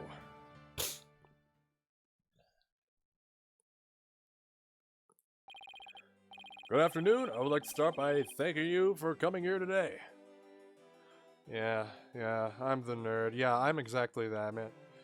I mean, I was into sports back then, but not anymore. Not into sports no more. Good afternoon. I would like to start by thanking you for coming here today. The mock trial, the crown jewel event of the school festival, will begin shortly. When I was a student, I too could hardly wait for this day to come. Aw, no, I'd forgotten how long and boring his speech was.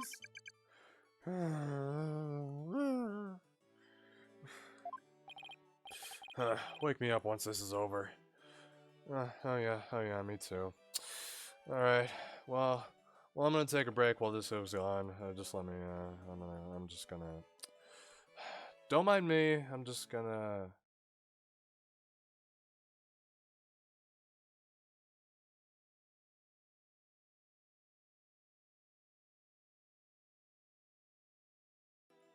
Alright, no, I'm joking. Wake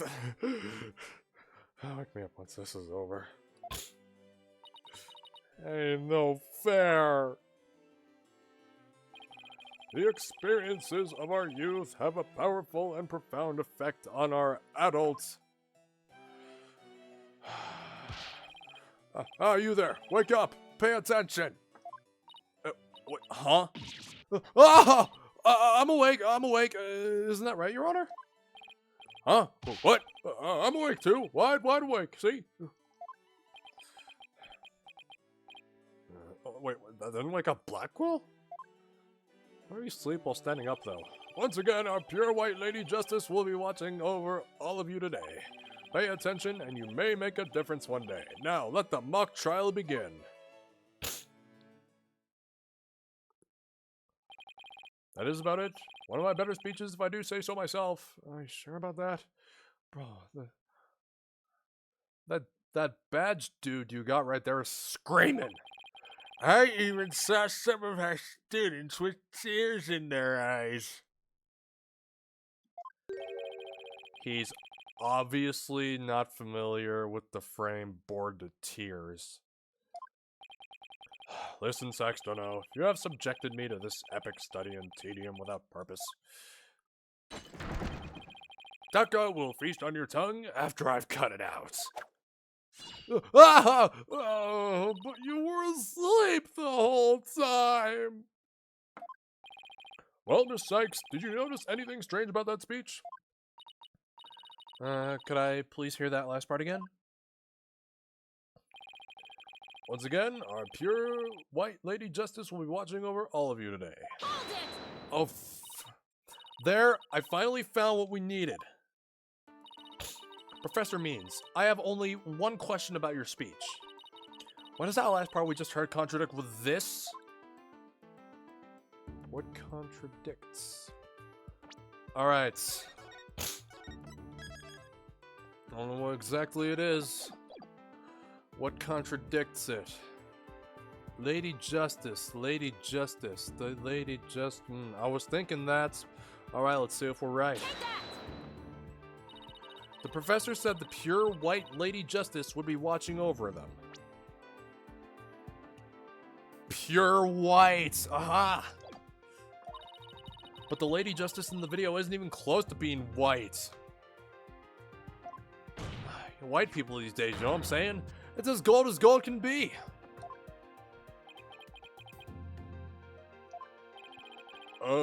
I'm not sure I can wrap my jaw around that to test its authenticity. I didn't say it was made of gold, Your Honor. Now it's true that this statue is pure white, but it broke before the mock trial began. The one you see here is its replacement. Oh, well, that's a shame on every count. Ironically, this golden statue sticks out like a sore thumb compared to the white one. Me and the professor wouldn't have made a mistake in its color if he'd been present. Oh yeah, you didn't take that into consideration, huh? It seems that I've caused some confusion, but it was merely an oversight on my part. Objection! The statue was in the middle of the room. How could you not know what it looks like? Well, I was in a balcony seat. Furthermore, the statue had previously been white. I'm afraid this isn't sufficient evidence of the speech being pre-recorded. We had our answer long ago. The accused was the only one to leave the lecture hall. No, wait! There's gotta be something that can prove that the speech was pre-recorded. According to the mock trial video, the speech started here and ended here. It was a little over 10 minutes, but I doubt anyone wants to be tortured again. It was only a little over 10 minutes. I felt like it went on forever. How'd you figure out how long it was? Well, easy. There's a timestamp on the top right. All you have to do is, subtract the time the speech started from the time it ended. The speech goes from the 10-minute mark to 20:35. Wait a second. I could swear I've seen the same interval of time listed among the evidence. What do we got? I'm checking every piece of evidence for this shit. On October 20th.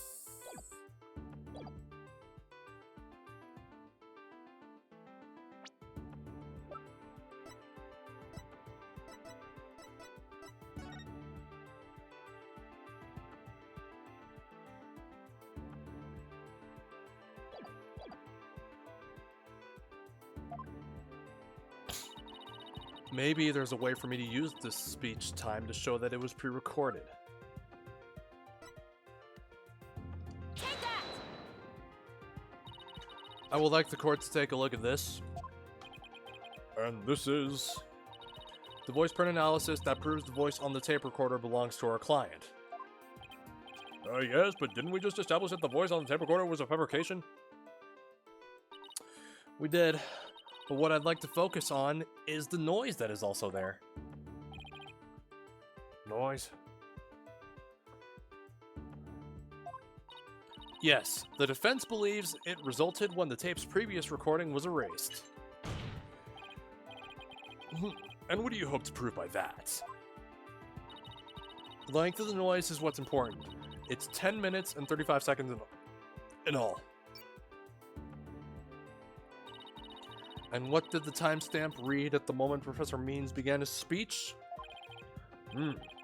That would be exactly 10. Now, let's fast forward this long-winded exercise in boredom to the end. Okay, stop. The video timestamp now reads 20:35. Based on this, we know the time it took for the speech alone.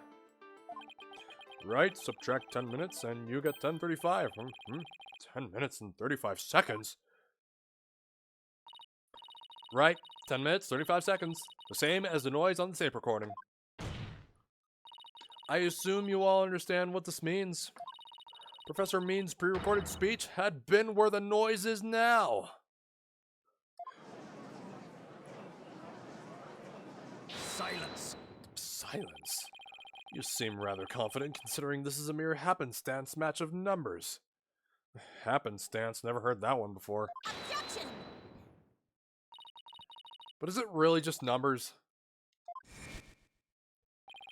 The lab is continuing their study of the tape. So far they've found signs of overdubbing. But it's going to take a bit longer to recover the audio that was released. Released? I meant erased, sorry. The police are analyzing the noise as we speak. It won't be long until we know what was originally there.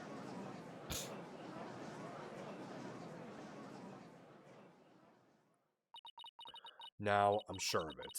The professor was trying to create an alibi with the recording by pinning the crime on Junie. Well, he's not gonna get away with it. Not on my watch.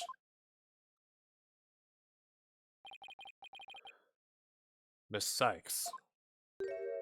Oh, that's new. I believe you are well aware of my methodology. Even if Juniper were the perpetrator, I would vigorously defend her as per my word. And to that purpose I offered to be her lawyer. Alas, look what's happened. All I've stated are obvious deductions derived from evidence and testimony.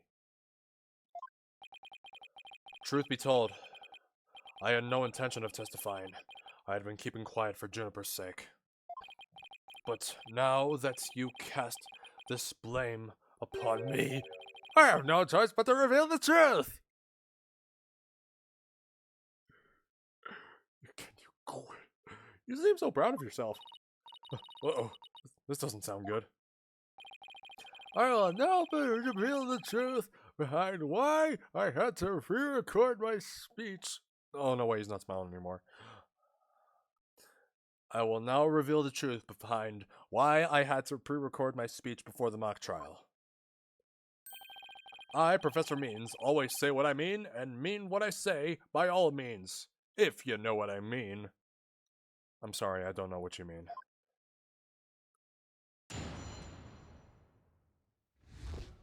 Professor Means' testimony. The defendant came to me with what she said was very important and by necessity secret. She asked me to pre-record my speech and come to the audio room during the mock trial. Juniper confessed to the murder and asked that I get her declared innocent in court. She also said I become an accomplice after losing my alibi due to the pre-recording. But when I said I would protect Juniper, I meant it because it's the humane thing to do. Oh my, so you're saying the defendant threatened you? This has to be a lie. I mean, everything about it lines up too perfectly to be true. On this most consequential of occasions, let me be completely frank with you. Juniper has truly taken to heart my teaching that states the end justifies the means. I don't believe you.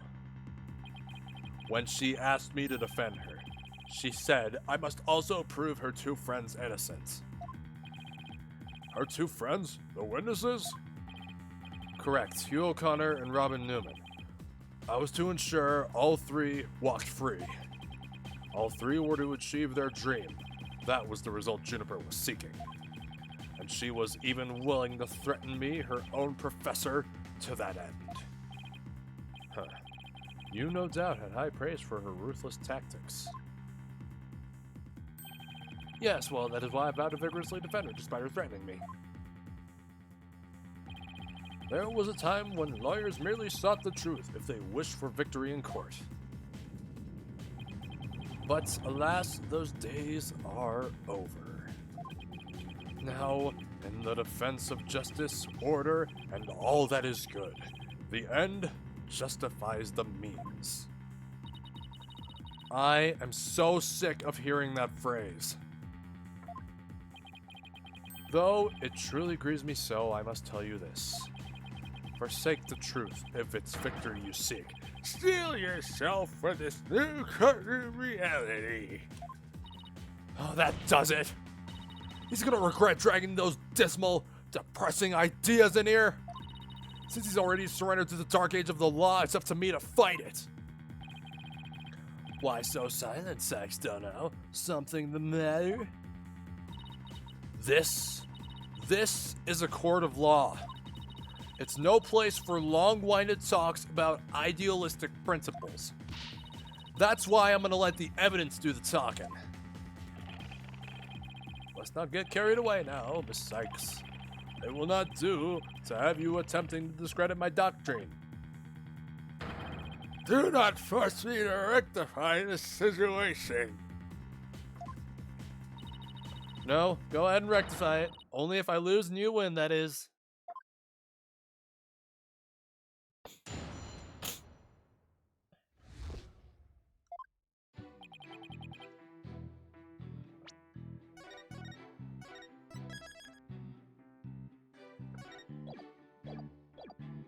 The defendant came to me. She asked me to pre-record my speech.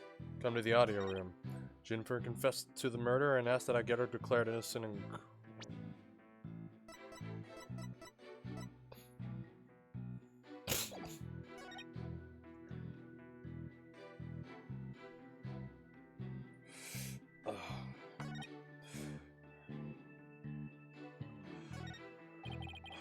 Even though he's rotten to the core, he's a total pro. I mean, that all made perfect sense.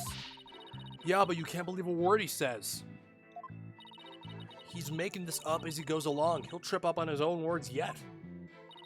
Time to see how consistently the professor's testimony matches up with his actual actions.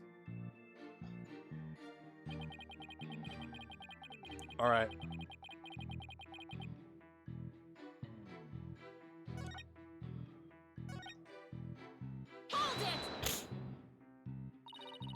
Did you consider that a threat?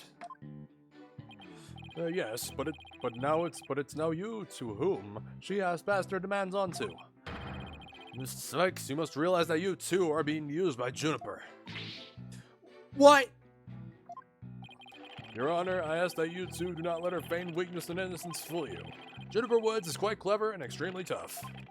And perhaps most important of all, she is a fervent follower of my teachings. Objection! Your Honor, the witness's testimony is nothing but an attack on our client's character. Very well. Objection sustained. So be it. Nevertheless, the fact that she threatened me is immutable. She also said that I'd become an accomplice after losing my alibi. Hold it! You were trying to protect our client? Yeah, right. You'll say anything to pin the blame on Junie. What a frightful look. I would ask that you not glare at me so. I've nothing but admiration for how Juniper was willing to go as far as to threaten me. That is why I am protecting her by any means possible. She has been a model student. Liar! You're trying to pin the blame on her! How am I going to show that what he's saying isn't what he's really thinking? You cannot possibly overturn my claims, so isn't it about time you admitted defeat? But after all, if my unassailable logic is not truth, then what is? If he thinks I'm gonna give in to his pack of lies, he's got another thing coming. It's his dick. Sorry. I'm gonna find a hole in his story if it's the last thing I do.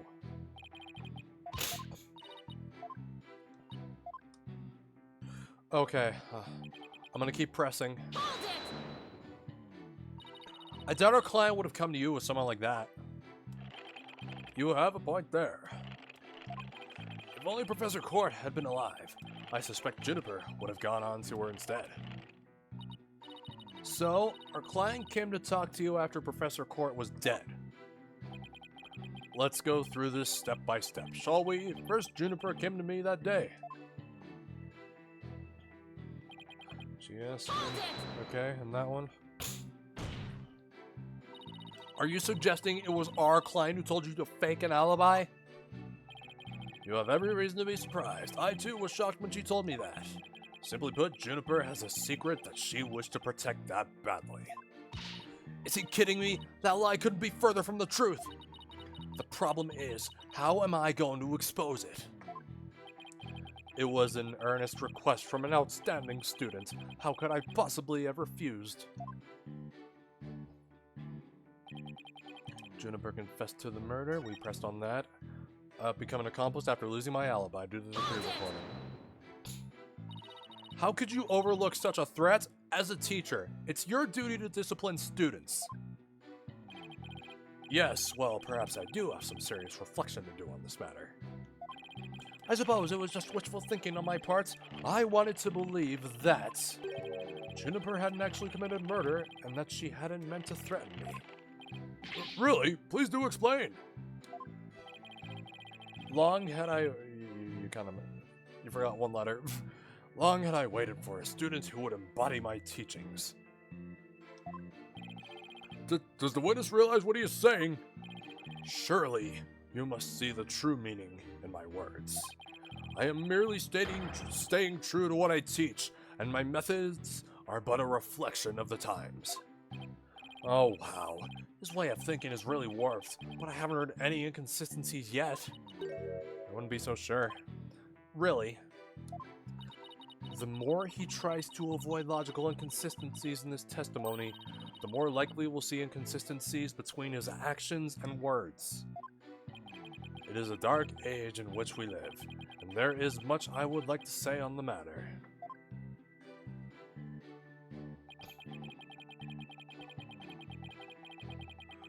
I can't find anything. What is in there? If you would protect Juniper, it would be the humane thing to do. If you would protect Juniper. If you would protect Juniper.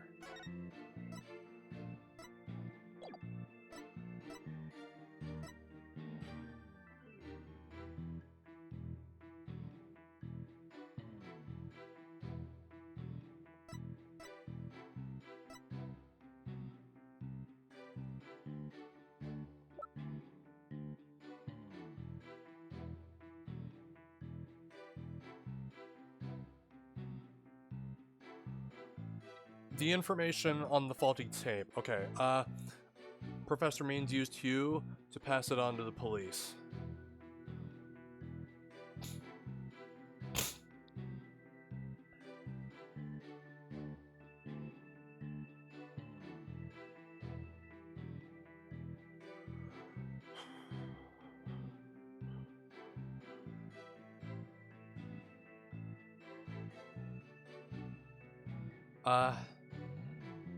What was on the tape? Yeah.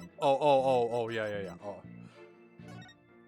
Does the voice shouting, "You're a goner," belong to Juniper Woods? The voice is a perfect match. Testing is underway regarding signs of post-recording editing. They had about 10 minutes and 35 seconds of noise requiring further testing.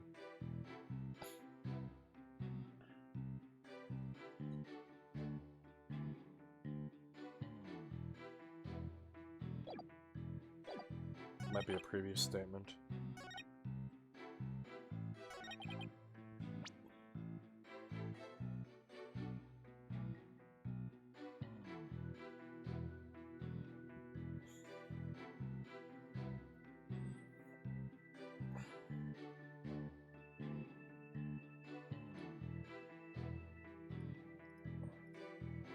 Oh.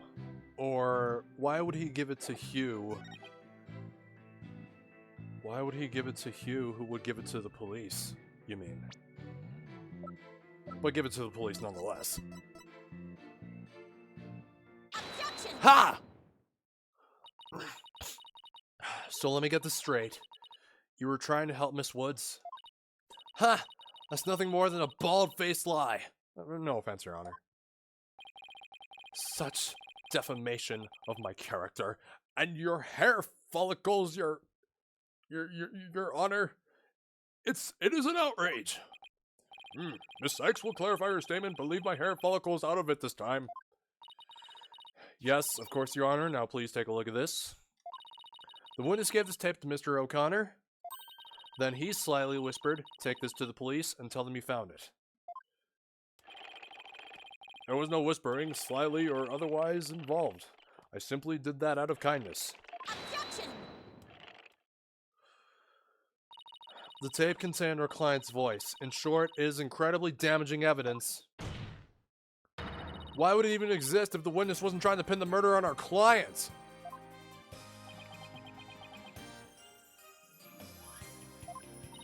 They say the road to hell is paved with good intentions, but not yours. You never had good intentions, only lies to protect yourself with while blaming another. You, Professor, are the embodiment of the dark age of law. Huh? And is this coming from him? Yep. Why, you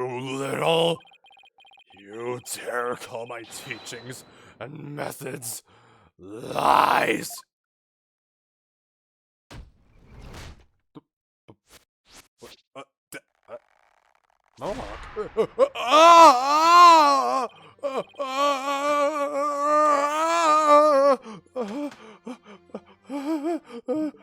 Okay. Stream's over.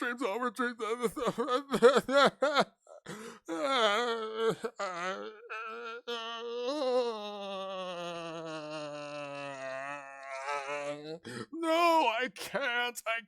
chance. We don't have someone to raid yet. Oh, God, I don't even know.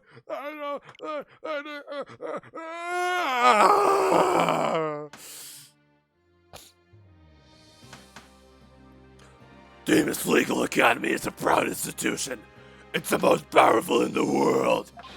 You'll never forget what true education and lawyering means once I'm through with you. Professor Means, what's with your hair? Quiet! No talking in class! Ow!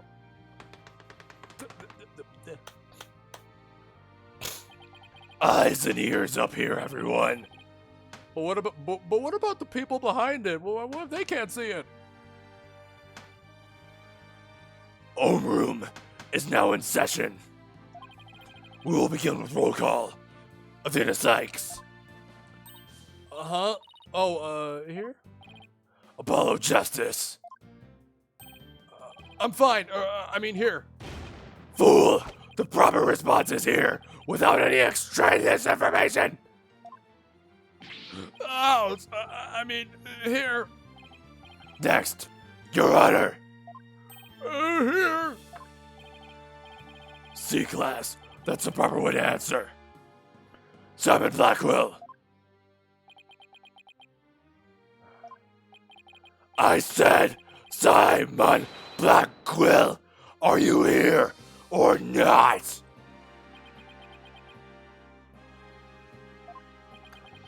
There's always one, isn't there? Well then, I'll just mark you absent. Now get out of my class this instant. Get out. Oh, very well. If there's your wish. Who mind if I'm a homeroom teacher? Is that such a good idea? Prosecutor Blackwell is free of his shackles. Oh God! It just so happens I was a member of my high school's disciplinary committee. But is that really so shocking?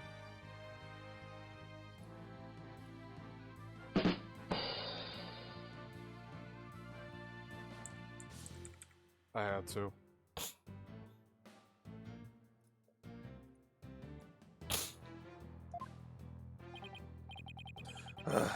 Constabulary lapdog. The teacher's pet. What a malleable mutt you are. Fool bright. Very good, Bobby. You just earned a gold star and a promotion to head disciplinarian.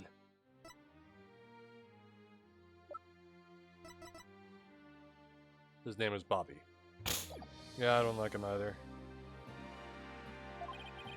All right. Class is now in session. Why do I have the sudden urge to go to the nurse's office with a stomachache? Alright, his voice will kill me.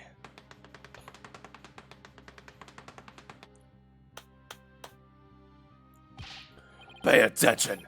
I am not the killer. Juniper is. This will be on the next test, so you had better be listening. He's on levels of. Oh my god. On! But Professor, you created the phony tape to pin the blame on Juniper. Plus, you were the only one who could have moved the body during the mock trial. Wait, should I try an objection for him? Objection!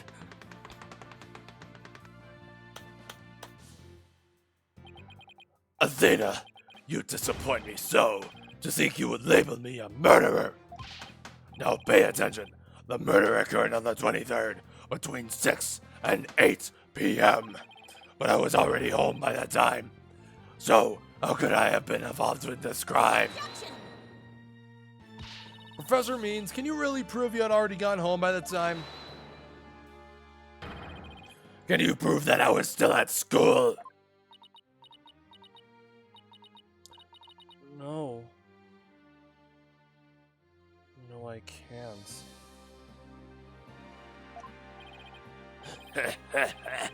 So you admit it. Well, you just earned extra credit for your honesty. But you have also earned yourself lavatory cleaning duties. until you graduate. Wait a second. She already did. She not. I didn't do enough of that at the office. Oh. Huh? Robin. No way, man! I totally object! Robin. Man, she still got that tomboy on her. I can't believe I fell for the professor's silver-tongued lies. Why you?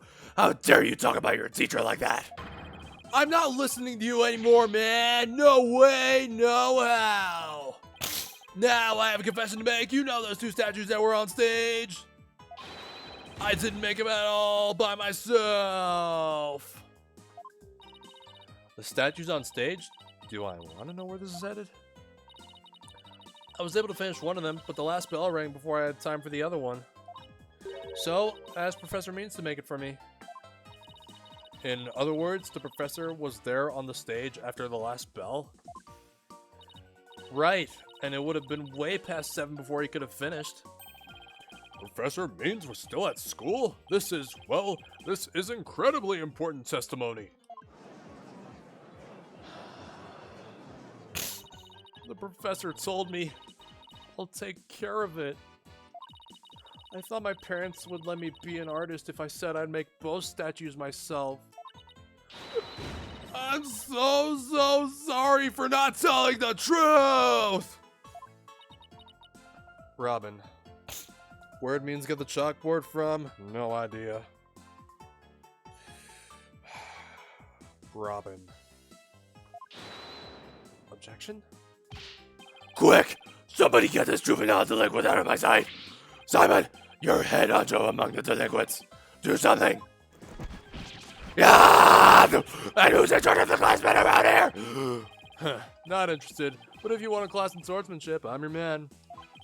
Of course. Only real blades will do. No swords at school. All weapons will be confiscated. But Assassination Classroom, one of my favorite animes ever, that's a different story. Yeah! Nerds! Where's the school nerds when you need one? Look at his face. It would seem Sykes-Dono seeks a showdown, Professor. In which case, you would do well to draw your staff quick as lightning. Very well. Then I will just have to prove my innocence. Myself. The real lessons begin in second period. Prepare to be served. Old school style. What does that... Oh, never mind. Your testimony, please. Yeah, I should be like Simon. We should all be like Simon. Professor Means work of art.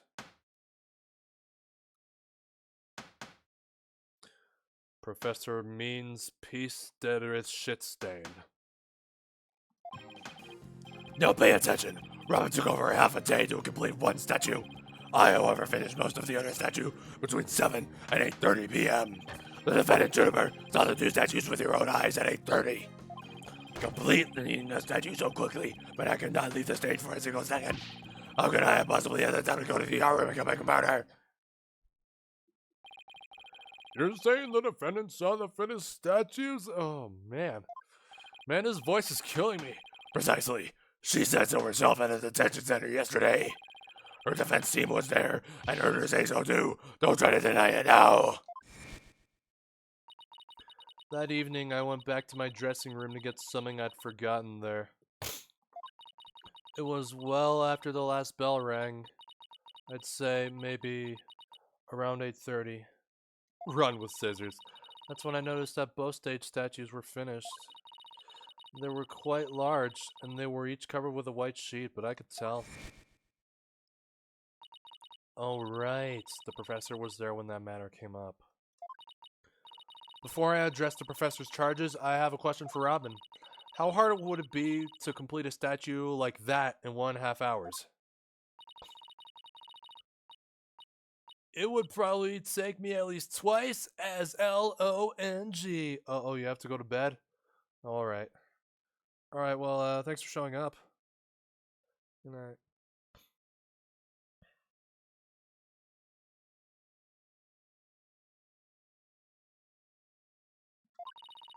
So personally, I think it will be incredibly difficult to finish that in that short a time.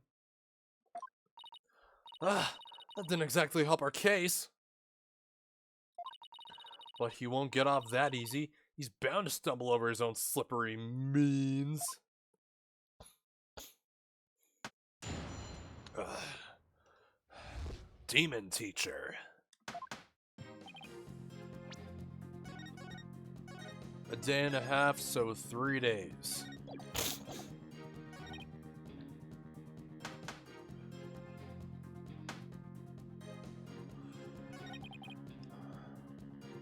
Saw the 2 statues with your own eyes. 30, completing the statue so quickly, man, I cannot leave the stage for a single second. What's the plan? All I can think of is pressing him crazy. That's all I can think of too. We'll just have to seek out a Hodo exploit. Alright. Alright, we're doing it the old-fashioned way. We are pressing everything. Miss Newman took over half a day. Can you please be a little more precise than that? What a wonderful question. She was having quite a tough time, you see. The prosecutor Gavin's statue alone took her from the morning hours into the evening. Well, it is a rather large statue after all. Don't be silly. It merely exposes the difference between student and teacher. I, however, finished most of the other statue between 7 and 8:30 p.m.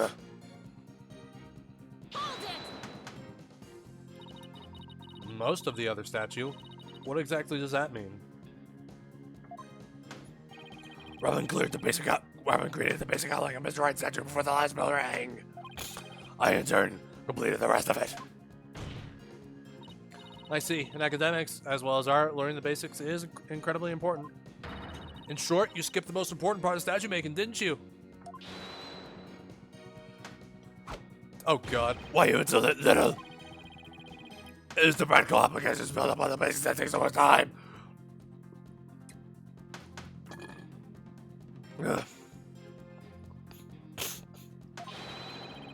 Professors such as I mastered the basics a long, long time ago.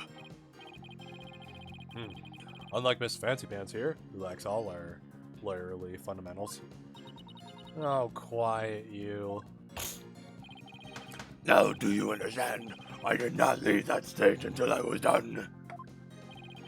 Well, Miss Sykes, do you accept the witness's claim?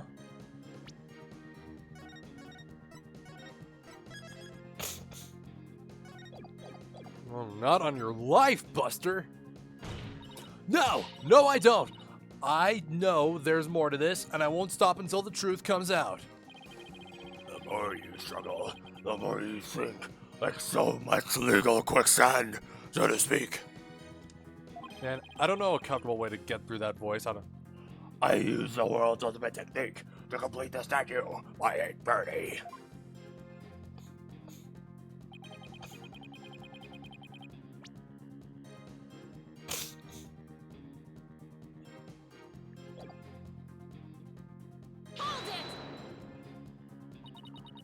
Maybe our client only thought she saw the statues? Silence.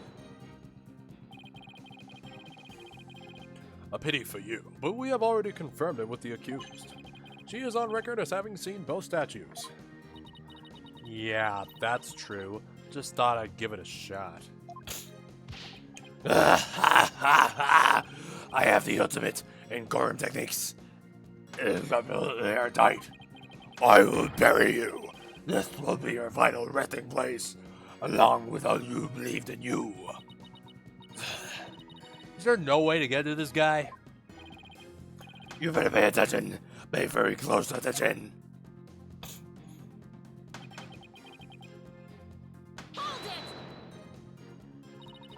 Why were you in such a hurry?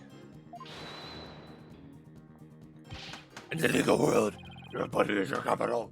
You never get the worm. That's why I get to bed at 9 p.m. each and every night. And that's why I was working as fast as I can. As good. I do not want to miss my bedtime. Well, where you can see that I never left the stage. Oh, Miss Sykes, you accept the witness's claim? Not on your life, Buster. No, I don't. I know there's more to this. Be careful, Athena. You don't have anything. It's probably best to just grin and bear it for now until you find someone to nail him with. But... When will you cease this nonsense? I am quite busy today, as I was the night of the crime. How could I have possibly had the time to go to the art room? Yeah, but you could have taken a short break or something. Preposterous! I didn't even have 10 minutes to spare. Not even 5 for a visit to the lavatory. Let me ask you, Runner, do you find anything wrong with my claim? So far, it appears that your statue making was quite a difficult chore. And I see nothing that could overturn your claim that you never left the stage.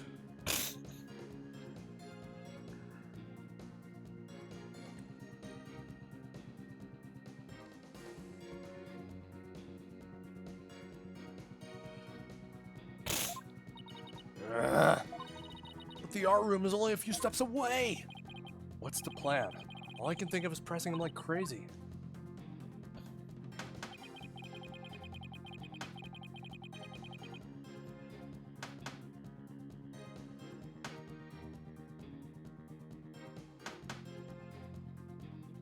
Oh, okay.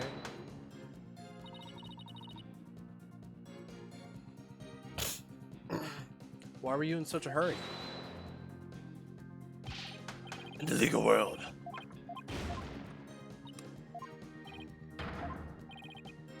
Alright, I accept it. I've tried everything, but I still can't prove anything. I guess I concede. I couldn't hear you. Say it louder this time. I concede that Professor Means never left the stage. That's right. But what took you so long? I was there at the stage the entire time. I couldn't possibly have committed the crime. Oh my god, it's hurting. I'm not gonna give up here. I'm afraid I have to side with the witness, Miss Sykes. And unless you have any further objections, I'll have to put this issue to rest. Objection! Not yet. The defense still has an objection. Athena, you thought of something? Well, as I said, not yet.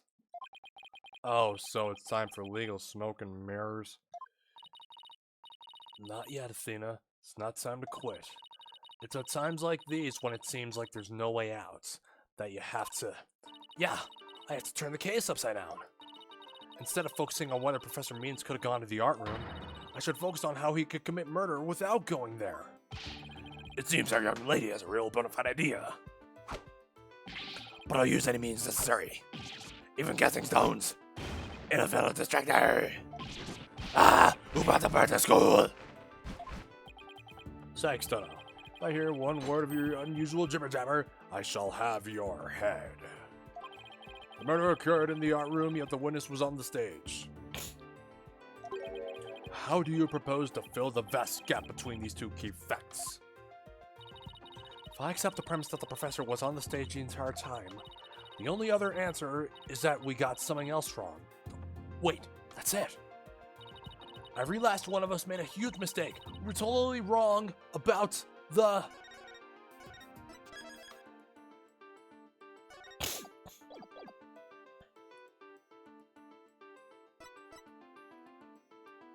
crime scene. If Professor Means was on the stage the entire time, then he must be the killer. Ridiculous. The defense has become utterly incoherent. Objection! No, it's just the murder wasn't committed where we thought it was. Continue, Sykes, don't know. Okay, the murder was actually committed here. The stage. Didn't really need to move my cursor, but the greatest riddle of this case has been how the body was moved from the art room. But if the murder occurred on the stage, That means the body was never moved at all.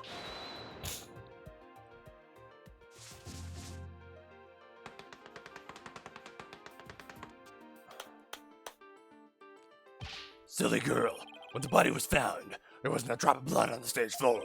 Surely, there would have been some blood if that's where the murder was committed. There wasn't any blood on the stage? Really?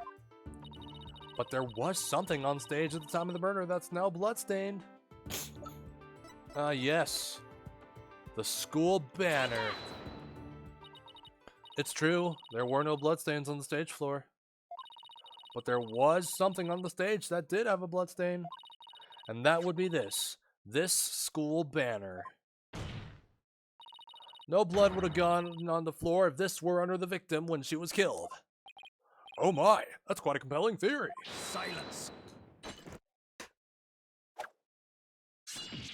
What is it now? My theory makes perfect sense. That was a pathetic attempt.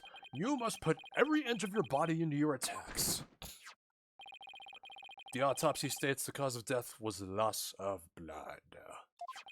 Yet only a trace amount was found upon that banner. Where did the rest go? Blood getting on there when the body was moved by wire makes more sense than not. Ah, very good, Simon. Tell me, what's your first choice for higher education? I'll write you the ultimate recommendation letters. You're all but guaranteed to get in. Objection! Actually, the defense has something to explain that as well. You do? If there was only a trace amount of blood on the school banner, the killer don't clean the blood up, then there must have been something else the killer used to soak up the blood. All I have to do is figure out what. This is what soaked up most of the victim's blood. What absorbed the victim's blood? Oh, maybe.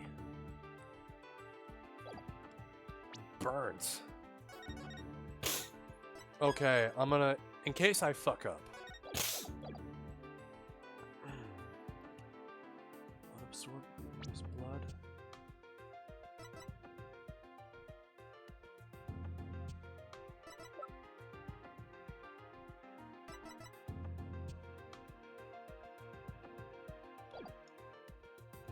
Okay. I guess it's the only one. Why? It looks like there's some other piece of fabric on top of the school banner. It's the governor's banner that had been specifically made for the school concert. Since it's on top of the school banner, the blood would have hit it first. It could have easily absorbed most of the blood, like a dishcloth, and only a small amount would have soaked through to the school banner below. So, it makes total sense for the school banner to only have a little blood on it. So that banner absorbed the blood like a dishcloth. Dishcloth, sorry. Yes, that would explain it. The governor's banner was like a dishcloth. Surely it was at least towel quality. Like another blackboard's there. Simon, don't just stand there. Do something. Silence. Sykes, Dono, you are learning to wield a blade quite well. Oh, thank you. But how will you respond when I come slashing at you like this? The remnants of a large bloodstain was detected in the art room. But why would there be blood if the murder occurred on the stage as you claim? Objection! The bloodstain in the art room was faked. How? I'll tell you how. All that was needed was something that could transport the blood upstairs. And that something was a piece of evidence we've just finished discussing. Disgusting. The killer used this to bring the victim's blood up to the art room.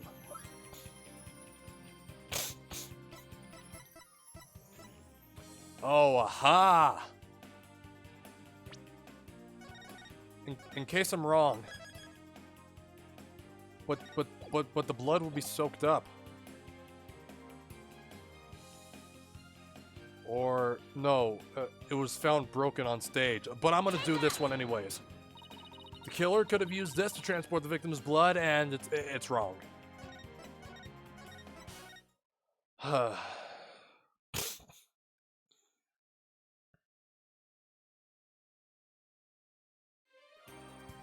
Oh, I think, then he could soak it he could squeeze it out.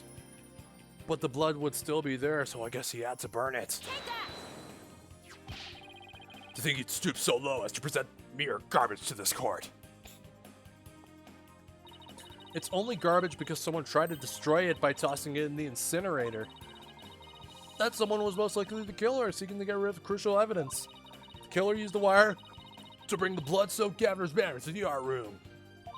Then, the blood was wiped onto the floor to complete the ruse. It makes perfect sense.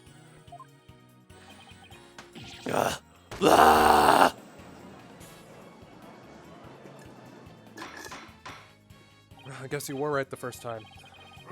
Order! This is quite a development. To think the body was never actually moved. Hold it right there. The body must have been moved.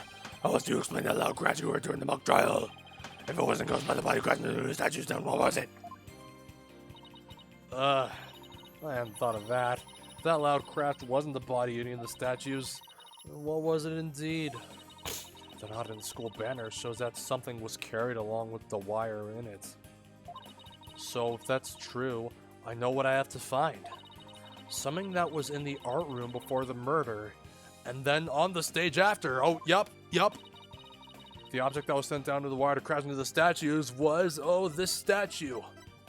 This one. We fixed it.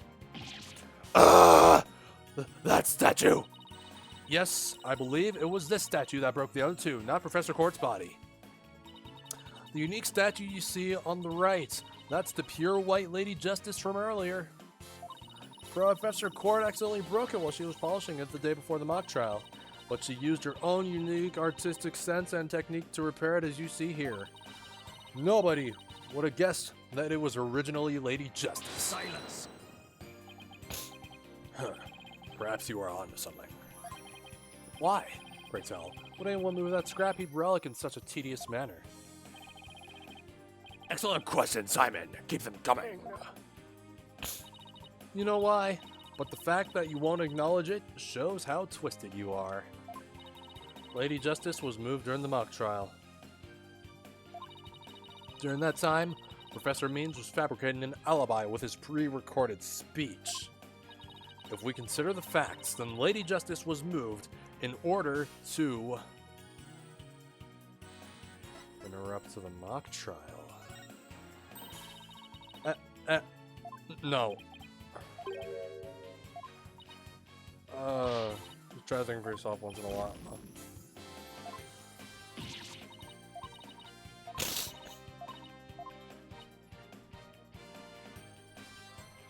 To point us to the body. Professor Means used his pre-recorded speech to fake an alibi during the mock trial. He wanted to make it look like he couldn't possibly have moved the body. Moving Lady Justice was his way of pointing us to the body and cementing his alibi. That's quite a persuasive argument. For a while there, I thought you weren't taking the trial seriously. Well done.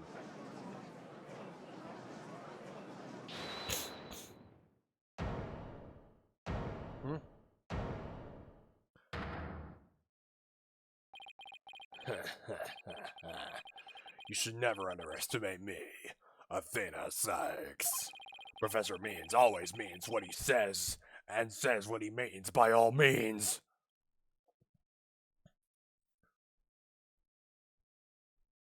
But I'm pretty sure it doesn't mean anything. Fine then, say it already. I'm waiting.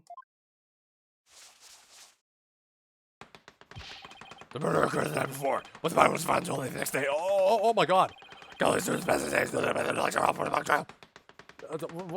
what was he doing all that shit for? Before he would write that. So answer me this. Why didn't anyone see the body that entire time? That can be explained by, if the victim was murdered on the stage and left there, the body would inevitably have been discovered. And of course, there was nowhere to hide a body upon that stage. This is not good, Athena. Her claim is this close to being beaten to a pulp. Okay, but then I gotta consider all the shit that was not presented. Not yet. Okay, we've already presented this, all this, we've presented all of these, and we also presented these. And this. Oh, and this, I think? Yeah, and this. Okay, so maybe everything's on the first page. Ugh, I know. We've come so far. Consider yourself schooled. I couldn't have possibly killed anyone. The killer is none other than Juniper Woods. It always has been, and it always will be.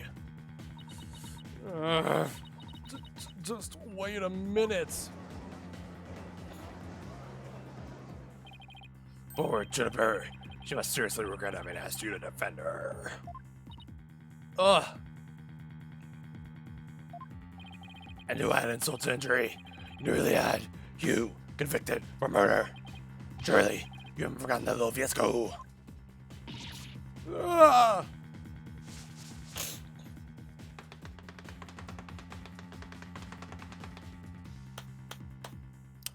What the hell you on about? Not only did you fail to defend your client, you also raised false charges against your friend. You have no right to call yourself a lawyer.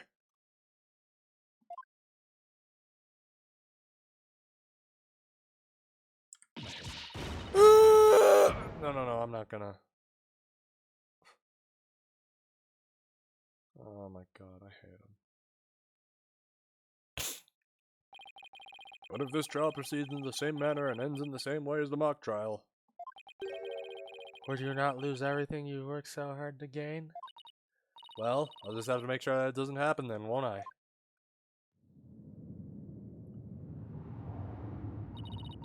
Don't tell me I failed once again.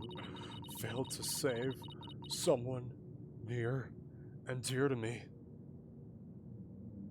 Oh, this is quite... This gonna make me feel uneasy. I've worked so hard to become a lawyer and even studied psychology. Has it all been for naught? Am I just doomed to relive that all over again? And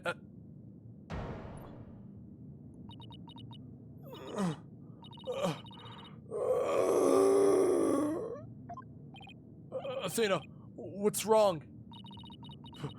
Breathe in, breathe out, breathe in. Relax, Athena, breathe. It's not working. Everything's going dark. After all I've done, is this how it ends? Forgive me, Junie. I couldn't protect you like I said I would. Huh? Oh. You leave Athena alone, man! She's the one who saved me! Never thought I'd say this. That's my girl.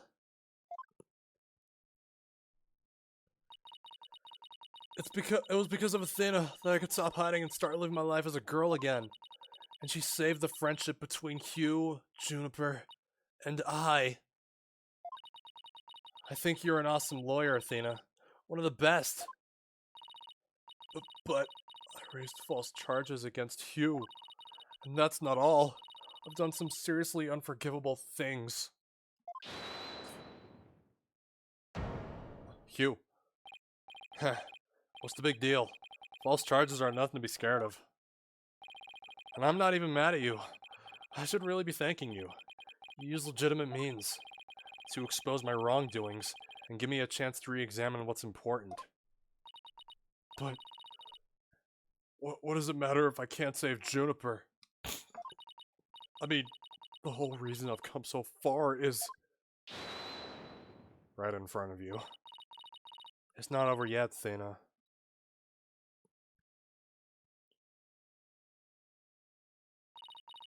Even now, at this very moment, I still believe in you.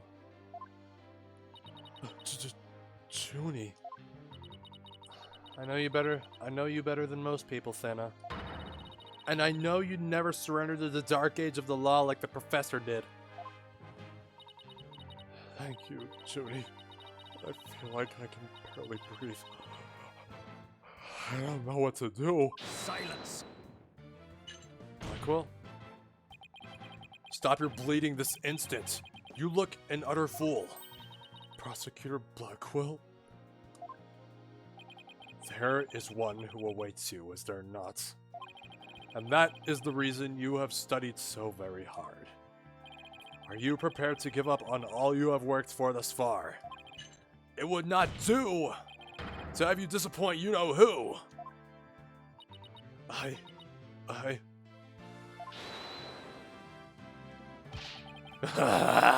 You're wasting your time. You have nothing on me.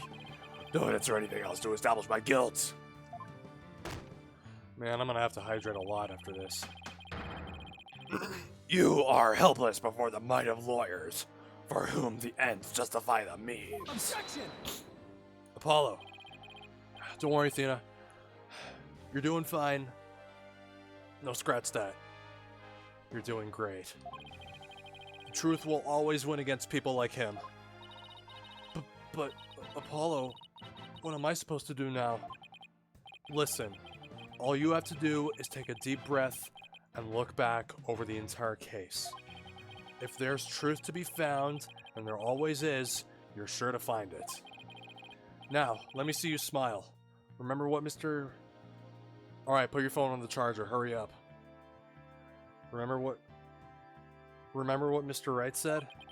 The worst of times are when lawyers have to force their biggest smiles.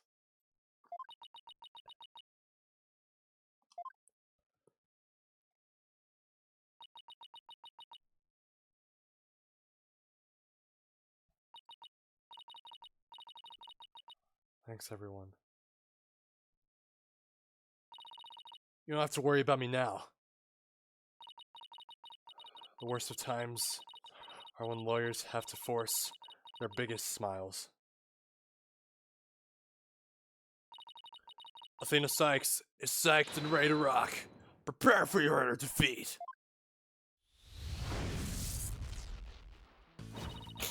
Professor Core wasn't killed in the art room. She was killed right where her body was found. Alright, just to make sure I don't fuck this up now.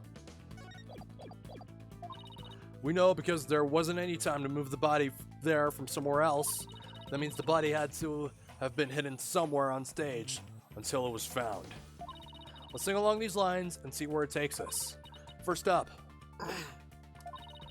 When did Professor Means remove the body from its hiding place? Well, let's see. What was he doing right before the body was discovered? He was using the span of time his fake alibi created to move the body to where it would be more easily spotted. Therefore, the only time Professor Means could have removed the body from its hiding place is before the mock trial. Before the mock trial? No, that can't be it. He'd seen the body before the mock trial. He was lying to protect June. The appearance of the body had to coincide with time covered by the professor's alibi. During. Okay, I thought the whole speech was, I don't know. It was during the mock trial, specifically during the speech. Okay, look, I swear the text font they're using is reminding me of Danganronpa. And Devil May Cry a bit. Professor Means moved the body to an easily seen location during his long pre-recorded speech. The professor also moved something to the stage that wasn't there before. Specifically, the white statue. During the mock trial, Professor Means wrapped the White Lady Justice in the school banner and sent it zipping down to the stage with a crash, killing two birds with one stone. He drew attention to the body and made it look like the murder occurred in the art room. But was there anywhere to hide a body on that stage? Doesn't seem likely. No, there had to be someplace. Wait a second. How about something that should have been finished but was only mostly done? Something that was used to cover the body up. But it didn't draw the undue attention because it looked like it belonged there on stage. In that way, no one would suspect there was a body hidden inside. What was already on the stage capable of concealing a body? School banner. No, the body had been wrapped. No, that wouldn't work. couldn't tell there was a body inside. Cabin statue? The right one. Yep. Oh, I know. The Mr. Right statue was never actually finished. The body was wrapped under some cloth to hide what was really inside, cleverly disguising it as the boss's statue.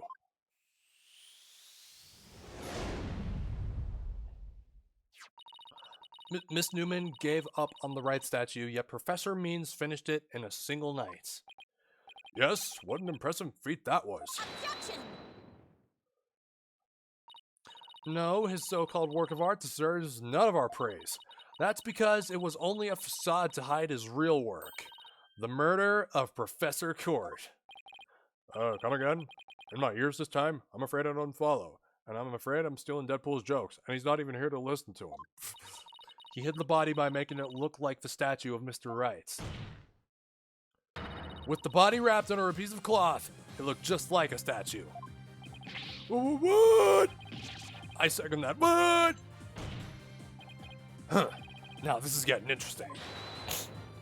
Oh, your phone about to die? It's 5 a.m.? Oh, okay. Alright, well, I'm gonna finish this. The VOD will be on YouTube tomorrow.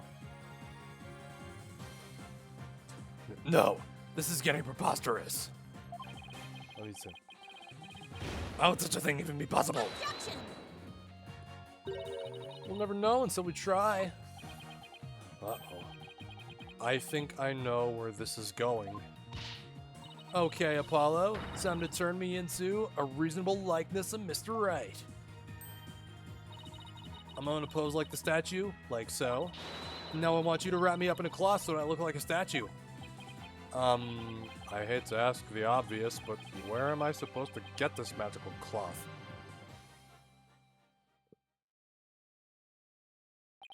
I'm afraid that isn't the right color, Mr. Justice.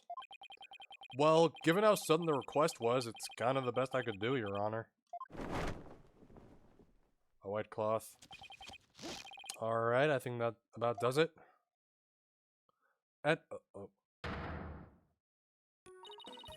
Well, what do you think, everyone? Do I look just like a statue of Mr. Right or what? Oh, looks like some random person to me. Weren't the statues a pair of busts? Phoenix Wright has that spiky hair on the back of his head. Forget the hair, the statue's head is way bigger than your average person's anyway. You gotta hand it to me for trying anyway. Wait, that's it. The hands! Her arms are raised over her head, and there are dark bruises around her wrists. Yeah, the professor was probably tied up with something. The marks on her wrists indicated she'd been tied up. Apollo, tie me up in a nude pose. Wait, you're not into this kind of thing, are you? What? No! Besides, it was your idea. Just tell me how to tie your hands already. Professor Court's wrists were tied together, and I can't help but think that's related. How should I arrange myself to match the shape I want, given her hands were tied?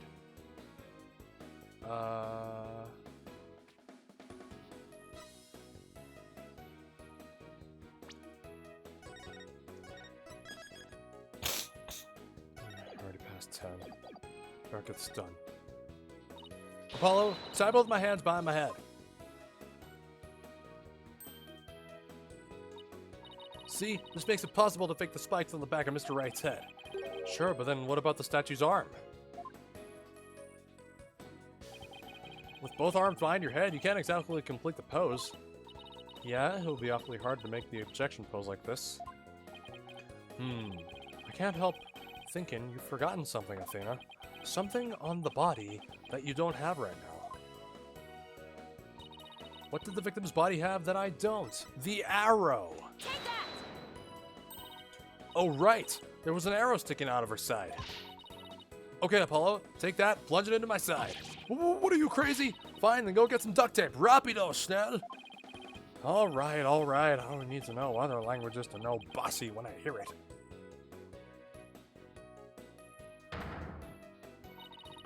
The fatal arrow to the side. Spiky hair created from two hands. A masterpiece in the making. Now, cover me with that cloth. But remember to make the arrow stand out, okay?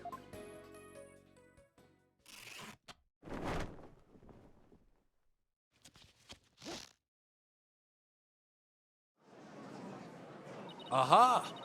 Mommy, the arm's too short. Shh. Remember your indoor voice, dear. Nobody's buying it. The arrow's nowhere near long enough. But what else could you use for the arm? Still won't give up, huh? I must commend you, if only for your spirit and determination. Of course she's not giving up. After all she's put me through, she owes me an explanation, and one that makes sense. Now, disappoint me again, and the penalty will be doubly painful. Yikes, I guess I better get that right this time. Think, Athena, think. Professor Core was murdered when she stopped by the stage Professor Means. If it wasn't premeditated, he must have used something close at hand in his little ruse. Apollo, show me those stage setup photos again. Like that? Right now? Okay, hold on. Please, please, please. Please be in this photo. Just has to be. The arm on the Mr. Right statue is really this right here.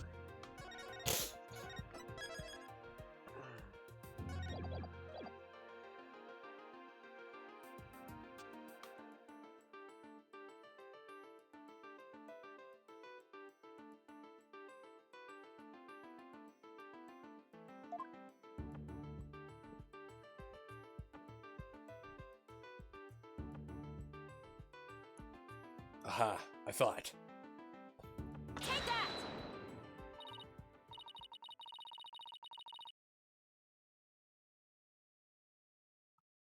Got it. I know what he used for the arm on the statue of Mr. Right. This is absurd. There is no such thing as photo. Don't play dumb with me, Professor. It's the staff you have right there. Staff, this is the spear of a great little warrior. Whatever. Just hurry up and let it to me.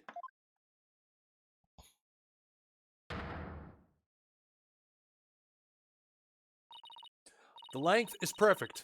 Mr. Wright couldn't possibly object to such an awesome arm. Okay, go for it, Apollo.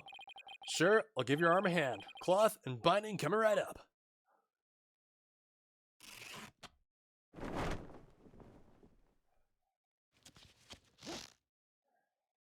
Objection! Huh? There it is. Oh shit, yeah!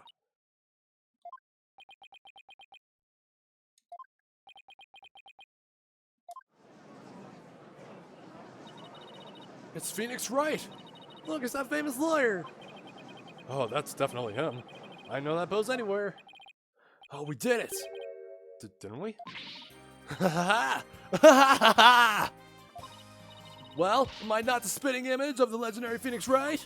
The man who will bring us out of these dark ages and into an era of brilliance, golden light.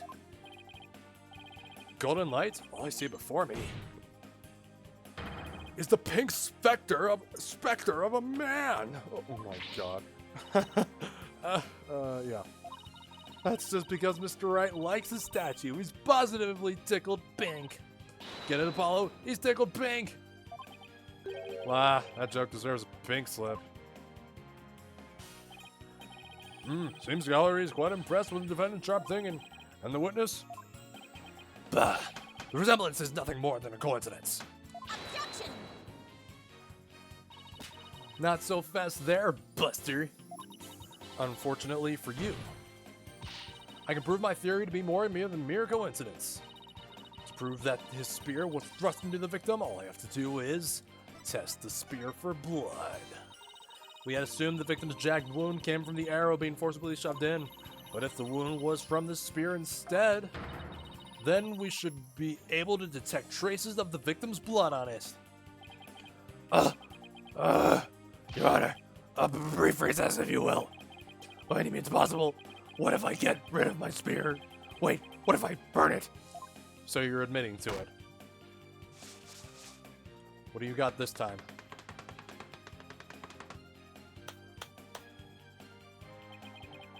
If I do that, I'll be found innocent. Yes, I'm innocent, I tell you. Objection!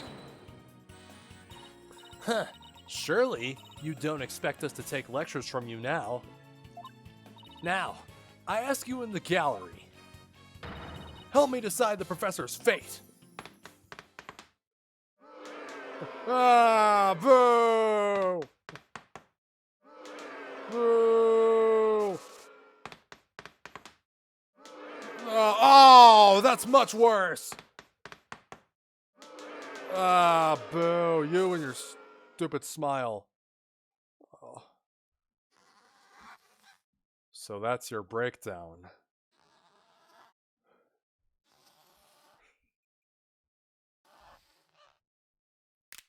Oh! Oh!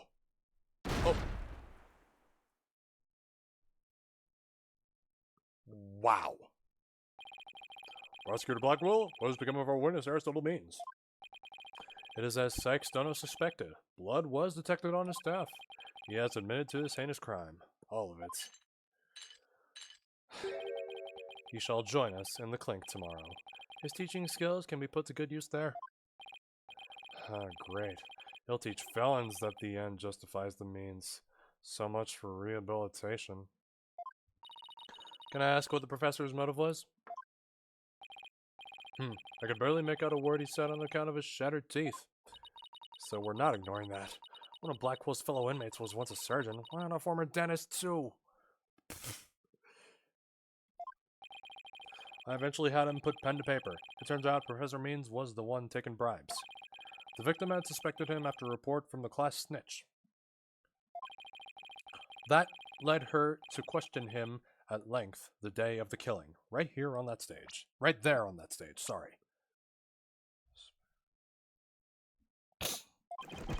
The results? The heinous crime that was brought before this court. The fool, like Newman, had come to know of the script's contents via the victim's note. It seems he came up with a plan to stab the victim with her own awl in order to make the killing look like the one in the script, and thus frame the defendant. But that scrap of paper with Hugh's name had the same mark as Professor Court's planner. Well, yes, about that. Those planners are bestowed upon all students graduating at the top of their class. Really? So then? Indeed, once upon a time, Professor Means was also awarded the same notebook. The handwriting is being analyzed now, but like as not, the scrap belonged to him. This, too, was evidence of the bribery scheme that the victim had obtained. No, that Constance Court was clean, and not only Aristotle Means took the bribes. To think a professor would murder a colleague, then try to pin it on a student.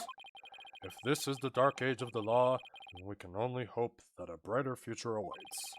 And the first step is to hand down my verdict for a promising young lady. This court finds the defendant, Juniper Woods.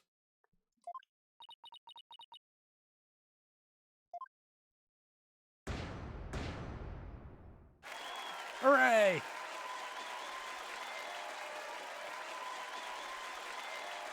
Well, there you go. Junie is a free girl. And of course, Blackwell has no input. I wish you all the best on your road to becoming a courtroom judge. We will need young people like you if we ever hope to restore the law to its former glory. Yes, Your Honor. I'll work as hard as I can. Maybe, one day, I'll be able to work with all of you to make a difference. Proudly serve Professor Court's memory. Do not let her death be in vain. That's the last thing I expected to hear from him today. Court is adjourned. I don't know if he'll replace Edgeworth, but favorite prosecutors? Blackwell's up there.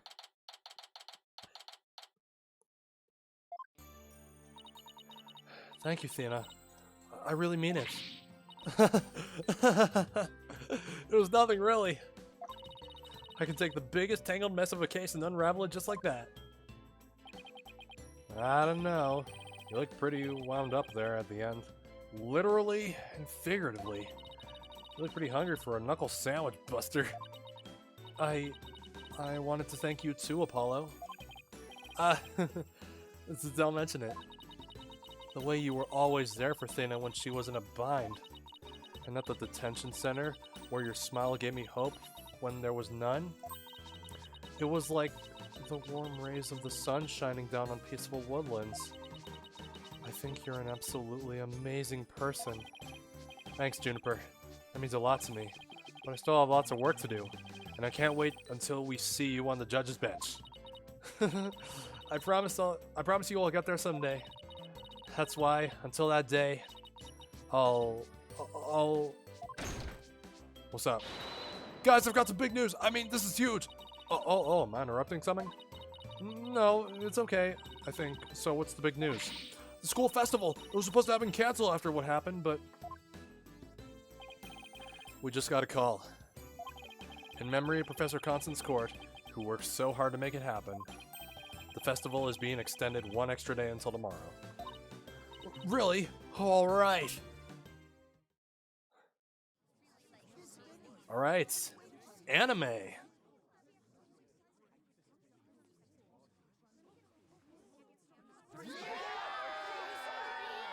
We've got a special treat for all of you. A love letter for Themis Legal Academy.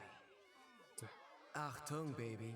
It's time for the Guitar Serenade. Oh, that song? Okay, I honestly expected him to have an accent after how he was saying things, you know?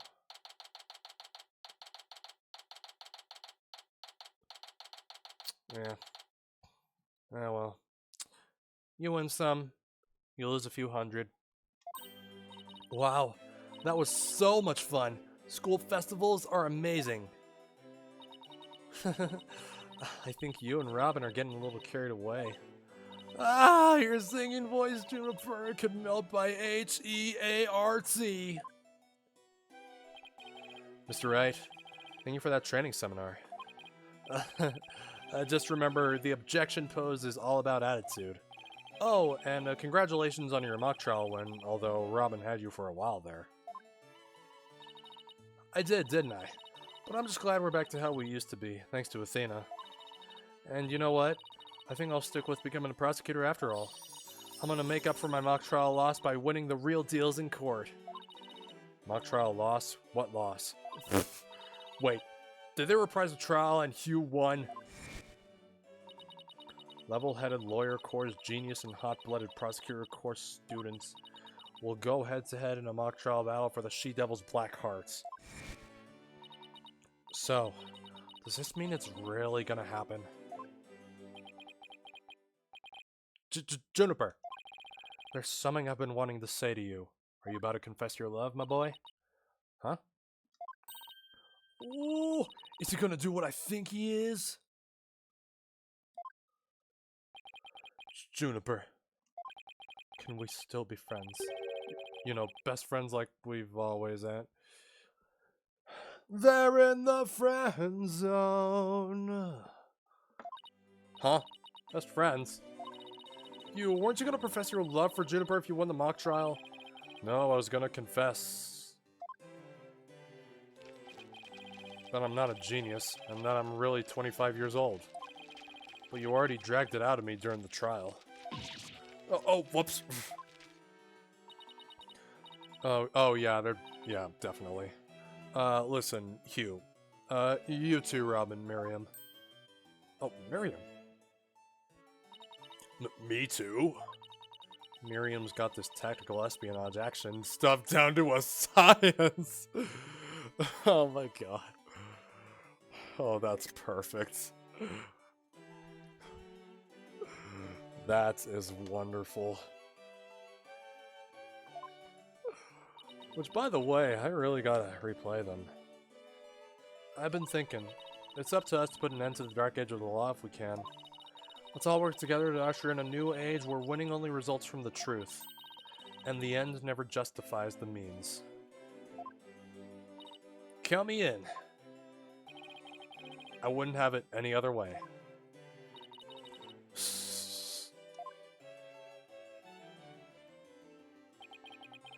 Best friends forever, huh? No matter what anyone says, nothing beats true friendship. You bet. What about your BFF, Apollo? Aren't you a bit old to be using that word? But yeah, he's the best friend a guy could have. Which reminds me, we're supposed to meet up and gossip about the new girl in the office.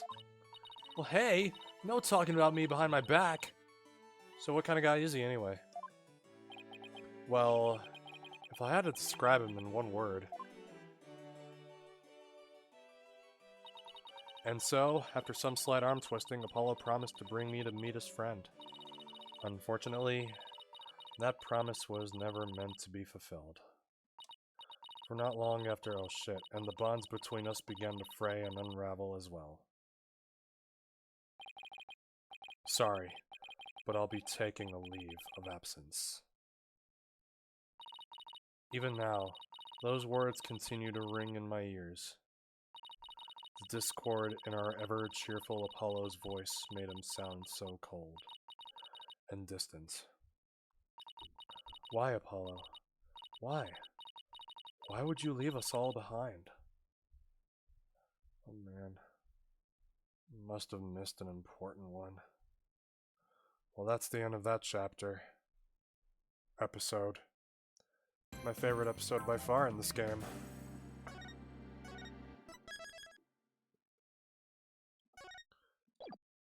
Kind of made me appreciate Clavier even more.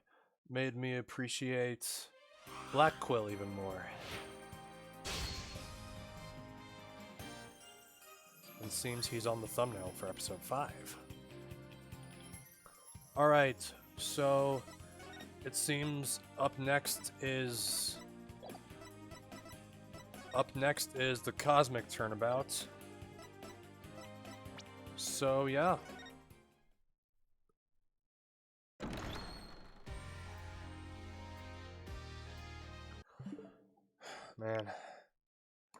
Man, what an episode that was. I really enjoyed that one. Seriously. That was good.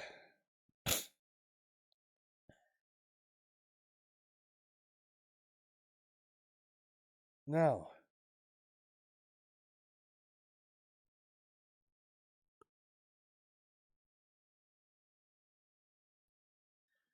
let's rate Ink Slime. Currently playing Mario Galaxy 2 at the moment, which I plan to play at some point. So,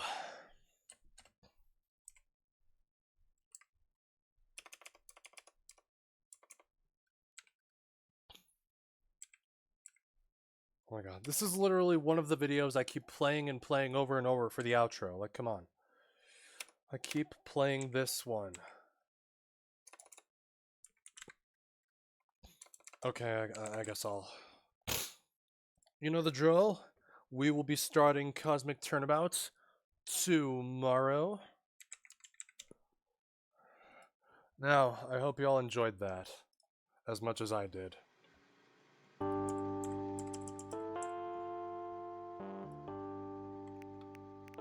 But now it is time for me to take my leave.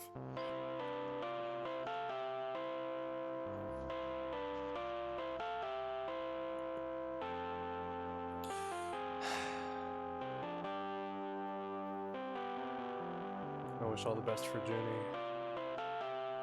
And she'll be a wonderful judge, I bet. I know. I swear. I'll take it to my grave. Well, thanks for hanging out. And a big cheers to you for watching. Well, good night. That power is yet unknown.